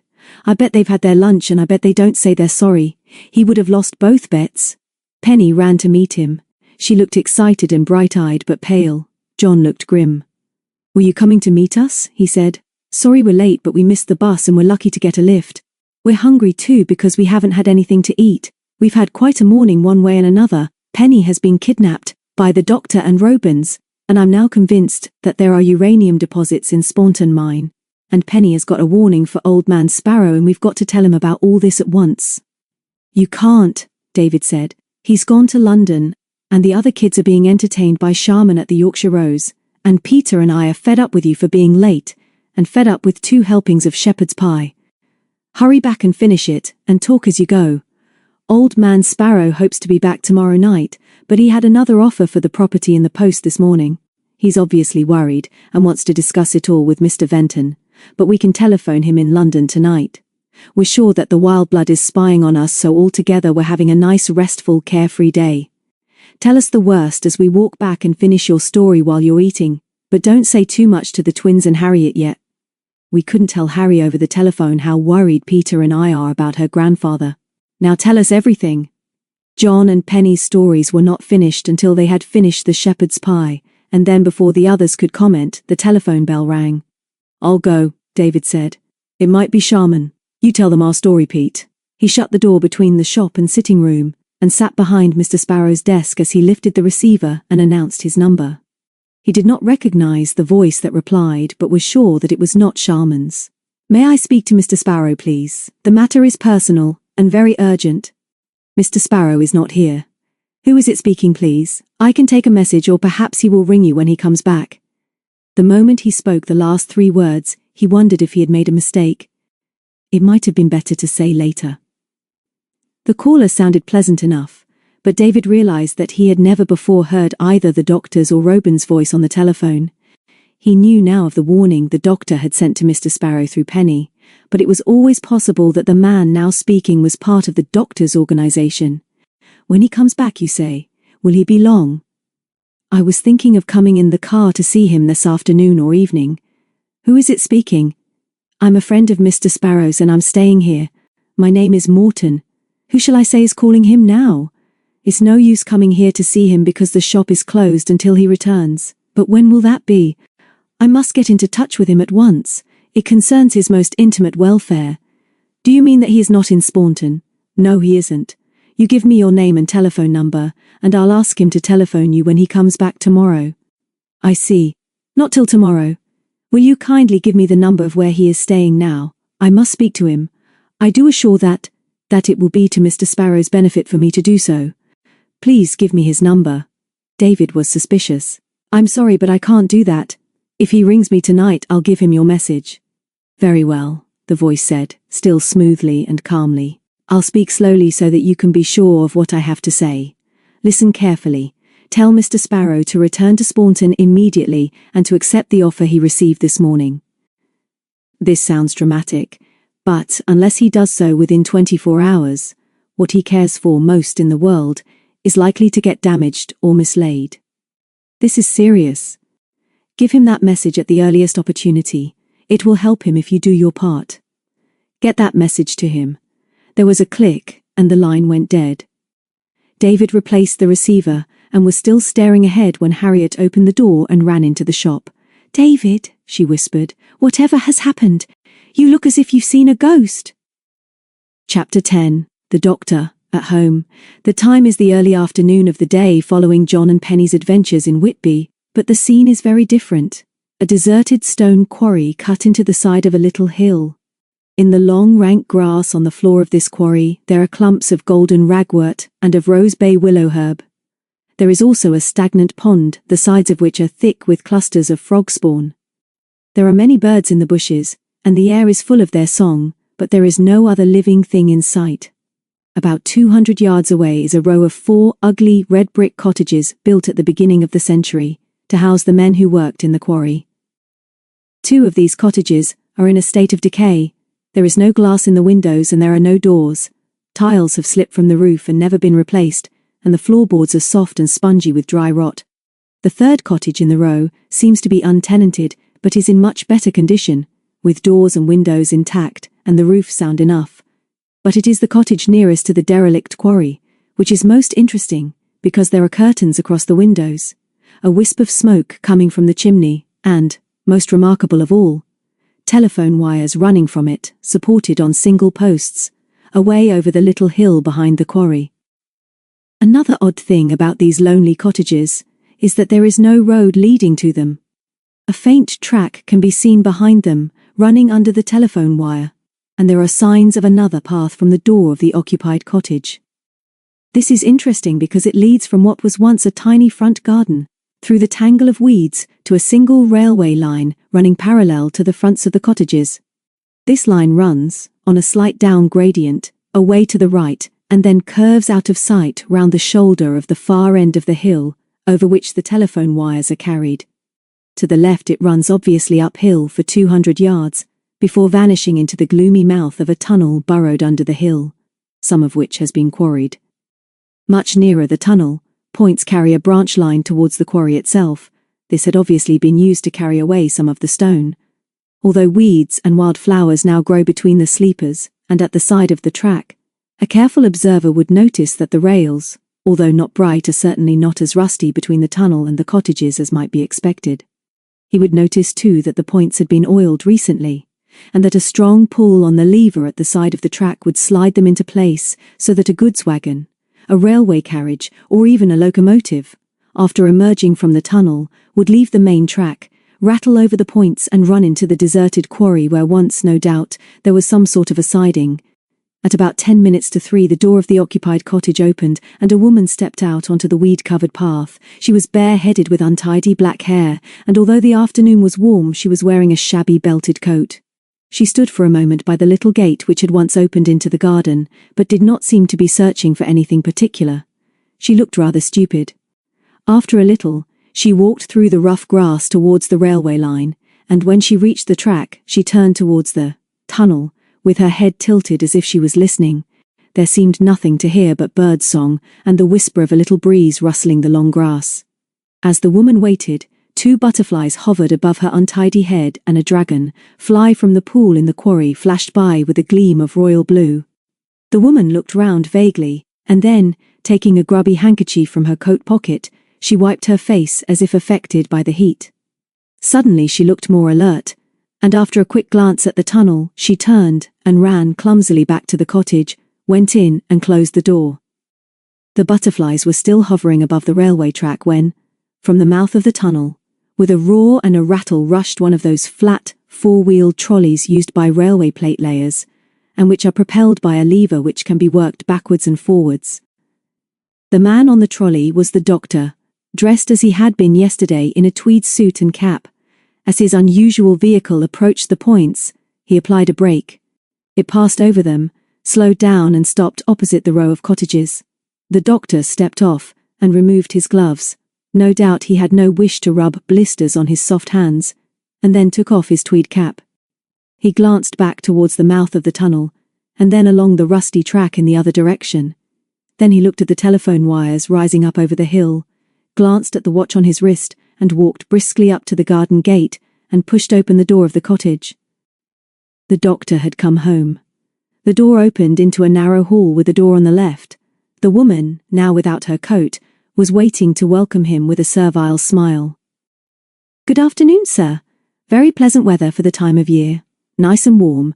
You'll let me know when you would like your tea, sir." The doctor hung his cap on a peg on the wall and carefully placed his gloves above it. Then he took a handkerchief from his pocket and mopped his face before giving the woman an answer. "Good afternoon, Edith. I will most certainly let you know when I want something. Anything to report? Has the telephone rung?" "No, sir. I haven't heard it, sir." "You have not left the house, Edith?" "Oh, no, sir. As if I would, sir. I'm sure you would if you thought I should never find out." "You seem a little breathless now, Edith. Perhaps you have been running up and down stairs? You will remember to do as you are told, Edith." She shrank back against the wall as the doctor opened the door of the front room. "You are sure about the telephone, Edith?" he snapped. "You've not seen anyone about the railway line or on the hill?" "Haven't been out of the house," the woman said sulkily. "I told you that. How could I see anybody outside if I have to stay in?" He looked her up and down and then gave her a chilly smile. "How could you, Edith? Now run along to your kitchen and stay there until I call you." And as she hurried down the narrow passage, he said quietly to himself, "Sometimes, Edith, I wonder whether you are really as stupid as you appear. But you are useful, and I think, like others, you will do as you are told." He closed the door firmly behind him, and went first to the window in which was hanging a gilt cage, holding a pair of budgerigars. It was odd to see this cruel and dangerous man take off his heavy spectacles, put his face close to the cage and croon silly words to his little feathered pets. The room was not expensively furnished, but it was comfortable. There was a carpet on the floor, an easy chair by the old-fashioned grate in which a fire was laid, and a table with an oil lamp. In the far corner was a desk of the sort sometimes seen in second-hand furniture shops, a desk with a roll-top which could be locked down over the contents. On the top of the desk was a telephone receiver, and on a small table by the fireplace was a portable radio set. The doctor stood back from the bird cage, put on his spectacles and looked at his watch. "Due in 3 minutes," he muttered.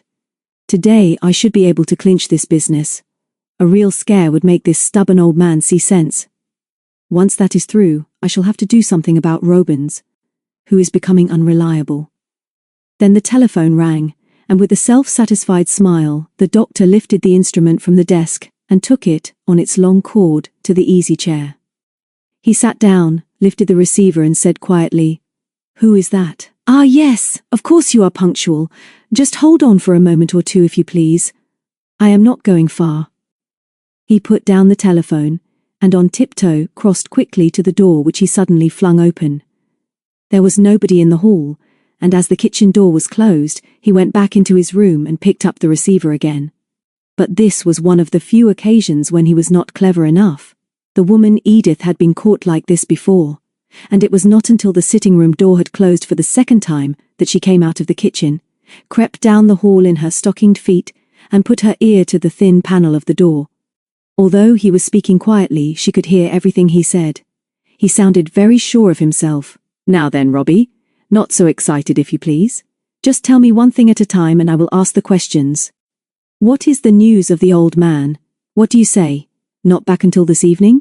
The 6 o'clock at Pickering, sure? She really has checked up?" She heard them say so. "Yes. I suppose we can trust her now we have to move quickly. Listen carefully, Robbie, because there are to be no mistakes. If you fail me, it will be your last mistake for a very long time. And no arguments or excuses. She's got to be taken now. Yes, I mean within the next hour or two. I don't care where the others are or what they are doing, but you and Amy have got to make it work. Get her away from the others, get her in the car." "How, you fool. I've talked to Amy about this. The kid will trust her, or she'll listen to her anyway, and that was the idea, wasn't it? Bring her to the old barn, and wait with her there until Edith comes for her. If Edith is not there when you arrive, run the car in, lock the door and wait for her. Not until we've got the child must you leave, and then you can take Amy back with you. What about the old boy? Don't worry about that. I'll look after him. What's on your mind now? What did you say? What about the other kids? What about them? Not scared of them, are you? Clever lot and a bit suspicious? You're crazy, Robbie, and you're going soft. Just get on with the job and don't argue. What about the other chap? Still hanging about and friendly with them, is he? All right, Robbie, I'll look after him presently, but meanwhile try not to let yourself be seen. You're supposed to have left the place, but we must get this fellow away from Staunton. Got everything clear, Robbie? If you haven't managed the job by 5, telephone me here again, but you must stay in the barn with her until someone comes." "That will do. Don't fail, but there's no need to be rough with her." Edith scuttered back to the kitchen while her master replaced the telephone instrument on the top of the desk. Then he wiped his hands and his forehead with his handkerchief because he had been perspiring slightly, and opened the door. "Edith!" he shouted. "Bring me some tea and toast and be sharp about it because I've got a nice interesting little job for you." Chapter 11. Where's Harriet? On the morning after John and Penny's adventure in Whitby, Miss Wildblood crossed the village street and let herself in to the side door of Venton's just as 7 o'clock was striking. Mr. Sparrow had lent her a key, and as soon as she had opened the kitchen window, she put on an overall and went to the sitting room behind the shop. She drew the curtains and looked round disapprovingly. Mr. Sparrow was neat and tidy in his habits, but the 7 children now using this room were very obviously not. Miss Wildblood sniffed. She had been foolish to say she would look after this pack of cheeky, undisciplined children even for 48 hours, just for a bit of extra money. But Amy Wildblood liked money, much better than work, and she had learned lately that it was possible to get money from more than one source at the same time, and to someone of her limited intelligence, this prospect was full of possibilities. She half-heartedly patted into shape the cushions on the sofa, and as she moved one of them, a necklace of green beads slipped to the floor. She inspected it carefully, and saw that they were cheap beads, but that the clasp had broken. Then she found a small-sized pair of sandals under the sofa, 2 maps in one easy chair, a camera in another, and an opened newspaper on the floor. There were marks on the carpet too, and to make the place look decent, she ought to put the cleaner over it. And then there was breakfast. Eggs and bacon and cereal and toast for 7. 7 of them, and all except the granddaughter with appetites like horses. 7 was too many. She looked up suddenly to see a small pajamaed figure watching her from the doorway. "The girl twin. Those beads in your hand belong to Penny," Mary said. "She lost them last night. And it's a most peculiar thing, but I've lost my sandals and the bathroom floor is cold. Good morning, Miss Wildblood. It seems to be a very nice morning. The housekeeper sniffed again and put the beads on the mantelpiece. It would be a nicer morning for me if you'd all tidy up before you went to bed, she sulked. Your sandals are under the sofa, and some of you had better clear up here before breakfast. I can't do both, and I shouldn't be expected to. 7 breakfasts is enough for me, and they'll be on the table at 8 o'clock sharp, and you'd better go and wake the others and tell them not to mess the bathroom floor. Mary watched the housekeeper thoughtfully as she went back to the kitchen. Then she put on her sandals and skipped upstairs to tell Harriet that the old witch was at her spells again. Witch or not, however, the wild blood was a good cook, and, in spite of the noise and confusion in the house as Peter and Penny from the caravan, and John and David from their camp tried to get into the bathroom first, she had their breakfast ready before the 2 older boys arrived. Penny tactfully went into the kitchen to thank her for finding her beads. I didn't realize that I wasn't wearing them until I went to bed.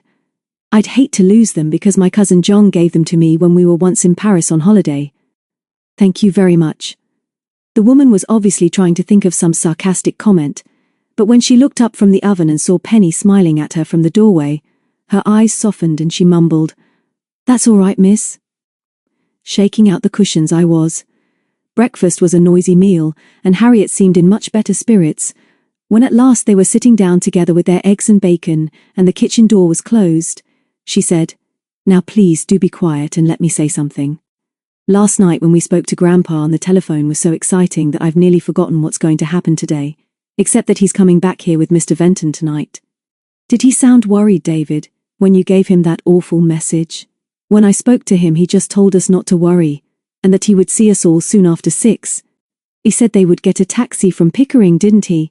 Harriet had a clear and carrying voice, and as she spoke in the sudden silence for which she had asked, David frowned. "Not so loud, Harry. If the wild blood really is a spy, she would be able to hear every word you say in the kitchen. She asked me just now when Mr. Sparrow was coming back, and I said I wasn't sure.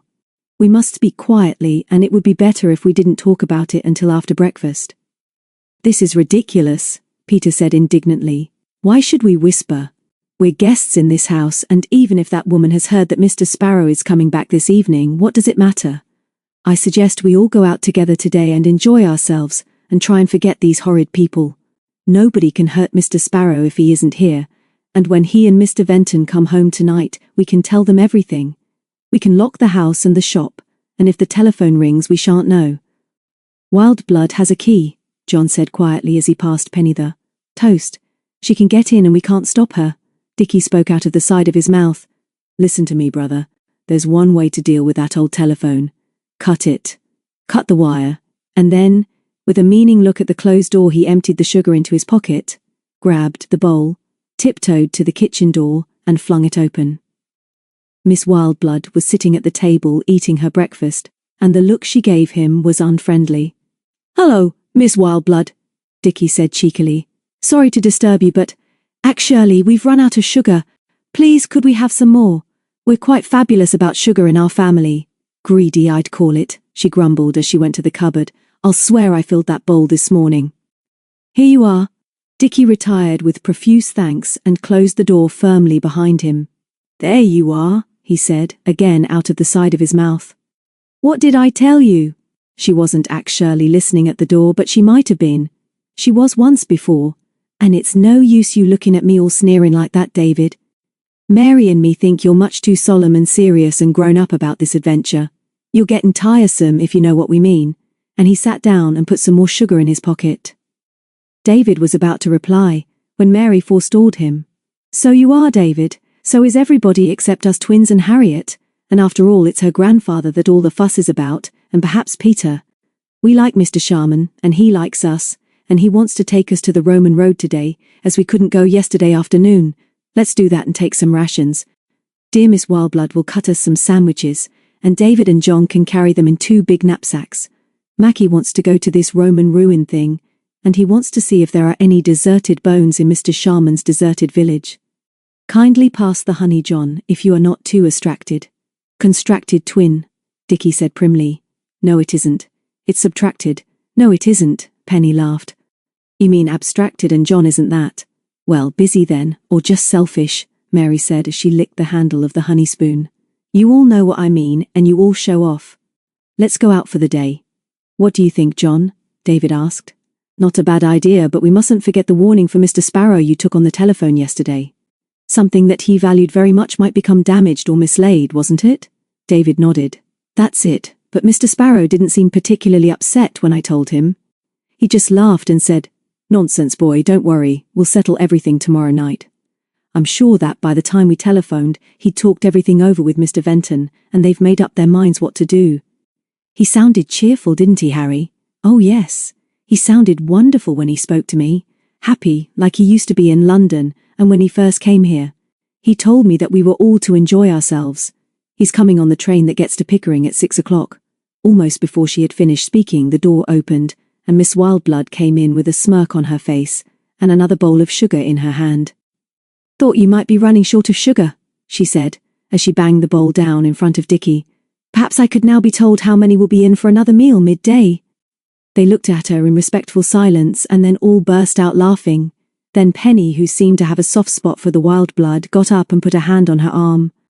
"Please don't mind us, we weren't laughing at you, only at one of our silly private jokes. We'd all like a packed lunch, please, and Peter and I will be out in a minute to help you cut the sandwiches. And don't worry about the table now, we'll clear away when we've finished." The woman stared at her, and then went back to the kitchen. "She had us that time," David admitted. "She knows now when Mr. Sparrow will be back, and I suppose we're now committed to go out for the day, but do we have to go with Mr. Sharman?" "You're too suspicious, David," Peter said.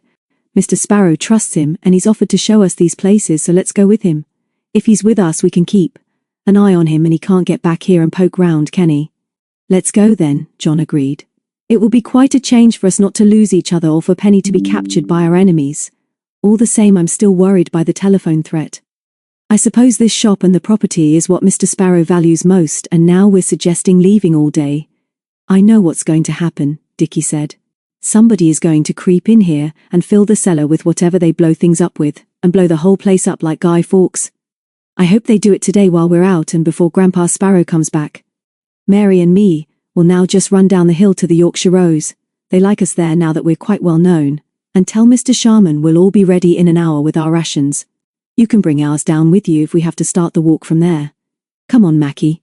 The others let them go, but Harriet wasn't too pleased because she had to make their beds. There were no further difficulties with Miss Wildblood, who was reasonably good-humoured about the sandwiches. It wasn't until much later that they realised it was odd of her not to have asked straight out when Mr. Sparrow was coming home. While the girls packed the food into various knapsacks, the housekeeper washed up the breakfast things and then went back to her cottage, after telling them to let her know when they came home. "She doesn't seem to be so sinister today," Harriet said as the door closed behind her. "Perhaps she isn't so bad really, but remember that I saw her in her cottage talking to that Mr. Warner, or whatever his real name is. And she was listening to us while we were having breakfast, wasn't she? I'm not going to worry about her this morning, Harry." Penny laughed. "You forget her too. Here are the boys and I suppose they'll say we haven't got enough to eat. Now they can wait for us while we get ready." 20 minutes later they were being greeted by the twins and Macbeth at the Yorkshire Rows. "Hope you've got plenty of rations," Dickie said. "It's hungry sort of weather. Mr. Sharman, he says we can all call him Philip, is inside getting his rations. He's been telling us about this forgotten village place and we want to see it." "So we're to call him Philip, are we?" David said. "I don't think I like that idea very much. We must all remember not to tell him too much about our affairs, and particularly Mr. Sparrow's business. Morning, Mr. Sharman, thanks for putting up with us today." Philip Sharman smiled his lazy smile at them but seemed to pay special attention to the girls. He soon made Harriet and Penny laugh, and paid Peter a compliment which made her blush. It also made David scowl. "None of you mind a good walk, do you?" Sharman said. "It's nearly 3 miles from here to the beginning of the Roman road, and perhaps another 2 onto Coram Street across the moors. I know the way, and it's rough going. What about you, Mary? Can you manage that?" Mary was fairly sure that he was teasing her, so she just said, "Thank you very much for asking me, Philip. You forgot to mention my twin. We do most things together, and we're quite sure that we shall still be very strong when people like Penny and John, who don't have much exercise, are absolutely exhausted. Let's go." It was difficult to be suspicious of Philip Sharman this morning, and before long even David was asking him questions about the deserted village and listening to his answers with interest. It was obvious that Sharman enjoyed their company, and the twins and Harriet liked him particularly because he didn't treat them as if they were so much younger than the others. He led them up onto the moor on the side of Staunton, which they had not yet explored. When they were up, high above the village, he passed David his binoculars. "Look through those and you can easily see the new cover Mr. Sparrow has put on the mineshaft. From just about here, with these glasses, you could watch anybody who was snooping about." "Anybody there now?" The last question was asked so naturally and casually that, for a moment, David hardly realized its significance. He altered the focus of the glasses and with a sudden shock realized that he could see the girls' caravan, their tents and the mine shaft. There was something, a black speck, on the stone wall of the shaft. It moved and flew off. A crow. "Anybody there, David? You've left Venton's empty today, I suppose." "Maybe it doesn't matter." David handed back the glasses and looked at the others to see whether they had noticed what Sharman was saying. John and Penny very obviously had done so, but Peter and Harriet were looking the other way and the twins were roiling in the heather with Macbeth. "Thanks," David said. "They're fine glasses and I can see our camp. There's nobody up there now." "Why should there be?" Sharman didn't answer this question but began to tell them more about the Roman road. "It starts and finishes suddenly and was only discovered about 70 years ago. When we get there you will see how it runs along the ridge of Wheeldale Moor, and although, after about a mile, the actual paving stones disappear, we know that the ancient road goes straight on to Stape and Cawthorne. This was one of the roads up which the Roman legions marched on their way to the northeast coast. Whenever I'm up on this road, I wonder what those tough Roman soldiers who came from a sunnier land thought of our Yorkshire moors, which are pleasant enough on a sunny day like this, but can be as cold and bleak as anywhere in Britain. Do you like the idea of walking where the Roman soldiers marched, Harriet?" "Yes, I do. I like old things. My grandfather has taught me that. I wish we could see the legions marching in their helmets and armor and carrying their golden eagles flashing in the sun." Mary looked at her friend admiringly. She liked that sort of talk because she often thought that way about something that had happened, and was usually too shy to say so. Not even Dickie understood, only Peter, and she didn't see her very often. So they walked over the moor and found a rough, grassy track that led them down into a valley with a rushing beck at the bottom. They met nobody until Mr. Sharman showed them a bungalow, where lived a woman who is the custodian of the road, because it is now cared for by the government. Here they all signed a visitor's book and got tickets which permitted them to walk the way the Romans trod. Then they climbed up again through 2 rough pastures until they saw ahead of them a gate in a stone wall. "The road starts the other side of that gate," Sharman said, as the twins and Harriet with Macbeth raced ahead. They all rested at the gate and looked at the rough, weather-worn stones of the road which stretched away up the moor like a grubby white ribbon on a brown carpet. "But these aren't the actual stones, are they?" Harriet asked. "Surely the Romans didn't really walk on these, because they're not level and they're too rough. We couldn't walk on them, so how could they, with all their armor and their chariots and things, if they had chariots?" Philip Sharman puffed at his pipe. "It's more or less in its original state, Harriet. Most of the stones must be part of the old paving, although I agree that the road would have to be more level for the legions to march along it." "Let's march then," Dickie shouted. "Let's try it," and he stepped onto the road. Mary and Harriet followed him, and just as Penny said, "Who'd be a Roman soldier? I'm going to stick to this nice, smooth green path at the side." Harriet slipped on one of the stones and fell heavily. For a moment she lay still while the twins, each poised on a big stone, looked back at her. Then John jumped onto the road and picked her up in his arms. She was half laughing and half crying when he set her down on a big rock at the edge of the grass verge, and the others crowded round. "I'm sorry to be such a fool," she said as she blinked her tears away. "It's my ankle. It's swelling. It hurts." Peter and Sharman went down on their knees and examined her foot. They made her move it, and she tried fairly successfully to stand on it. "Bad luck," Sharman said. "You've sprained it, Harriet, but I'm sure you haven't broken anything. One of you run along until you find water and soak my handkerchief." Dickie dashed along the side of the road and was back in a few minutes. Harriet squealed when the cold compress was bound tightly round her ankle, but admitted, when she tried to walk, that it still hurt. "I've spoiled it all for you," she whispered tragically. "I wish I hadn't tried to walk on the beastly road. I'm sure it will be better soon, but I suppose that I shall have to go back to Staunton. Or perhaps I could go back to that bungalow where we signed the book and wait for you. Or shall I wait here?" You can leave me some food so that I shan't starve, but you must go on without me." They looked at one another uneasily. Then Mary said, "Of course we can't leave Harry alone anywhere. This is just a horrid thing that has happened to her. I jolly nearly slipped myself. We can go and see this ghostly deserted village place another day." Dickie looked shocked at this suggestion, but Harriet, after giving Mary a smile of gratitude, said quite firmly that it was silly for all the others to give up their expedition just for her, and that if she could be helped down to the road by the bungalow, she could either stay there or get a lift. This seemed to be a reasonable idea, and as Mary now refused to leave Harriet, Peter offered to go with them. "We can't let Mary be responsible for Harriet," she said to David. "I'll go with them." "I don't mind really. I'll get them home to Staunton and bind up Harry's ankle properly. We can go to the deserted village again sometime before we all go home." "Honestly, David, that's the best thing to do. It's silly to spoil the expedition." After some more argument, this was agreed, but David insisted on walking back to the road with them so that he could carry Harriet on his back some of the way if necessary, and make sure that they got a lift. "Wait for me half an hour at the end of the road," he said to Sharman. "If I don't come then, you'd better go on and I'll try and follow you. I've got a map and know the directions." So the party split up, and Harriet, holding on to David and Peter, limped downhill to the bungalow without much trouble. Then David carried her up to the road, and there they sat in the sun hoping for a lift. They waited only 5 minutes when a butcher's van came along and stopped when they waved. After that it was easy. The driver promised to take them to Gothland, and said he was sure that they would get a lift from there to Staunton, so the 3 girls crowded into the front seat with him, and waved goodbye to David. Harriet seemed better when they got out at Gothland, and sat on a seat by the bus stop with Mary, while Peter went to buy some bandages at the village shop. 5 minutes later the friendly butcher hailed them, and told them that a man he'd just been serving would be back in 5 minutes, and as he was going through Staunton, he would give them a lift. "The terrible thing that has happened to us," Mary said while they were waiting, "is that we left all the food with the others. They're a greedy lot, especially my twin. How did they think we were going to live without food? It's very bad for sprained ankles not to have food, isn't it, Harry? Oh well, I know that Dickie and Mackie are eating my share. What's happening to the weather?"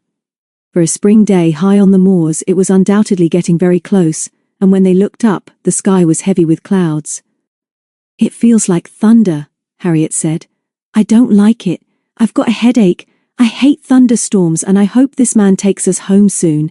He wasn't much longer, and was full of cheerful apologies when he did arrive, and 10 minutes later, he put them down outside Venton's. The post office and general store was only a few yards up the street, and as Peter and Mary helped Harriet out of the car, they saw Miss Wildblood coming out of the telephone box. They remembered afterwards that they had never seen her look so wild and excited. She was astonished to see them, but seemed to be genuinely interested and concerned about Harriet. "I'd better be coming in with you, and making you a cup of tea and helping you with that ankle. I wasn't expecting any of you for hours yet. Where are the others?" "Thank you, Miss Wildblood, but you needn't bother," Peter said quickly. "We can manage. Harriet has only sprained her ankle, and it's better already. I bought a bandage in Gothland, and all she'll have to do is to have another cold compress on and just rest it." "It is better, isn't it, Harry?" Harriet agreed, but still limped when she tried to put weight on the foot, so, as the housekeeper insisted on coming in, there was nothing they could do to stop her. They noticed that she used her own key to open the side door.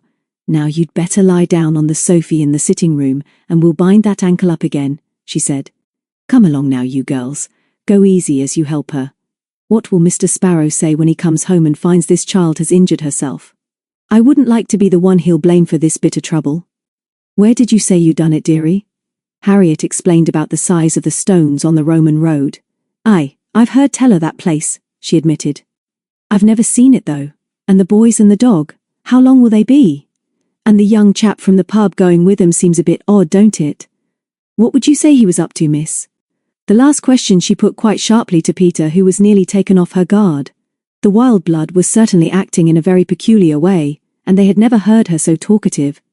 She also seemed to be unusually concerned about Harriet, and although she had never liked the twins, she now was obviously trying to be pleasant to all 3 of them. It was rather odd, and Peter decided not to answer any of her questions. "If you would make us a cup of tea and cut some bread and butter, that would be a great help," she suggested. "Mary and I can put a fresh compress on Harriet's ankle." Miss Wildblood nodded, and then went through into the shop and peered out into the street. Looks like a storm, she muttered when she came back. I'll put the kettle on, but I'll be glad if you'll watch it while I'm over at the cottage. I'll be back soon. I'm a fraud really, Harriet said as Peter began to bind on the new cold compress. It really is better already, and I'm so very sorry that I've spoiled your day for you. You're not the fraud, Mary said suddenly. That old witch is the fraud. What's she doing now? First of all, she wants to help, then she goes away just when she could do something. She's excited and most peculiar, and I wish my twin was here. Watch the kettle, Peter. I'm going to see what she's doing. She was away barely 5 minutes, and when she returned, Peter was in the kitchen cutting bread and butter and carrying on a shouted conversation with Harriet in the next room. As Mary closed the hack door, Peter glanced up and saw that she was looking very serious. There was a great bond between Peter and Mary, and always had been since the elder girl had first met the Morton twins unexpectedly in the hills near Wych End. Both girls were sensitive and imaginative, and Mary had soon realized that Peter was often the first to understand what she was thinking about, when her twin, to whom she was so close, had no idea. Dickie never wrote letters to anybody, if he could avoid doing so. But Mary often wrote to Peter in term time, and always got a reply. Peter indeed became an almost ideal elder sister to Mary. Now Mary stood with her back to the door and said quietly, "She went straight into that telephone box again. She didn't go into her cottage. There's something funny going on, Peter. Why didn't she telephone from here if it's urgent? Why does she want to go and telephone again just as soon as we come back? I'll tell you why." Peter put down the bread knife. "You mean she's telling somebody that we've arrived just when they expected the house to be empty? That's what I mean, Peter. I wish the others were here. I don't like what's happening."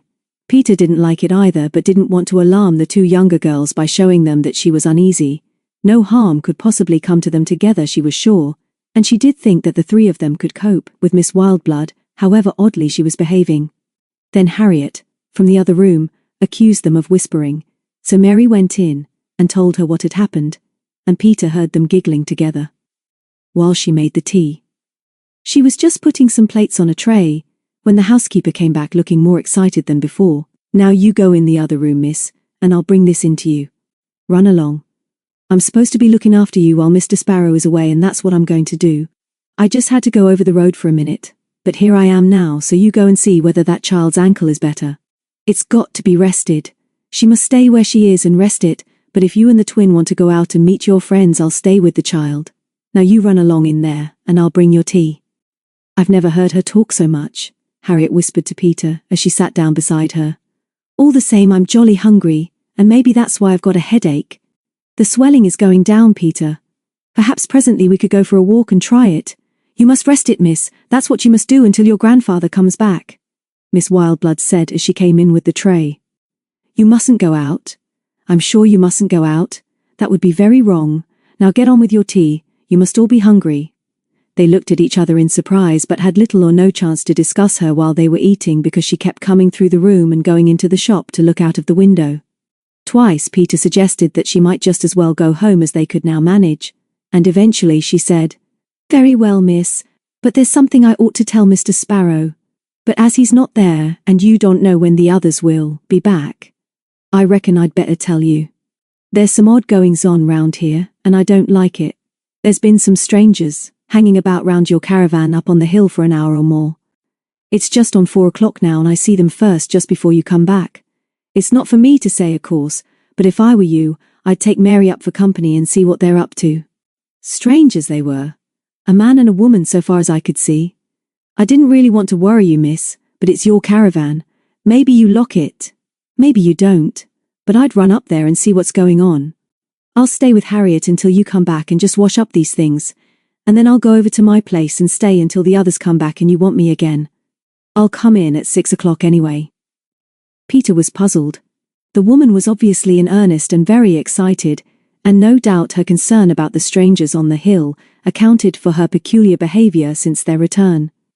True, it didn't account for her use of the telephone, but trespassers on his property annoyed Mr. Sparrow, and they might have left the caravan unlocked by mistake. Penny always kept the key, but Peter couldn't remember now whether she had locked it. "We'll all go," Harriet said suddenly. "It won't hurt me to try the ankle now, and we can walk slowly." Peter wasn't so sure. The way up the moor was rough, and there seemed no sense in Harriet risking it. Miss Wildblood was more definite. "Of course I'm nobody here, but Mr. Sparrow told me I was to look after you all, and it would be just plain silly to risk this child's ankle by walking about on it now.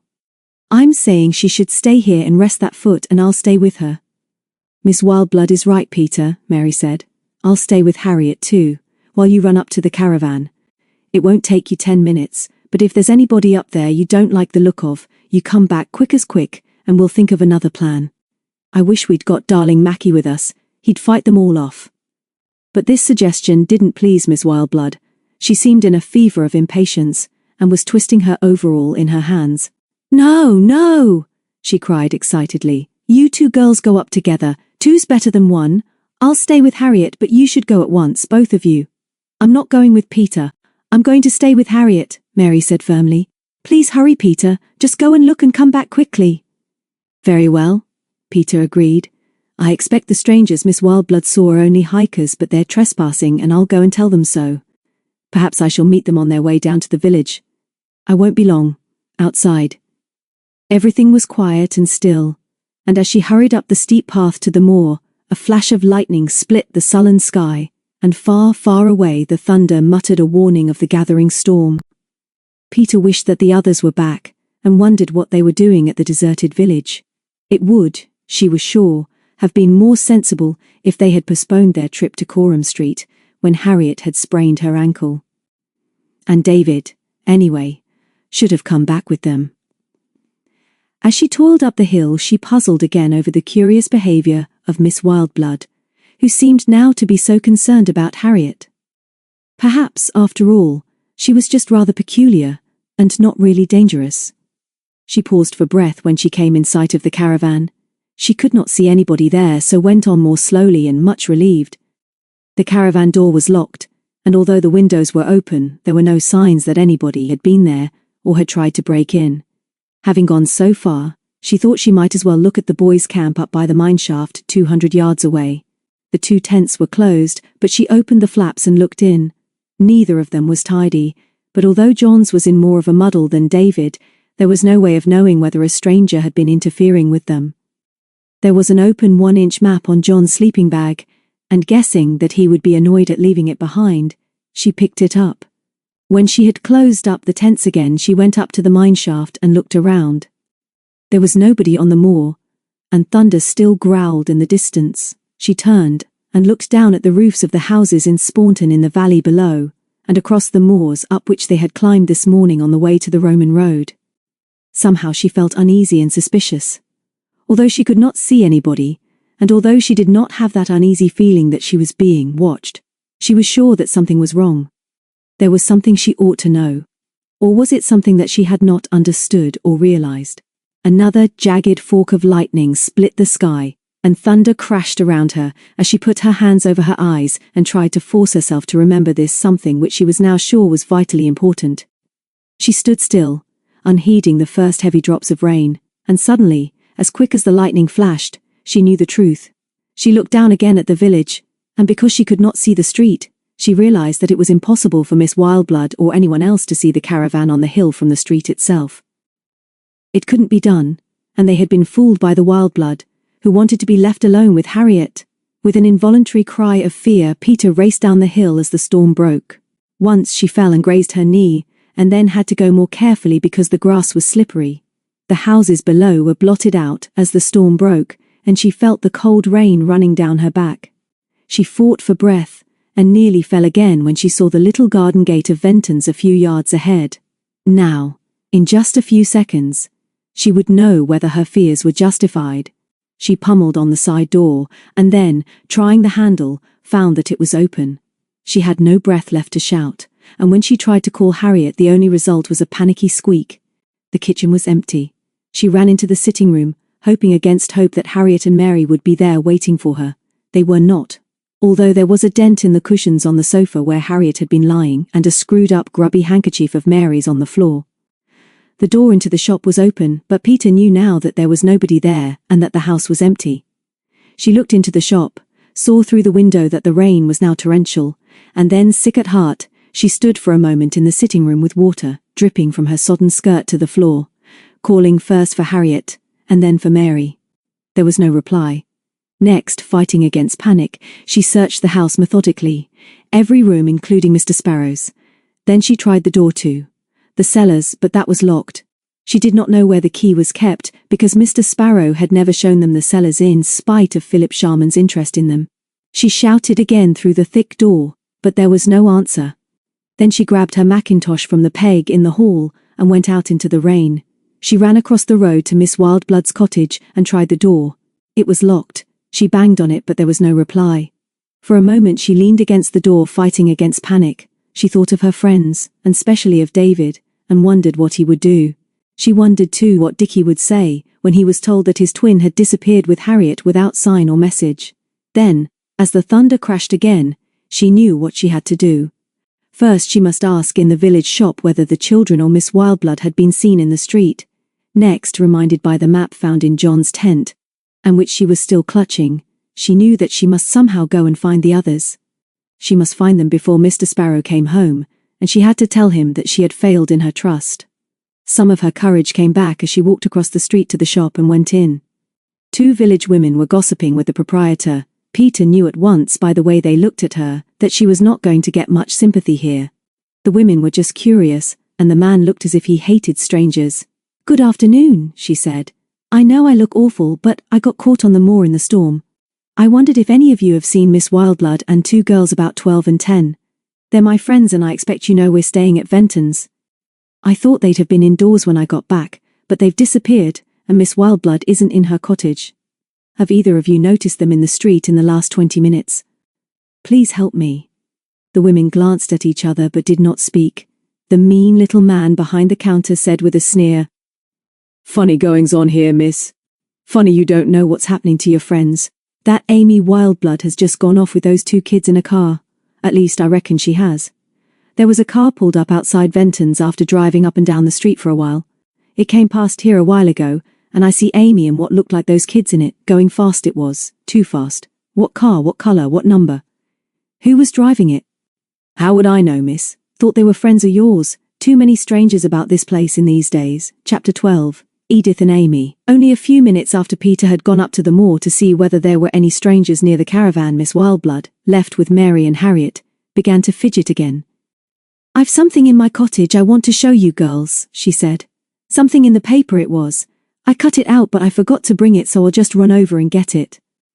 I don't suppose Miss Petronella will be long, but you 2 stay right here, and I'll be back in a minute. Don't let Harriet walk about, Mary. Just wait till I come. I'd like to get this paper before the storm breaks."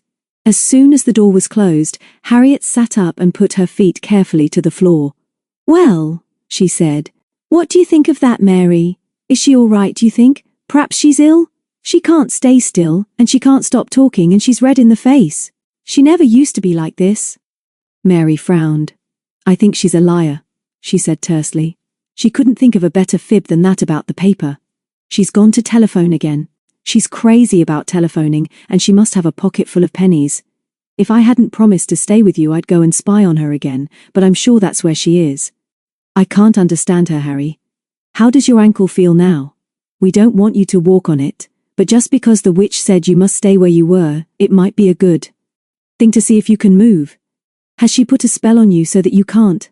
Perhaps you're going to turn into something like a frog. I don't suppose girls are turned into frogs though. Something soppy like a butterfly or a squirrel would be more likely. How do you feel?" Harriet giggled and put her weight first on the sound foot, and then on the bandaged ankle. "It's not too bad now. It aches, but I'm sure it's better, and she hasn't put a spell on me. It's funny, but, in a way, I thought she was being nicer to us today. Up till now she's just scowled at everybody and said practically nothing, and now she's twitching her face and talking all the time. There's somebody coming now, Mary." She sat down again as the door burst open, and Miss Wildblood came into the sitting room. Her eyes were wild, and she was twisting with nervous fingers the belt of a coat which she must just have put on. "I hardly know how to tell you, Harriet," she gasped, "but just as I was crossing the road, a car comes along and stops just outside. There's a man driving it, but a lady in the back leans out of the window and asks for your grandfather, and if not, she wants to see you with a special message." I reckon she knew Mr. Sparrow in London. She won't tell me what it is, and she won't come in. Maybe I shouldn't have told her you were here. Harriet put a hand on Mary's shoulder and hobbled to the door. I'll go and see her with Mary, she said. I'm quite old enough to take messages for my grandfather. I know that he told lots of his friends and customers in London that he was coming to Yorkshire. I can manage with Mary's help, thank you, Miss Wildblood. Mary hardly had time to realize what was happening as Miss Wildblood insisted on taking Harriet's other arm and hurried them out into the street. Harriet managed very well, and before the girls could say anything, Miss Wildblood opened the rear door of a car standing at the curb. There you are, dearie, she muttered in an odd, strangled sort of voice. The lady's inside waiting for you. And as Harriet, looking puzzled, leaned forward, Miss Wildblood pushed her into the car and then followed, dragging Mary in after her. Get on! Get on! She screamed hysterically to the driver. I told you there were two. I can't help it, can I? We'll have to bring them, both. Get on!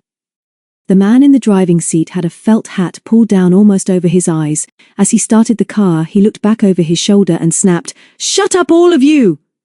Amy, if those kids make a row, you'll have to be rough with them. The car roared forward as the storm broke. A crash of thunder drowned Harriet's scream for help, while Mary fought and struggled with Miss Wildblood, who was babbling some nonsense which they could not hear. Suddenly, Mary saw the face of the driver in the mirror. It was Robins, the man who up to a day or two ago had called himself Warner, and they had all fallen into the trap so cleverly baited by the wily Amy Wildblood. What fools they had been!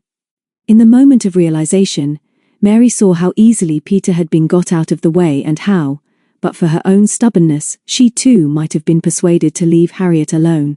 No wonder the Wildblood had been excited. As the car's pace increased, the storm reached its full fury and the force of the rain almost stopped the windscreen wipers. Harriet screamed, Mary, are you all right? Don't you dare hurt her, you wicked, wicked woman! Leave her alone! The car slowed down and skidded as Robins applied the brake. Then it splashed through a pool of water on the road and stopped. Robins took off his hat, flung it on the seat beside him and turned round. Neither of the doors at the back are locked, he shouted above the roar of the rain on the roof. Lock them by moving the handles over, else some of you may fall out when I get going again. Do as you're told, girls. It's no use struggling and no good making a row. If you keep quiet, you'll be all right. If you shout or try to escape, you will be hurt. Can you understand me? Simple really, but I've had enough of you interfering children. So keep quiet, do as you're told and stop snivelling. I'm not snivelling, Mary said indignantly, and neither is Harriet. It's Miss Wildblood making that peculiar noise. She's a liar and a traitress, and I wouldn't like to be her when Mr. Sparrow hears about this. And another thing, we think you're a liar too, and now we know you're a bully. I should think you're a coward too, getting Miss Wildblood to do all the dangerous things like telling lies to two girls and then kidnapping them. Are you listening? Yes, I am, Robin snapped. Now keep quiet and do as you're told. You shut up too, Amy. Nobody thinks that you've been very clever over this affair. Before Miss Wildblood could answer, Mary took up the tale again. She had been in a fix like this before. Actually, she went on, rather proud of the new word that had just come into her head. Actually, we think you're utterly bogus. Absolutely utterly. Nothing that you can do or say will frighten us, and if you try to do anything worse to us, we shall fight this old witch. While Mary was speaking, Harriet tried the handle of the door on her side, wondering whether she dared try to escape, while the car was standing still. It shifted in her hand, so she knew that although it was not locked, it would have to be pushed across before the door would open, and even then it would be no good escaping without Mary. And anyway, Miss Wildblood was between them. Then Robins turned in his seat and snapped, Take your hand off that door! Push the handle across and lock it, Amy! We're going now! And the car jumped forward into the rain and flung them back onto the seat. The Wildblood gripped the two girls each by an arm and began to babble in the most surprising way. Listen to me, girls, just be dear girls and listen to me. Please don't struggle and fight. We don't want to hurt you, dearies. Amy wouldn't hurt you. I had to do this. You won't understand. You're not old enough to understand, but I had to do this. Just be quiet and good and I promise that nobody will hurt you. You'll soon be home again if you're good. But if you're naughty and make a fuss or struggle, then we shall just have to hurt you. Please, please don't make a fuss. It isn't my fault. It's all happened because— Be quiet, Amy, Robin shouted angrily. Keep quiet, and keep the kids quiet too. and then with a roar the car crashed into another pool of water on the flooded road and swerved dangerously. Harriet was flung against Miss Wildblood and then shrank back into her corner. "Don't take any notice of what they say, Mary," she shouted above the noise of the car and pouring rain. "We don't have to worry. They talk a lot, but they'll soon have something more to worry about than 2 girls. The others will be coming soon. They'll find us." Mary had been trying to recognize some landmark and to find out where they were, but the windows were steamed up, and although the rain was now no more than a steady downpour, all that she had been able to see was that they were rushing through narrow lanes and not across the moors. She was delighted that Harriet was now defiant, and so she took up her cue at once. "Of course they'll be coming," she agreed. "They'll find us. All sorts of people will have noticed his hideous old car wobbling along through the puddles. Even if it was raining, someone in Spawnton will have seen and heard us start off." She was about to mention Peter but suddenly realized that to remind these 2 of her might be very unwise. The car slowed down in a lane with trees on the left and some open country rolling downhill on the right. The storm had now passed, and when Mary rubbed the mist from the window, she saw a glimpse of blue, rain-washed sky. She had no idea where she was, nor of how many miles they had come, but doubted whether it was much more than 20 minutes since they had left Spawnton. They had certainly now got to keep their wits about them and escape if they could, but this lane looked very lonely, and so far as she knew, they hadn't passed another car in either direction on their journey. Robin stopped the car opposite an old barn just off the road and passed the Wildblood a key. "Unlock the doors, Amy, and then stand aside as I drive in. Lock up after me. You 2 stay in the back. If you try to escape, you're going to be hurt, and keep quiet." Miss Wildblood took the key and, pushing in front of Harriet, opened the door of the car. "Do as you're told, dearies," she whispered. "Please don't get hurt. You're going to be all right if only you don't make a fuss." Harriet looked at her shrewdly, and then at Mary, who shook her head. There didn't seem much sense in trying to escape when they didn't know where they were. Perhaps they would be able to find out more about their enemies if they stayed with them. As the door opened, Mary saw the big barn quite clearly. There were no other buildings near, but a grassy cart track ran downhill to the right beyond an old farm gate. Then the door was slammed by Amy, and suddenly Robins leaned over the back of the driving seat and grabbed each girl's wrist in his big hand. There was no reason for him to be so rough, and Harriet cried out with pain as she was dragged forward and jarred her ankle again. It was then Mary lost her temper, and her head too. She had put up with a lot since they had left the Roman road and, in a way, she felt responsible for Harriet. She hated being parted from her twin and Macbeth. She had lost Peter and been fooled by their enemies, and she'd been kidnapped. She had tried to be brave, and knew now that her instinct that she did not want to be parted from Harriet had been right, but to be suddenly brutally attacked like this was too much. Tears of pain and rage streamed down her face, and then she leaned forward and bit the back of Robins's hand. With a curse, he let go of their wrists, and when Mary looked up, his angry face was only a few inches from her own. She shrank back in sudden fear when she saw the fury in his eyes behind the spectacles and then ducked as he aimed a blow at her. "Amy!" he yelled. "Get in and look after these young spitfires. Get in, I say." Amy, having unlocked and opened the doors of the barn, scrambled into the car again, but Harriet now had her arms round Mary and was trying to comfort her. The car started with a jerk as Robins drove into the gloom of the barn and then got out and closed the doors behind him. While he was doing this, Mary gulped back a sob and sat up. "You're going to be jolly sorry about all this, Miss Wildblood," she said with a return of her old form. "That beast tried to hit me. I bit him though. I bit him first and I shall probably die of being poisoned," and she spat gently and in a most unladylike way onto the floor of the car.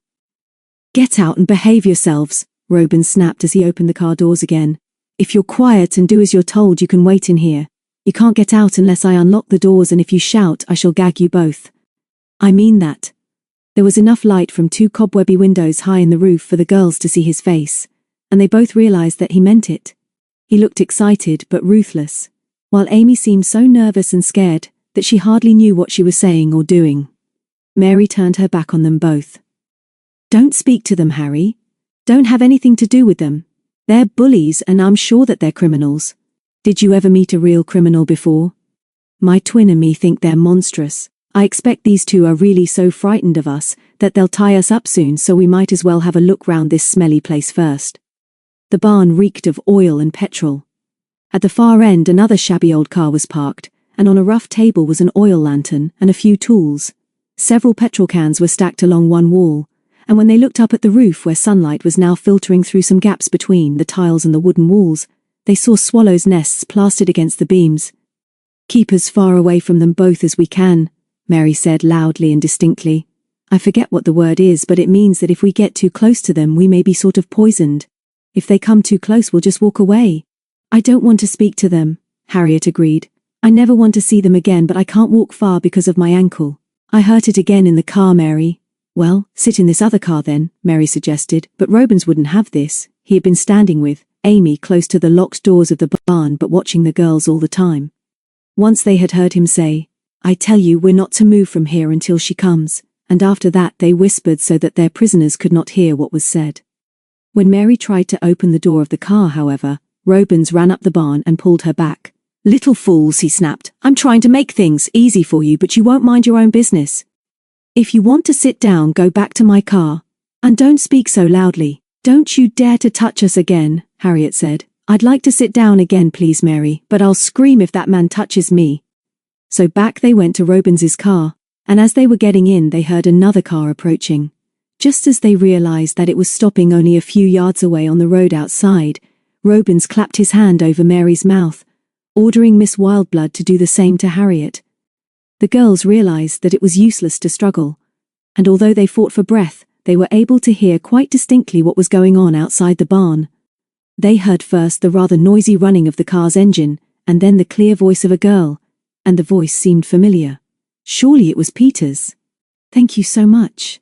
It was very kind of you to give me a lift, and I'm afraid you've come out of your way. I think this must be the place because the map shows the old track and this black dot could be this old barn, I suppose. It doesn't look far down to Coram Street, and that's where my friends are. Thank you again. Goodbye." And that was all, except the whine of the car's engine revving up as the driver changed gear. No footsteps. Not even the click of the latch of the gate which Mary had seen when they had stopped outside the barn. The children realized that their captors had been listening as intently as they had been, and so they were not surprised when Miss Wildblood whispered, "That was the other girl. That kid they call Peter." "How did she know?" "She didn't know, you fool. She doesn't realize we're here." "But why is she going down to Coram Street?" "She said about her friends," Miss Wildblood whispered, and then took her hand from Harriet's face. "You heard her, Harriet. What does she mean? Where's she going?" "She going to get help for us, of course. Mary told you that our friends would follow us, and now you know that they have." Mary shook her head free, and then wrinkled her nose in disgust. "I feel sick in my stomach," she said. "I'd have bitten you again, only I didn't like the taste."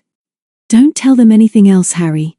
Not a thing. There's nothing to worry about now. They're afraid. You can see that they're afraid. They can't hurt us, and if they've got any sense they'll let us go." "Are you going to let us go now?" "We are not," Robin said. "Keep quiet, else you'll get hurt again." And he went away and muttered to Miss Wildblood.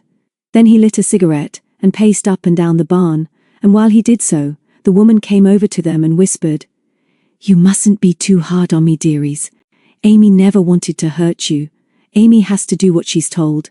My grandfather, Mr. Sparrow, didn't tell you to kidnap us and bully us," Harriet said coldly.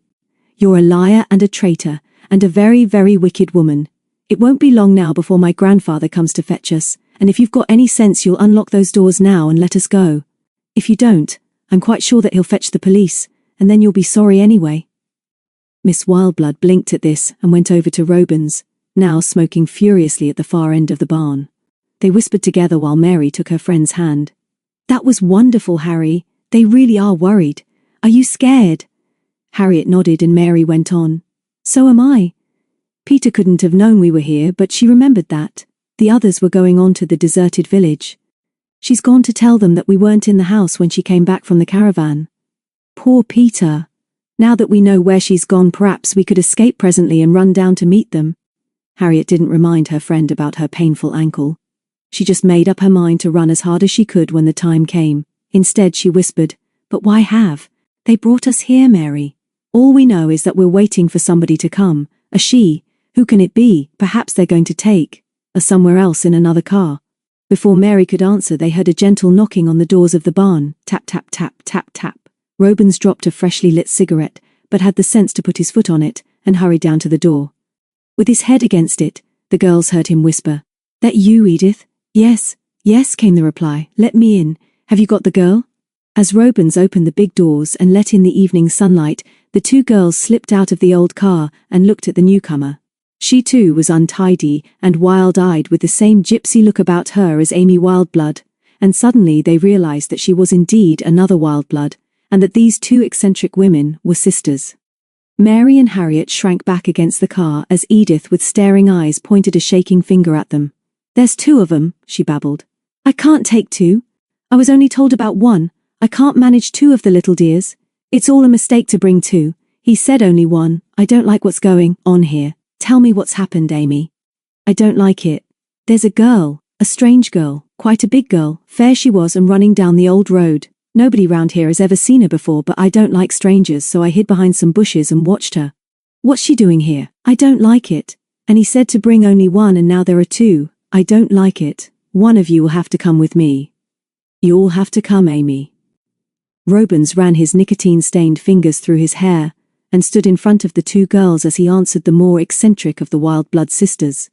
"Calm down, Edith, and don't make so much noise. Amy has messed up the arrangements and couldn't bring the young sparrow without this other little nuisance. It can't be helped now, but I must get back. Now listen to me." But at this he was interrupted by both women, who began shouting and quarreling. It was then that Mary thought she saw her chance of escape, and without thinking she grabbed Harriet by the hand, dodged Robins and the two screaming women, pushed back the heavy door and ran out into the fresh air. Their glimpse of freedom was only brief. They saw the puddles on the road steaming in the sunshine, they smelled the lovely scent of earth after rain, their feet squelched in the mud as they ran for the gate across the cart track down which Peter had hurried to find their friends only about a quarter of an hour ago. The gate was latched, and there, with a cry of pain, Harriet slipped and fell. Before Mary could help her up, Robins was on them while the two women were still arguing by the open doors of the barn. He wasn't particularly rough with them, and no longer angry. It seemed that he was going to be thankful to be rid of them. "Silly kids," he said as he took them each by a hand. "I told you not to try to run away. Now Harriet has hurt her ankle again. Take my tip and go quietly with these women. They won't hurt you if you do what you're told, but you've got to take a little walk." He looked down at Mary and added unexpectedly, "I'm sorry you made me lose my temper in the car. You're a plucky lot of kids. Stay here while I speak to these two. You can't escape, so don't try." Mary's lips shook as she felt for Harriet's hand. "Sorry I made you run, Harry. I forgot your bad ankle." "He's right. We can't escape, so it's best to go quietly. I'm sure Peter will find the others, and until they come we must help each other to be brave. Can you walk?" Harriet tried her ankle again. "I shall limp. I shall go as slowly as I can, and I won't be carried by either of these ghastly Wildbloods. If we take a long time, perhaps Peter will come back." "But she doesn't know we're here," Mary whispered. "She doesn't know where we are. Here they come. Don't talk." The sisters, having received their instructions, now approached the girls. "Don't bother to speak to us," Mary said coldly. "We don't want to talk to you, and we're coming without any fuss, although you'll both be sorry for this. Just remember that my friend here has twisted her ankle and can't. Hurry, I shall help her, and we hope we're not going far. Please don't touch us, we're not going to run away." They turned at the sound of the engine of Robins's car and watched him as he backed out of the barn, got out and relocked the doors, and then, before getting back into the car, called out, "Don't stand there gaping! Get going, Amy, and don't be rough with them." The two women opened the gate. "Straight down the hill and keep to the track, dearies.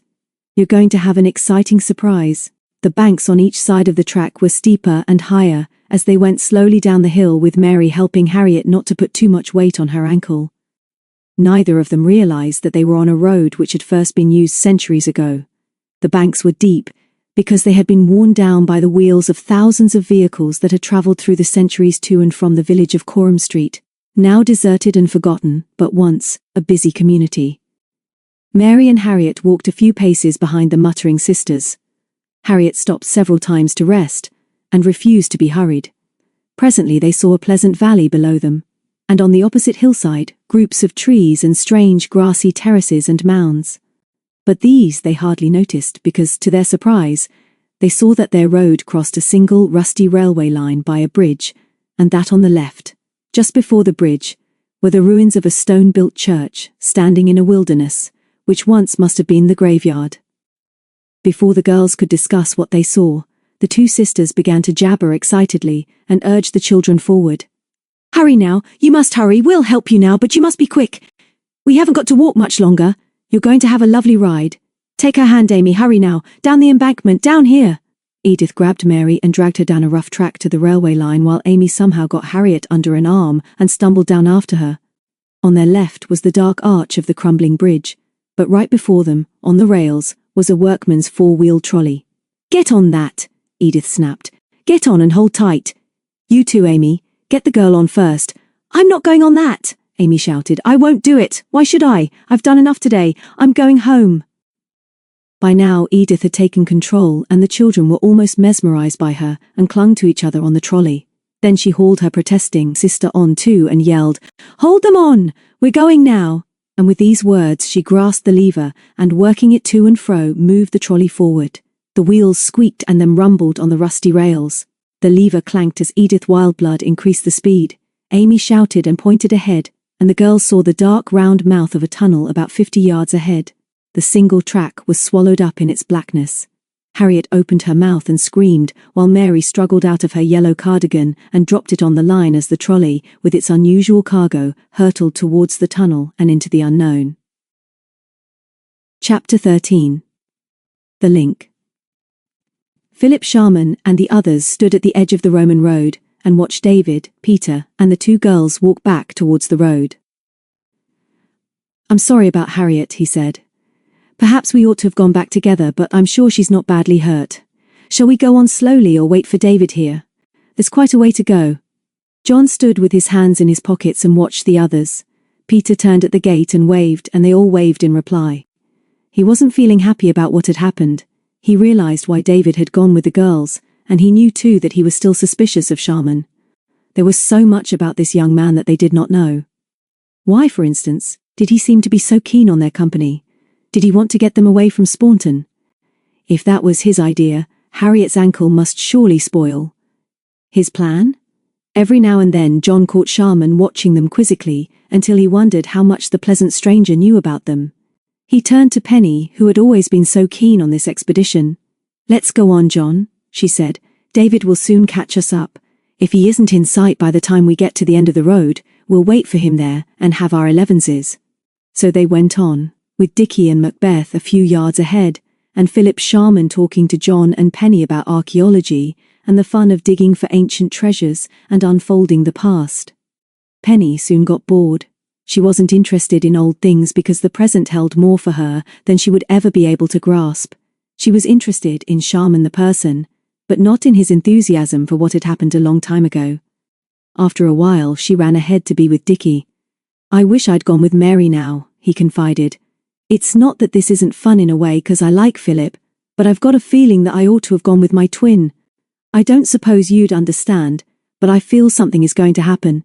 It's getting hot and stuffy too. Cheer up, Dickie. I'm sure Harriet and the others will be all right, and it would have been silly for us all to have gone back with her. I can see the end of the road now. We shall wait there for David." The great rough stones showing above the surface of the turf disappeared about 200 yards ahead. The road vanished as suddenly as it had begun, swallowed up by the moor. Sharman and John caught them up. "It goes on for miles," the former explained. "Down to York. You can see the faint track from here, and it's a grand walk, but there are no more exposed stones. We'll wait here for David." And he brought some chocolate from his pocket. Soon they saw David on the horizon behind them, and John ambled back to meet them. When the former had explained about the others getting a lift to Gothland, and that Harriet was certainly not any worse, they felt more cheerful, and Penny said, "Of course we're very grateful to you, Philip. We know you've made up your mind to show us this deserted village. We know we've got to see it sometime, so shall we go now and get it over? John will love it, of course. I don't know about David. Dickie isn't old enough and I don't really care. Which way do we go?" Sharman unfolded his map and showed them where they were. "We could follow the route of the old road for a while and then go down into the valley to the stream where 3 tracks meet. The centre path will then take us eventually to the hill on the slopes of which Coram Street was built. There's no real road leading directly to it now. Did I tell you that we were actually digging there in the summer, and that I can show you the foundations of dwellings of several different generations? Well, I can, and I'm going to show them specially to Penny, who doesn't think she's interested in anything old. The weather is getting rather peculiar, so perhaps we'll go on the shorter way over the moor from here. There isn't a marked track, but I can find the way. We shall save a mile, and I'd like to get there as soon as I can now. We've got to eat soon too, Dickie said. We don't want to carry rations about in parcels all day. Seems a silly way of doing it. And what about a sea roke? David said gloomily. John and I have had one of those already and they're not funny. Do you think there's one coming up now? Is that what's the matter with the weather? I don't think so. I've seen the rokes many times, but we shan't have one today. Let's risk it. But I can't, Penny protested. I promised a bus conductor that I'd never go on the moors with John if a roke was coming up unless I'd asked him first. The bus conductor, I mean. I don't know where he is now, so I can't ask him and so I can't go. Let's stick to the road. I'm nervous on these moors. Don't take any notice of her, John said. We'll try over the moors if you like. I want to see Coram Street. Wait a minute, Penny said, tossing back her unruly red hair and looking steadily at Sharman. Why does he want to take us off the beaten track? Perhaps he's going to lure us to another old mine shaft that isn't so well known as ours and drop us down it. Or is there a bog with a terrible secret like one of those we once found on Dartmoor? Perhaps we're going to be lured into that?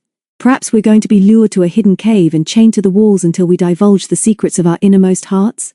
Why does he want to lure us from the straight and narrow path? And she pointed a dramatic finger at Sharman, while Dickie cheered enthusiastically and then tried to stand on his head in the heather. You've got luring on the brain, David said, giving her a meaning look. John always told me you had a one-track mind, Penny. Let's go over the moor and get there as scone as we can. You can look after Dickie, Penny, but we'll all keep together. They were never quite sure why Sharman chose to take them this particular way to Coram Street. The weather became close and heavy, and after about a half a mile, Dickie was grumbling, and David had to carry Macbeth, who was not big enough to jump over the heather, and soon became exhausted by burrowing through it. Certainly it would have been easier to use the track, although Sharman led them patiently and with good humour along the crest of rolling moorland, which offered wonderful views. After an hour's walking they reached a cairn of stones, and here they camped and enjoyed their rations. Sharman got out his map again, and showed them where they were. What's the railway line marked on the map? David asked as he looked over his shoulder. Seems to run along the valley below Coram Street. It does. It's one of the many closed branch lines, but a few trains each day were running up to 2 years ago. You'll enjoy it, Dickie, and although it's overgrown and rusty now, you can walk along it. There's a tunnel too. See it on the map? What's at the other end of the tunnel? Penny asked. An old quarry, Sharman explained. I don't remember when it was last worked, but I've been over the hill from Coram Street once and seen it. There's a row of deserted cottages there too, and no doubt the quarry was worked because the stone could be taken away cheaply by rail. Those cottages must be in the loneliest place in Yorkshire, but we won't have time to go there today. It's the old village I want to show you. They didn't hurry. They talked about Harriet and the others, and Sharman had plenty to tell them about his favourite subject, Yorkshire.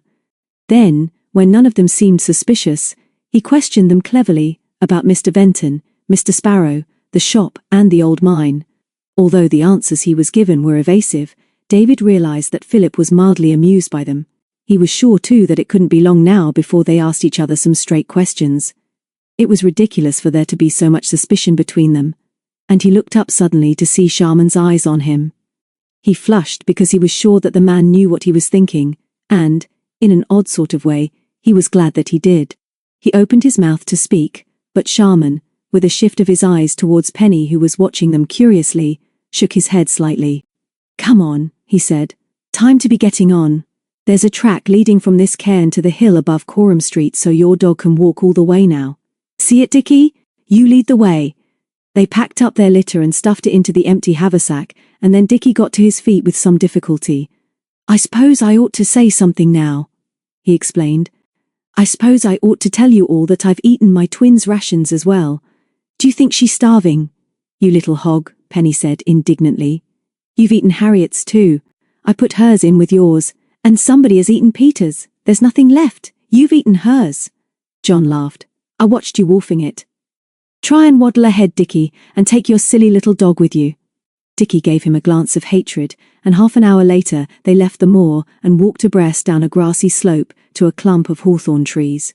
"You'll see Coram Street from there," Sharman said. He led them down to the trees. Below them lay the forgotten valley, and they could see the derelict railway line and a little stream beside it far below.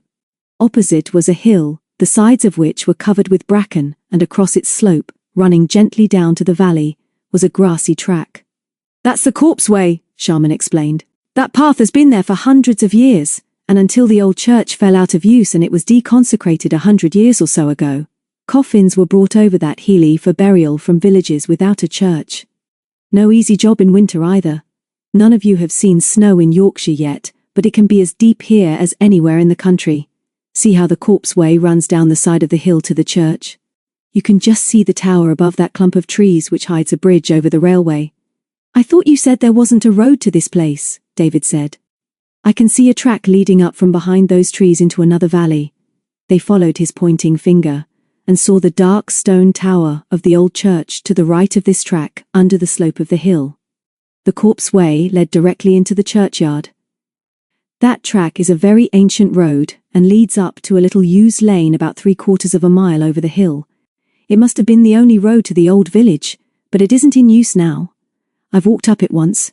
There's nothing much to see but plenty to imagine when you realize the age of that road. "I thought we were going to see lots of exciting and ghosty old ruins," Dickie said, with obvious disappointment. "What are all those sheets of rusty corrugated iron spread out on the grass down there?" "I'll show you," Sharman said. "You can help me lift them and then you will see where we were digging in the summer.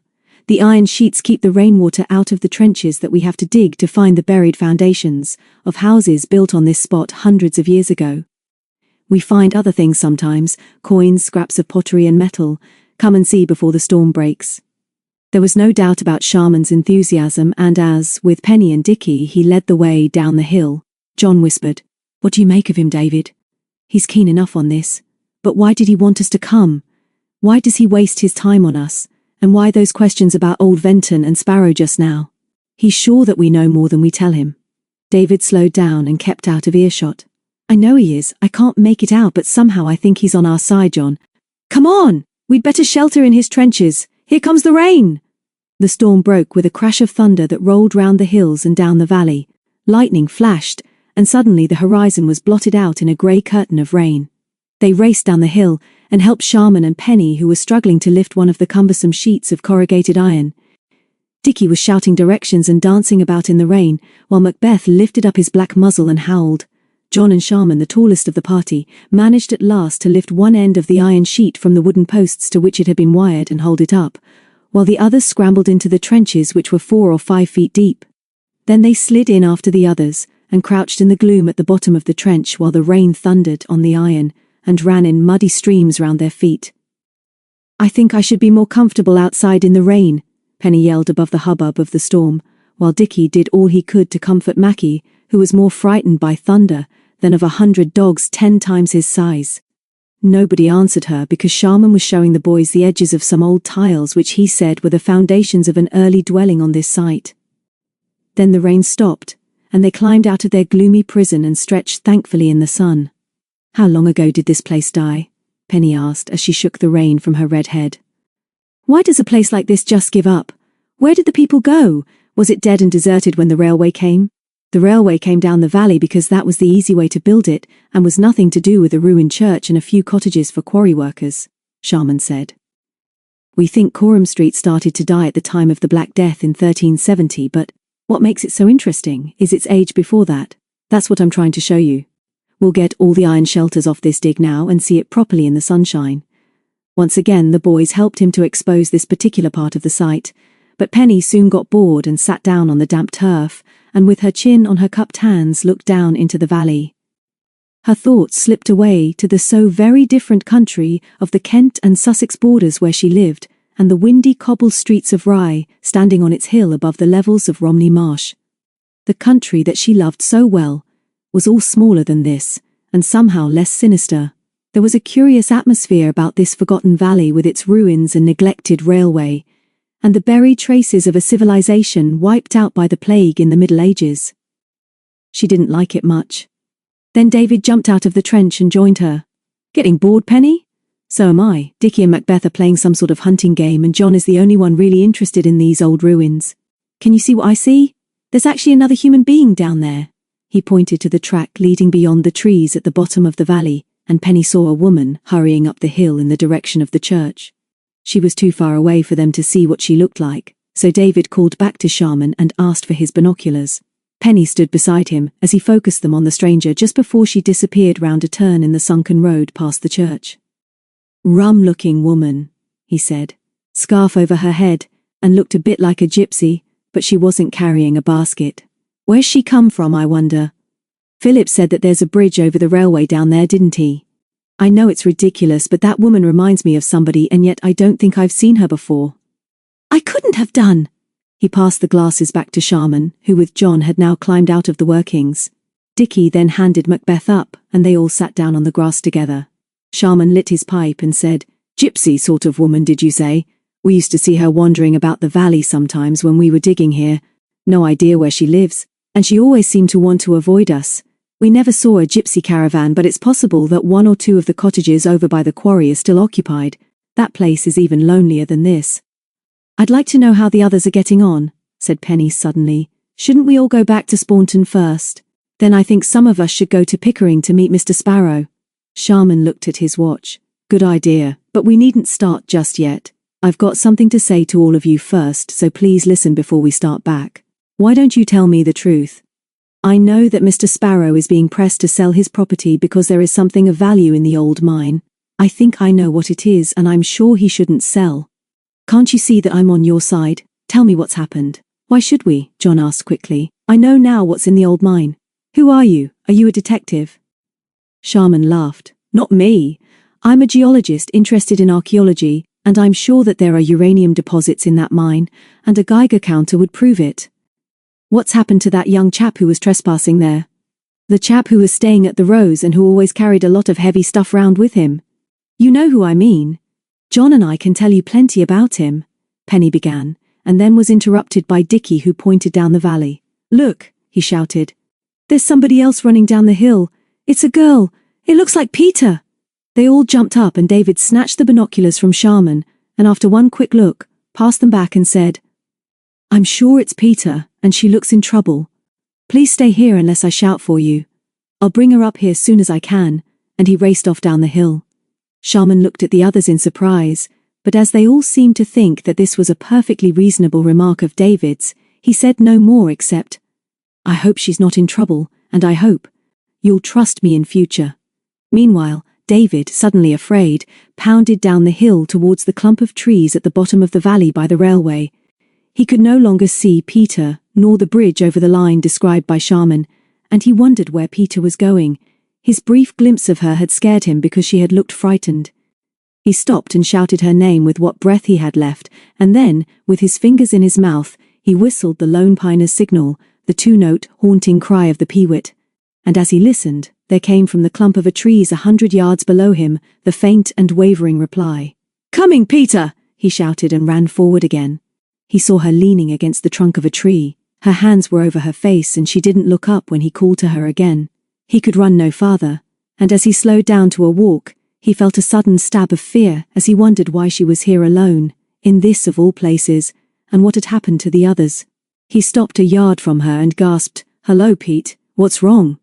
Only on a few occasions had he seen her anything but clean and fresh and well-groomed. She was that sort of girl. Now her bare brown legs were scratched and blood-stained.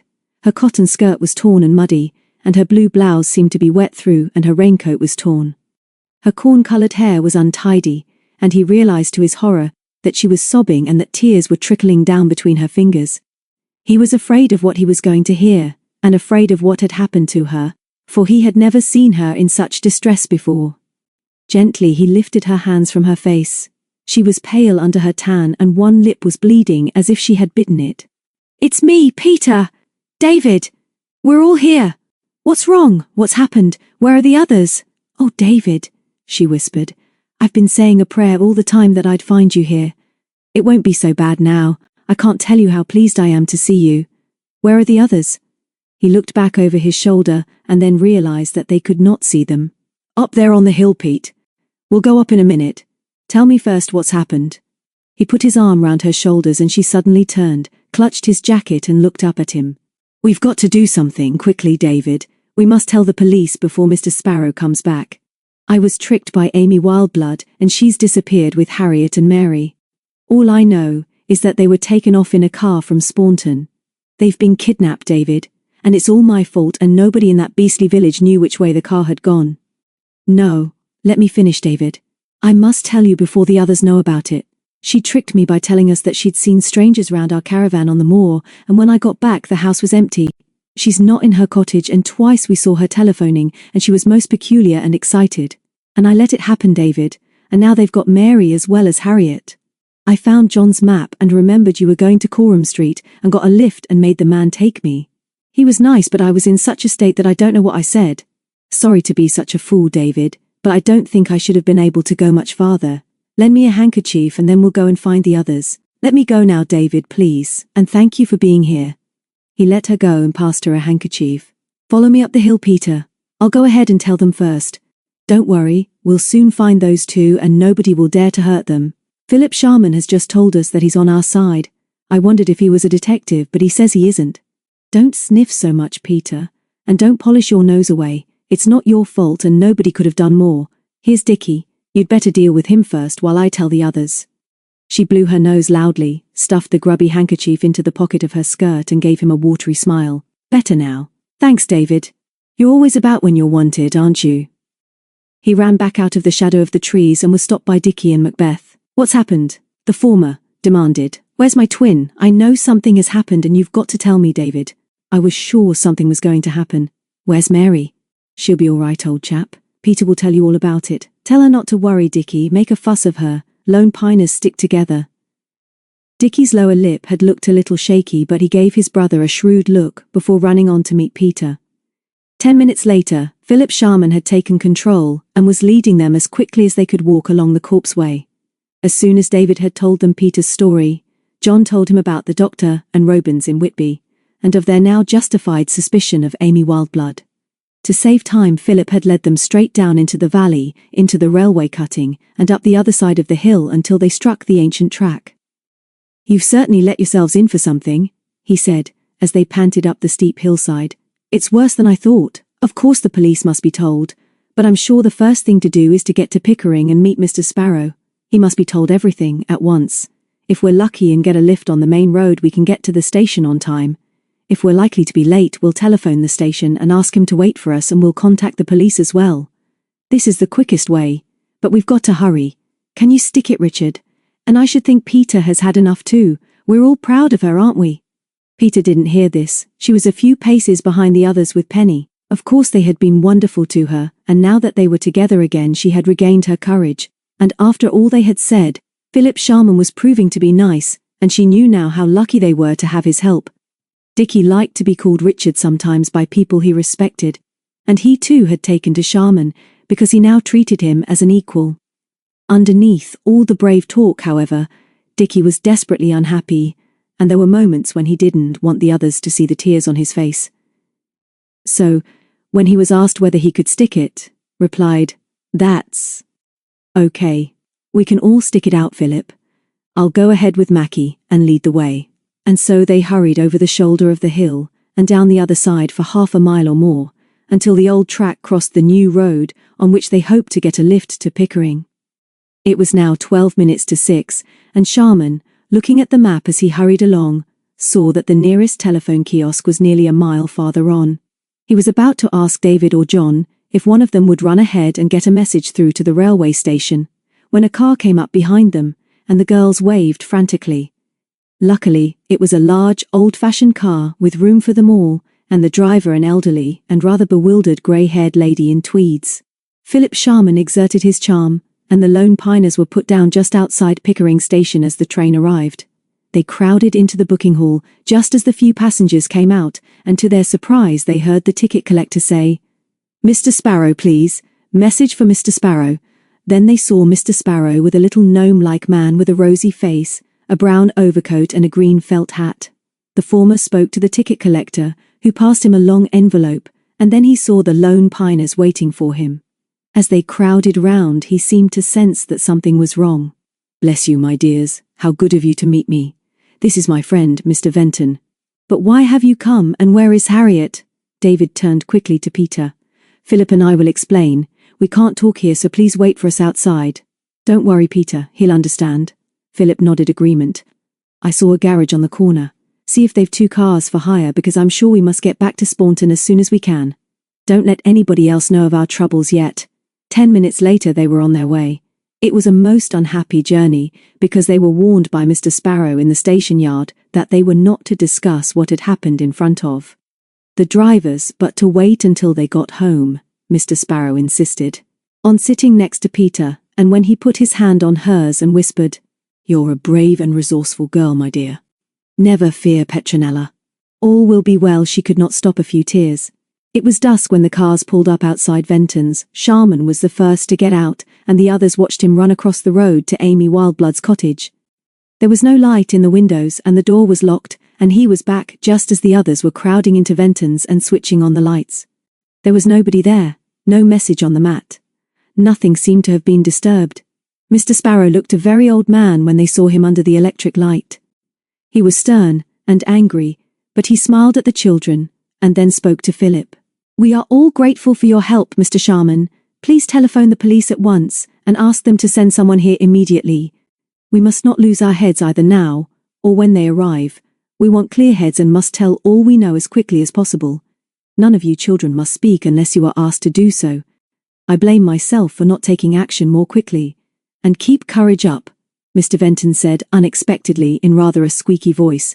"This is all disgraceful, and I've been a fool. Should have been more suspicious when all this started. Very sorry you've all been dragged into it.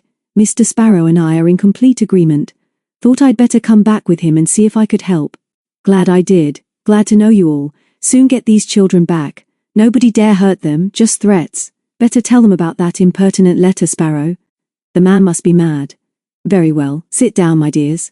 Start talking," Penny said as she ran into the kitchen. "I'll put the kettle on and we'll have some tea. We must do something while we're waiting for the police."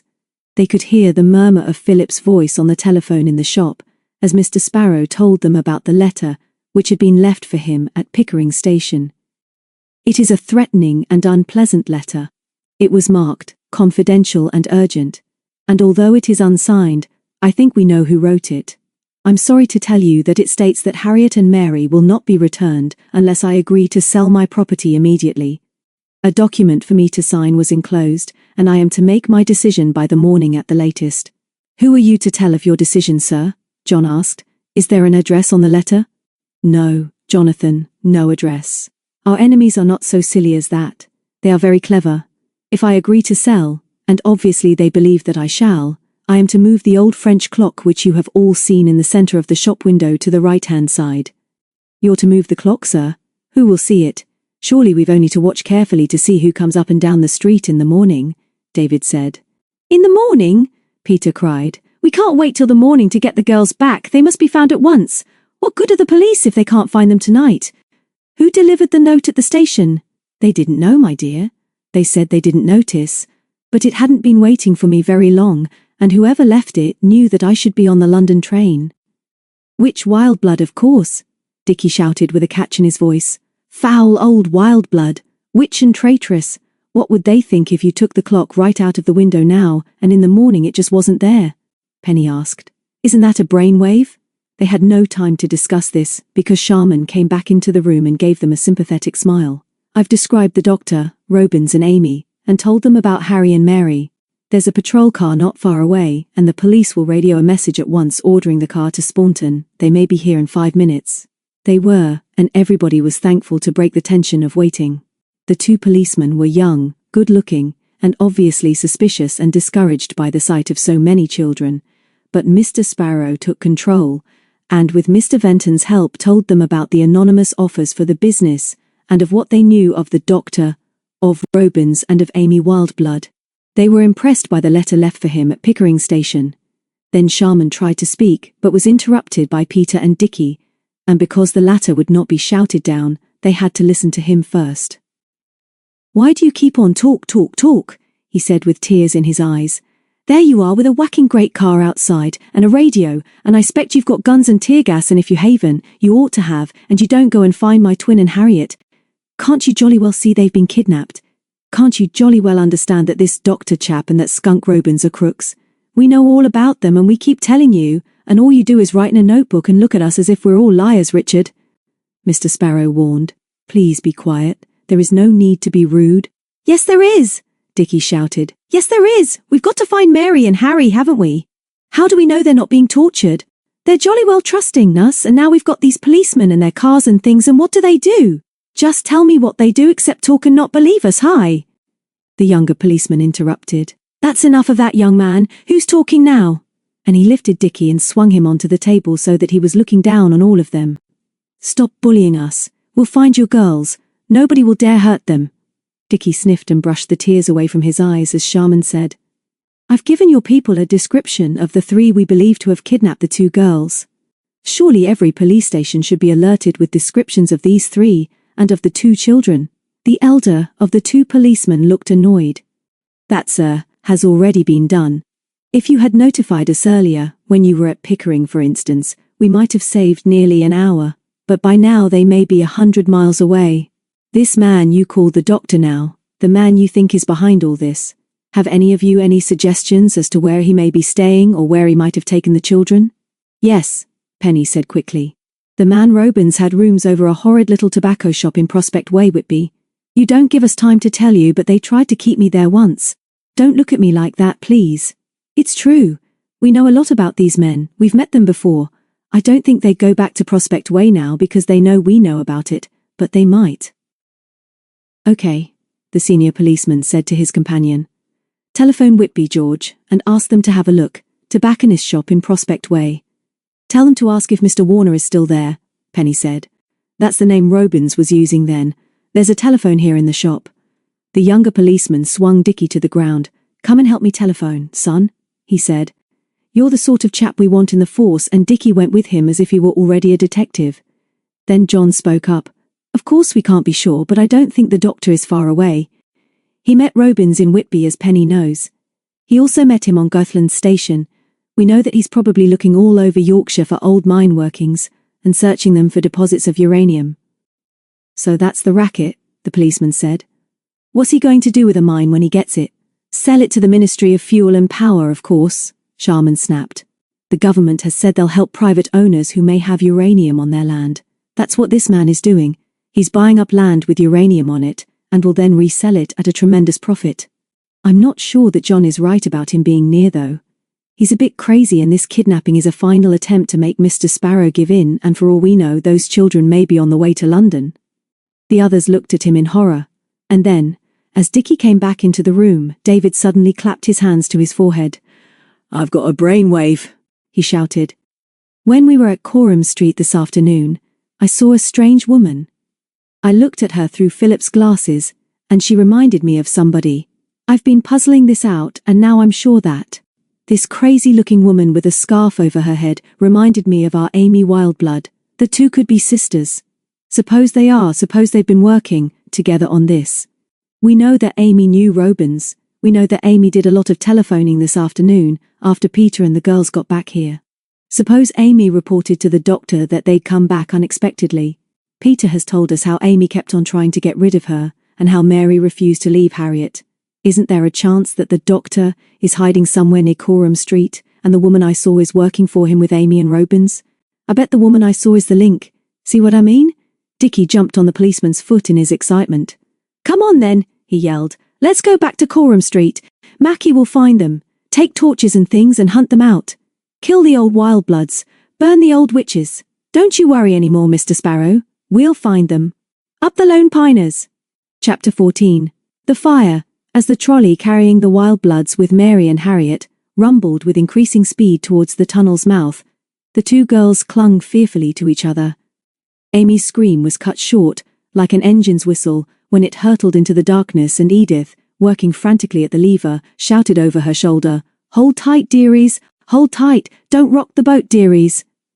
The wheels screeched on the rusty rails, the lever clanked, and the echoes of this din together with Amy's renewed screams beat back deafeningly from the dripping walls. The air was cold, and horrid drops of muddy-tasting water fell on them from the roof as they rushed forward on their nightmare journey.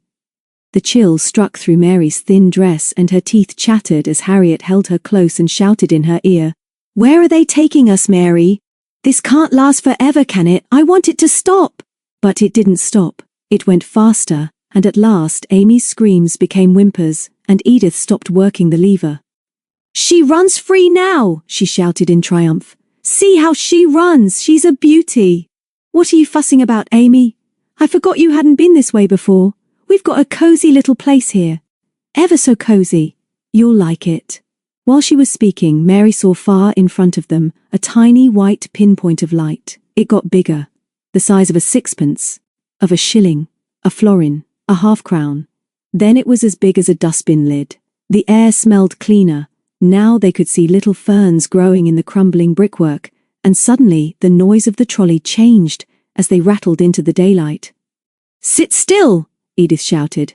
"Do as you're told and you won't come to no harm. We're slowing down now." They clanked over some points where a branch line led away to the right towards a pool under the cliffs of a huge quarry. Directly ahead, and also on the right of the railway track, the girls saw a row of cottages. From the chimney of the nearest rose a wisp of smoke.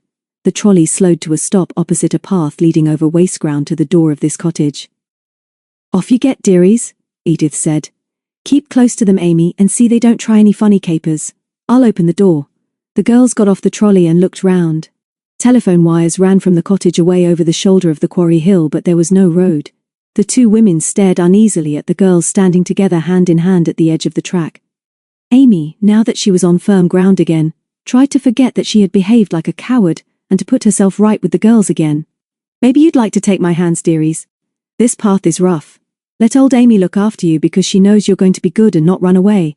This place is strange to me too, so we'll go along together. You just be good and you won't get hurt.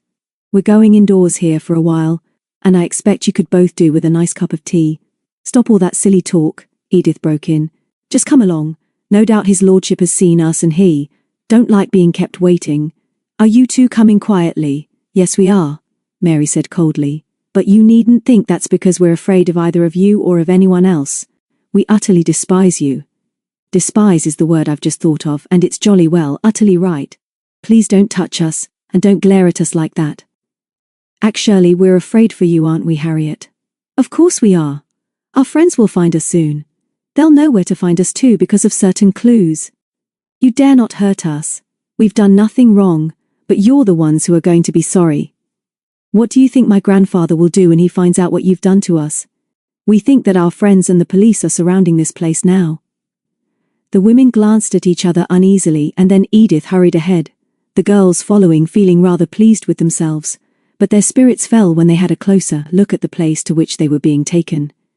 There were curtains across the windows, but it was a horrid little house with the paint peeling from the woodwork, and there was no sign of life anywhere except a gay little goldfinch swinging on a thistlehead. Mary kept her thoughts to herself as Edith opened the door of the cottage, but she suspected who the man she had called his lordship might be. She didn't like the idea of being kept a prisoner by the doctor, who would not be likely to forget some of their previous meetings. "No fuss now," Edith hissed as she grabbed Harriet's arm. "Just come quietly. The other one too, Amy." The girls just had time to see that they were in a narrow passage with a closed door on their left and a steep staircase on their right. There were two more doors at the end of the passage, and that on the right, which was open, led into a kitchen. Edith opened the other door and pushed the girls into a small room. There wasn't much to see. It was crowded with a lot of shabby furniture, a gate-leg table with a dead pot plant on it, 3 dining room chairs, an old easy chair, a tiny fireplace, the grate of which was stuffed with newspaper, an old cupboard against one wall and a brass coal scuttle. The window, overlooking an overgrown yard behind the house, was small and the room was dim and stuffy.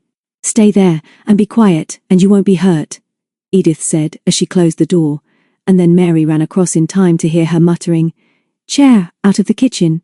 Quick, Amy, there's no key for this lock. Wedge the door. Top of the chair under the handle." Mary beckoned to Harriet and then tried the door. It was not quite closed, but it was certainly tightly wedged, and although the handle turned, the chair held it firmly. There was, however, a crack through which they heard first the two wild bloods arguing and then the angry interruption of a man who must have come out of the front room. "Stop that row!" he shouted. "What are you doing here, Amy, and why are there two children? You've got the Sparrow girl, haven't you?" "Oh, yes, sir. She's there, but I had to bring the other because she couldn't leave Harriet. I didn't want to make trouble, sir. They've been very good and it seemed better to bring both when the chance came, sir. It's been very, very difficult. What with all the telephoning, which I never did care for, and there not being much time and the three girls coming back unexpected. I got rid of the older one, sir, but..." "So you've messed it all up, have you, Amy?" The man's voice cut in. "I told you and Robins to bring the Sparrow child only. We don't want any more. What do you think this place? A day nursery or a boarding school? Where's Robbie? I hope you haven't brought him." "Oh no, sir," Edith replied smugly. "He's gone off in the car. He seemed very glad to be out of it. And a rare shock I had, you can be sure, when I saw I'd got two kids to manage. That's why I bring Amy, sir. It wasn't fair to ask me to deal with two, was it? I ask the questions here, Edith. You answer them. You two go into the kitchen and shut the door. I'll see these youngsters and then tell you what I'm going to do." There was a scuffle of feet in the passage, and Mary dragged Harriet away from the door and sat with her in the old, easy chair. "Don't show him that we're afraid, Harry. He can't really hurt us, and you know that I dropped my cardigan outside the tunnel. If Peter or any of the others see it, they'll know it's mine. Darling Mackie will know it too. I do wish we knew where they all are and where we are too. Shh, here he comes." There was a muttered curse from outside as the man wrenched the door open and came inside the room. It was nearly dark, but the girls could see him more clearly than he could see them with their faces in the shadow. Mary recognized him at once. He was the man they knew as the doctor, and who they had last seen on Goathland Station. He crossed the room and looked down at them. He was such an ordinary looking, that Mary wondered how he could be so wicked, ruthless and greedy. "Get up," he said quietly. "Turn to the window. I want to see you. Which of you is the Sparrow girl?" "I am," Harriet said as she stood up. "Do you know that we've been kidnapped and brought here all the way from Staunton?" "Who are you? Please let us go at once." "I can't do that yet," the doctor said. "You'll have to stay in this house for a while, but I'll send you upstairs to a more comfortable room. There's nothing for you to worry about if you behave yourselves. What's your name, girl?" "You, the Sparrow child." "Harriet," she said. "But I don't see what it's got to do with you. You must let us go. My grandfather will be very, very angry with you when he finds us." "Ah, your grandfather. Yes, indeed he may be angry. I'm glad you reminded me of him. I may ask you to write him a little note presently. I'm sure he'd like to hear from you, particularly as you will be spending the night here." "But you can't do that!" Mary shouted. "We're not going to stay in this horrible house. Now let me look at you," the doctor said in his horrid silky voice. "You're the child who got in the way and would come too. How very foolish of you. Ah, yes. You are one of the nuisance children, and I remember you on Goathland platform. Very impertinent. A night here will be quite a change for you. Don't try me too far." Although there was quiet menace in these words, and Mary was certainly frightened, she felt that the doctor was really very unsure of himself.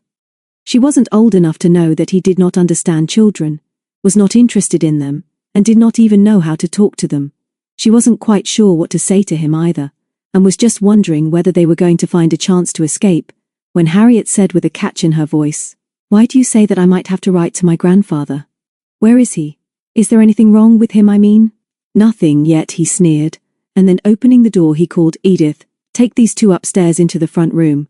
There's a key in the door, and they're to be locked in, but you can give them what they want to eat and drink, and just remember that you're responsible for them. I only expected one, so they'll be a bit crowded. Go on, you two, and no nonsense." They had no choice. Even if they were able to escape from the house, it was nearly dark, and they had no idea where to go. The man pushed them into the hall where the two wild bloods were waiting, and they were taken upstairs.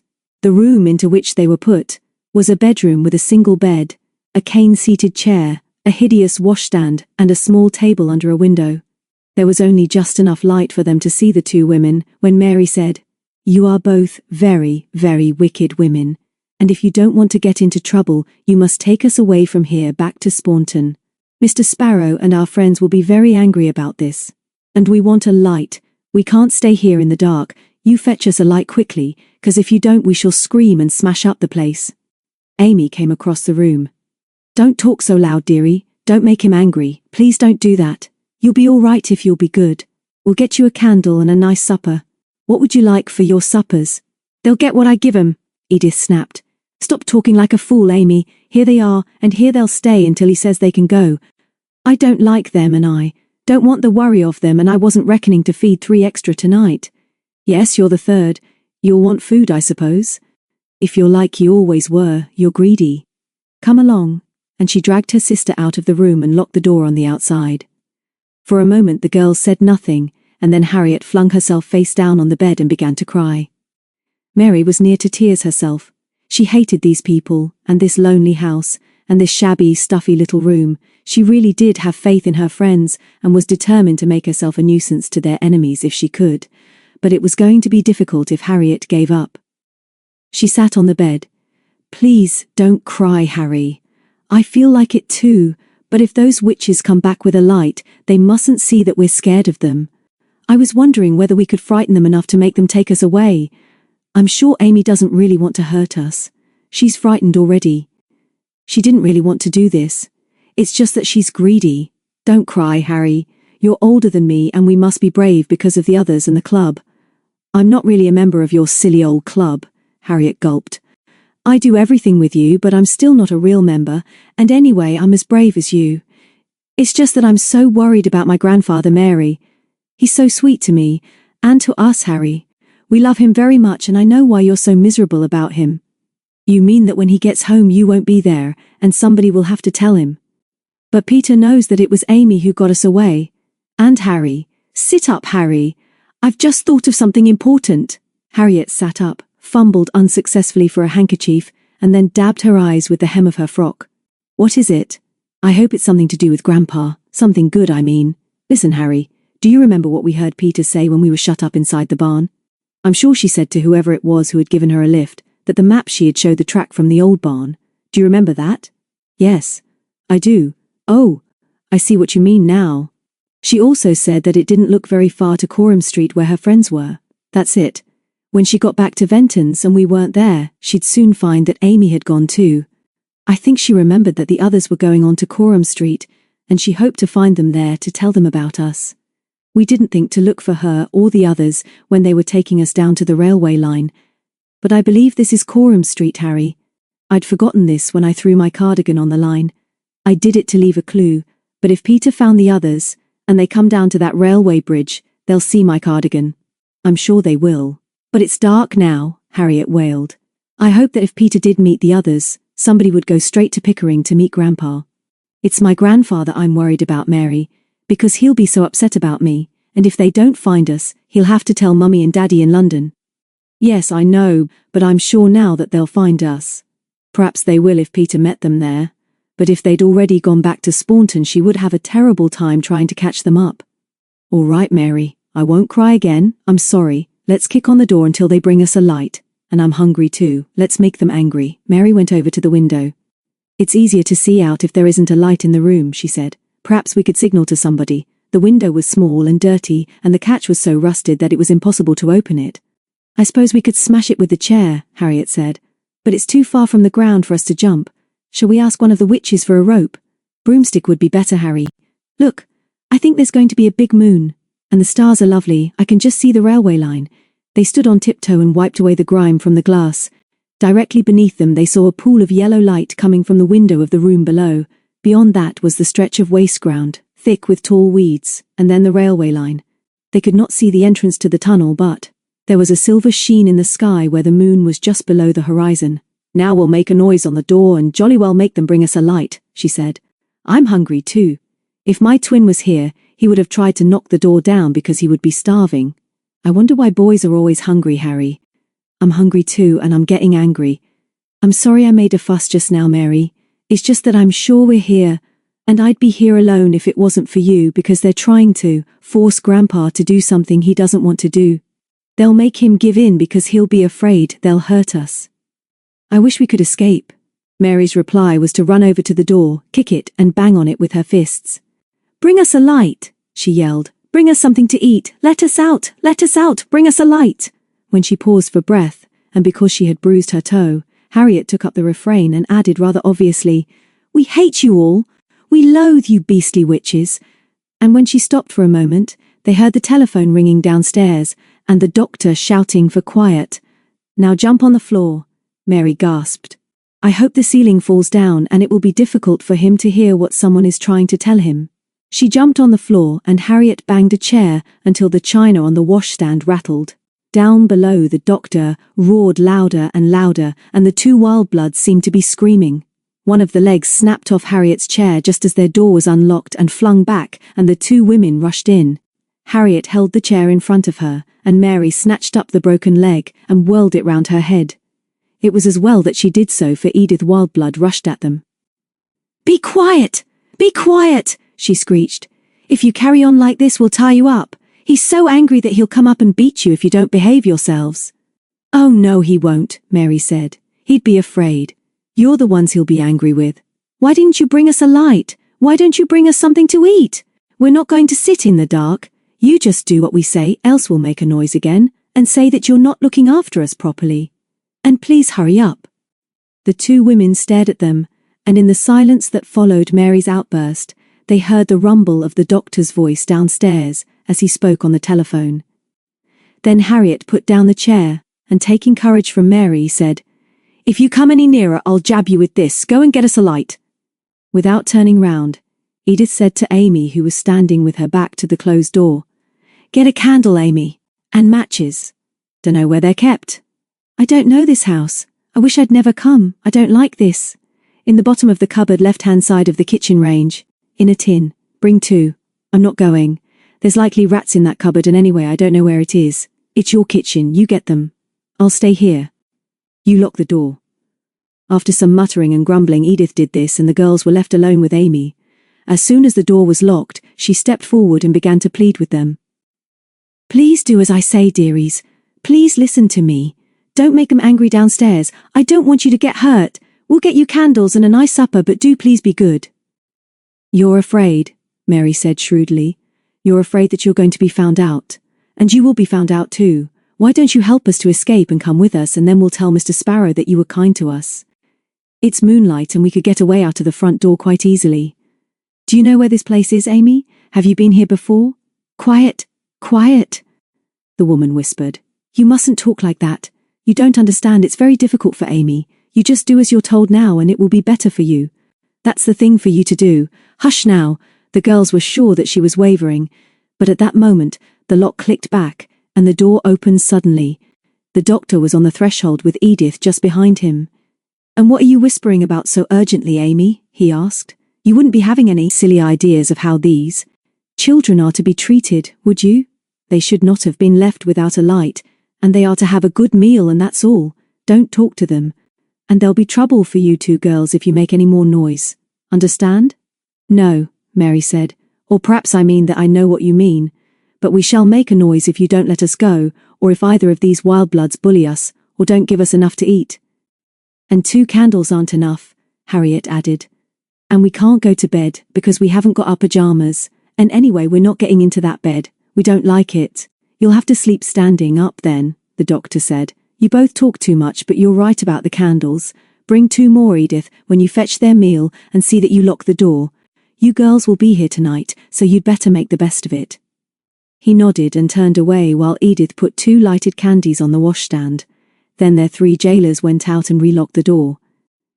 10 minutes later, the women reappeared with their food, meat out of a tin, bread, butter and cheese, a banana, and 2 mugs of cocoa.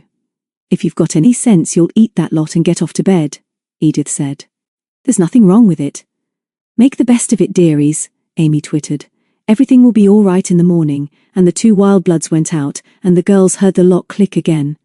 They ate quickly because they were hungry, but hadn't much to say to each other. Harriet couldn't forget her grandfather, and in spite of Mary's example, she was frightened and was sure she would show her fear if she spoke. Mary's courage was waning too. She was now so tired that she could hardly keep her eyes open. From below they heard the rumble of the doctor's voice, and twice the telephone rang, but nobody came to collect the tray which they put on the floor directly inside the door. "Perhaps they'll fall over it," Mary said hopefully. "I hope Edith does. Sounds as if they're quarrelling down there now. I wish we could hear." "I don't think I want to hear them, Mary. I hate them so. Do you think the others will find us? Tonight, I mean. Will they come, Mary? Perhaps one of us ought to watch from the window all the time. If we see them, we shall have to smash the window." Mary agreed, but realized that she couldn't keep awake much longer. "We'll have a little sleep first, Harry. We'll feel better when we've had a rest. Come on the bed with me. We won't take our clothes off so that we can be ready if they come." And so, as the full moon slid up the sky outside, and the flames of the candles burned steadily like golden spear points, the girls, frightened, exhausted and grubby, forgot their unhappiness for a while in sleep. But there was no sleep for the trio downstairs.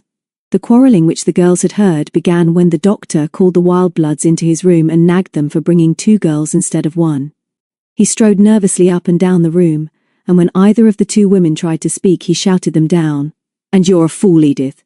You took much too long over the job, and then you should have taken those candles up earlier. We don't want to scare them too much yet. Neither of you've got any sense, and I don't know why I bother with you. You're well paid and do precious little for it, and when you do get an order, you're just as likely to mess everything up.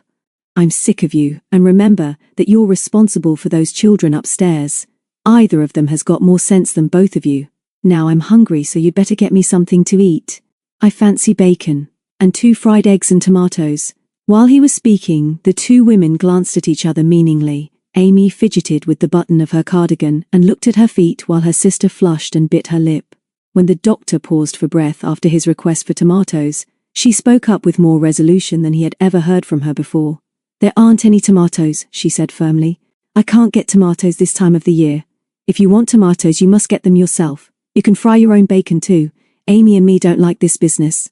"It's gone too far, yes it has," Amy broke in. "It's not right to do this sort of thing to these children. Edith and me have had enough of it. We don't like it. You ought to let them go."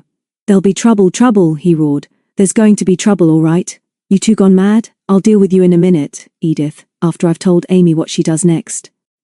I've just been trying to tell you that you've got no sense.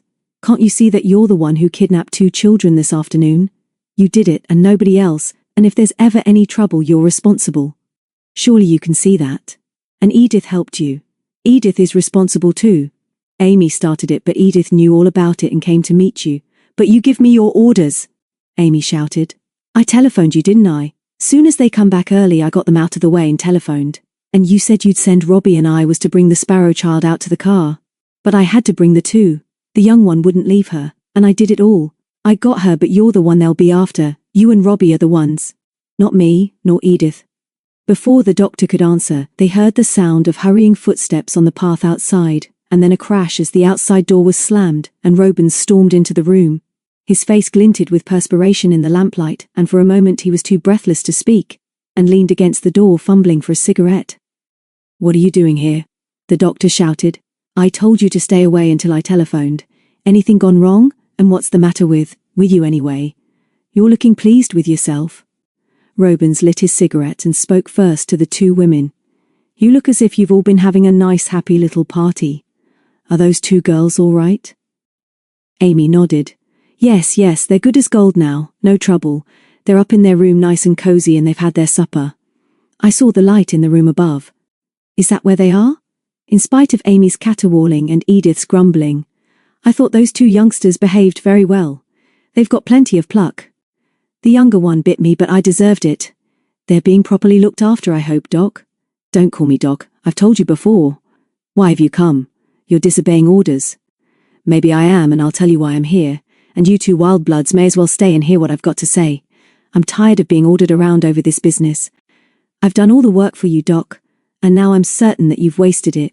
This kidnapping of 2 young children won't do. It's too dangerous a game to play, and they should be taken home at once before the police get onto us.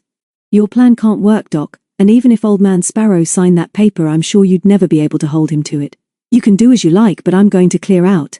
This is all too dangerous. There are too many of these interfering children, and we've never got the better of them.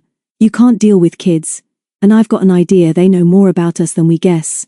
It's no use shouting at me, Doc. What I say is true, and I'm advising you to let me take those 2 girls back to Spawnton before this hideout is found.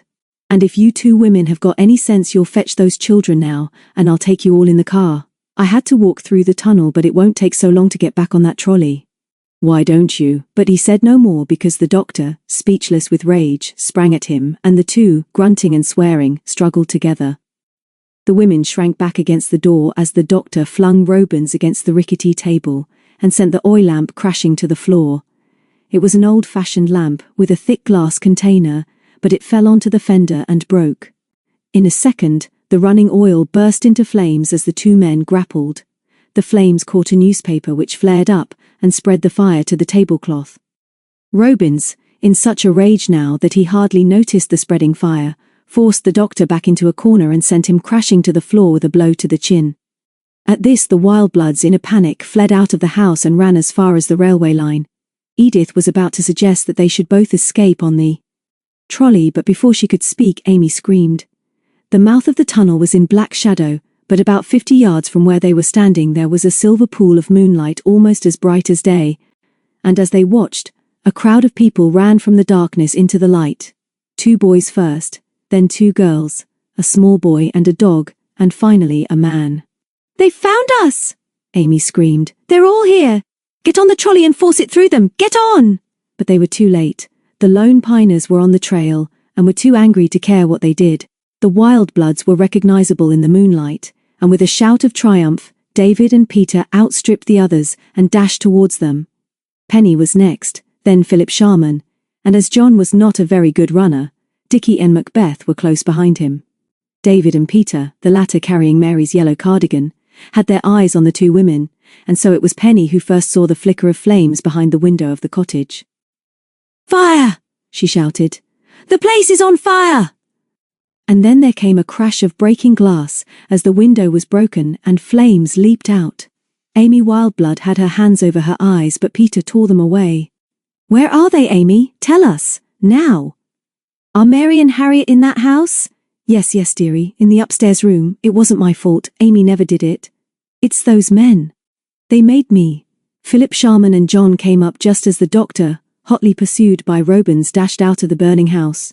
"David and John with me," Sharman shouted. "Get the girls out first. Never mind the 2 men. The police will look after them." The doctor dashed off to the left towards the quarry as soon as he saw the lone piners running towards him, but Robins, still in hot pursuit, was not as quick as Macbeth. Peter, Penny and Dickie all had the same idea at the same time, but it was the latter who sent the frenzied little dog in pursuit of their old enemy.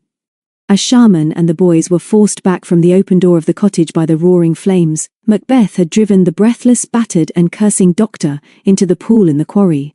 Upstairs in their grubby room, Mary and Harriet slept through the fight between the 2 men, but were wakened by the crackle of the hungry flames.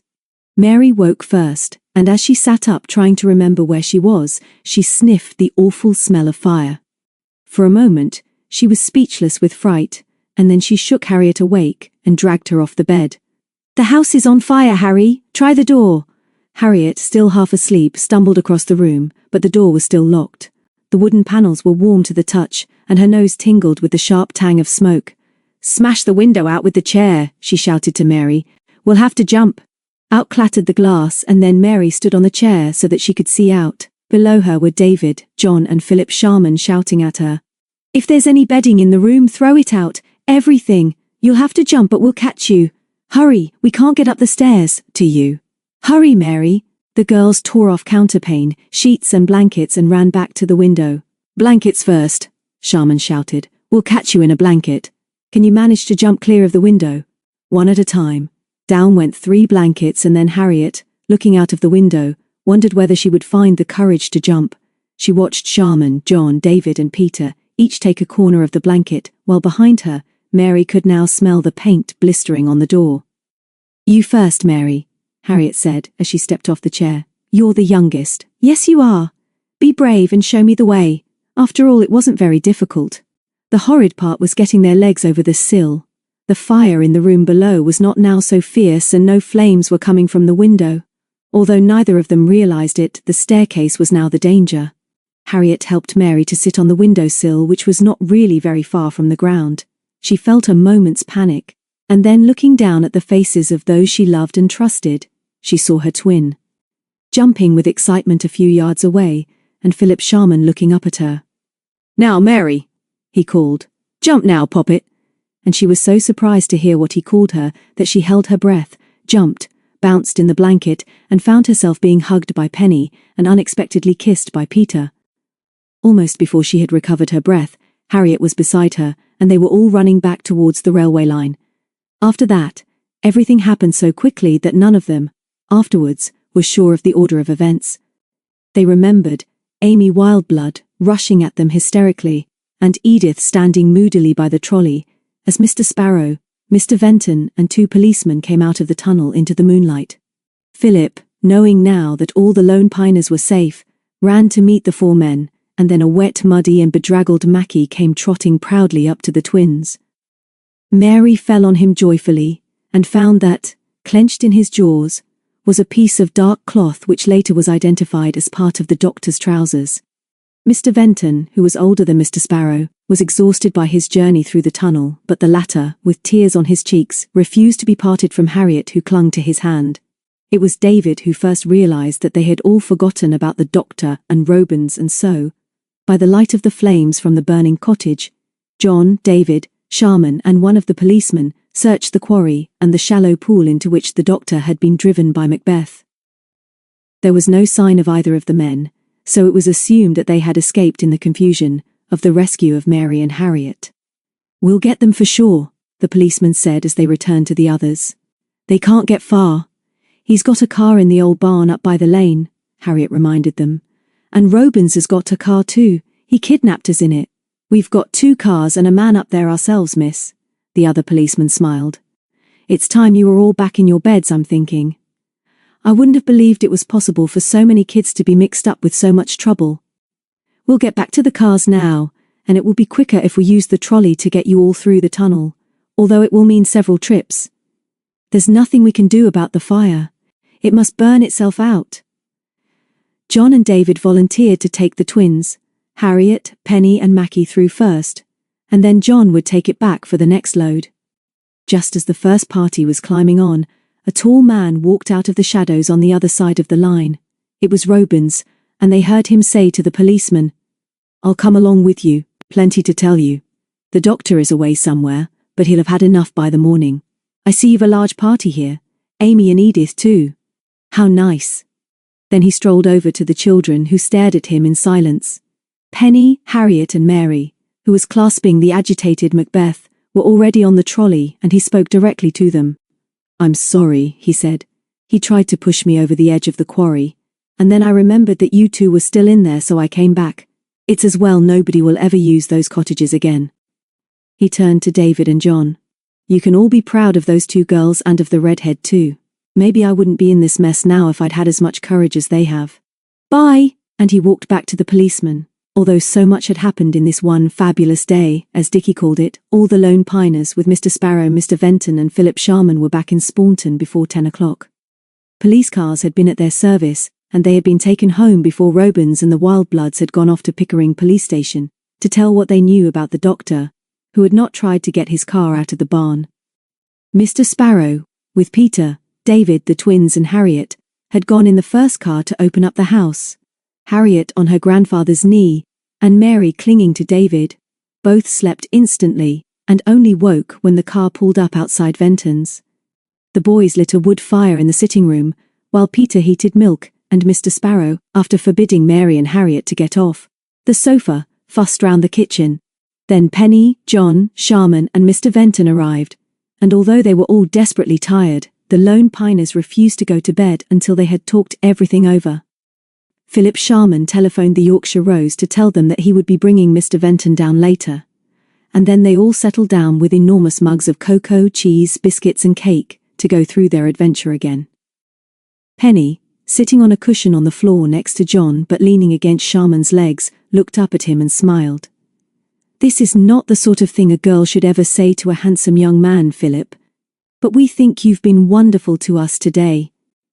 We're sorry we were suspicious of you. But you were suspicious of us, weren't you? Perhaps. I wondered for a time what you were all up to," he laughed. "There were so many of you that you were rather bewildering. I was suspicious of Robins, or Warner, as he called himself then, at once. As soon as I saw the equipment he was so anxious to keep close to him, I was sure that he'd got what is called a scintillation counter.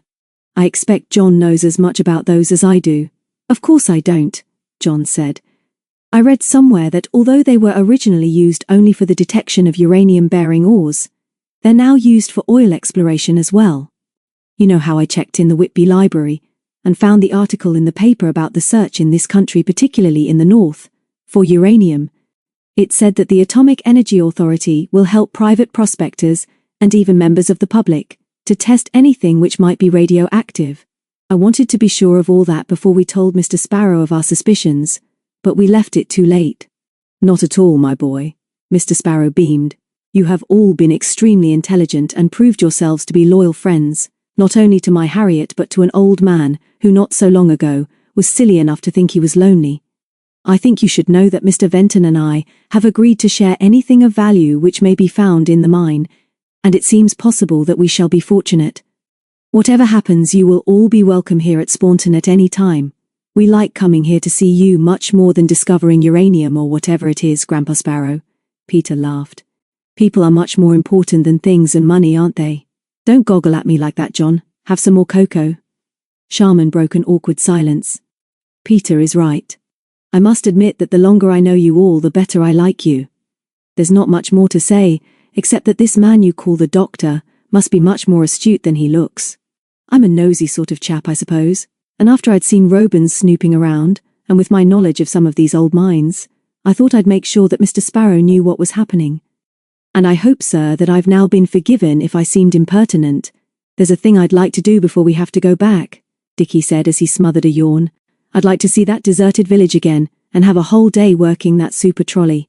It's a most fabulous thing, but I'm quite sleepy. I can't think why. There's always tomorrow, Penny laughed as she got up. The holiday isn't over, and lots may happen yet. I'm looking forward to some visits from handsome policemen. Let's go to bed now. Harriet is yawning, and Mary's asleep again. Mr. Sparrow said he would walk down to the inn with Mr. Venton and Philip, so the lone piners went to see them off. The street was deserted and bathed in moonlight. Amy Wildblood's cottage was in darkness. See you all tomorrow, and thank you for quite a rousing day, Philip smiled. God bless you, Mr. Venton said. Be sure you're all in bed by the time Mr. Sparrow gets back. Good night and thank you.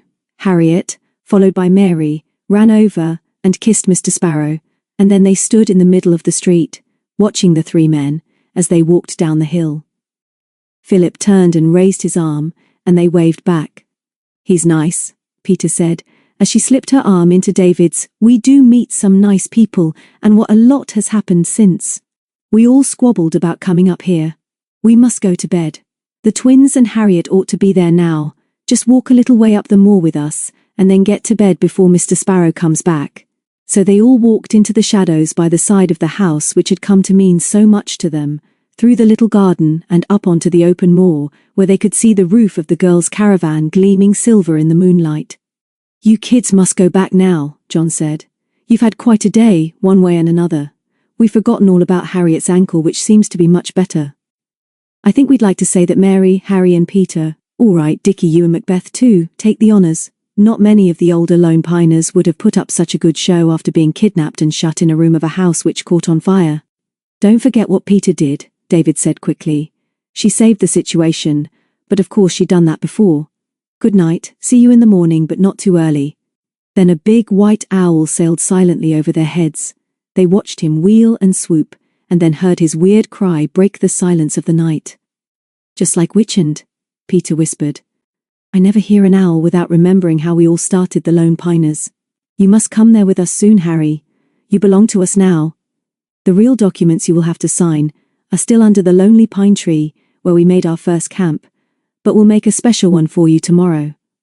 David went over to Mary and gave her a hug. Nice to have a sister even if she is cheeky sometimes, he said. Sure you're right? Sure you'll go to sleep quickly?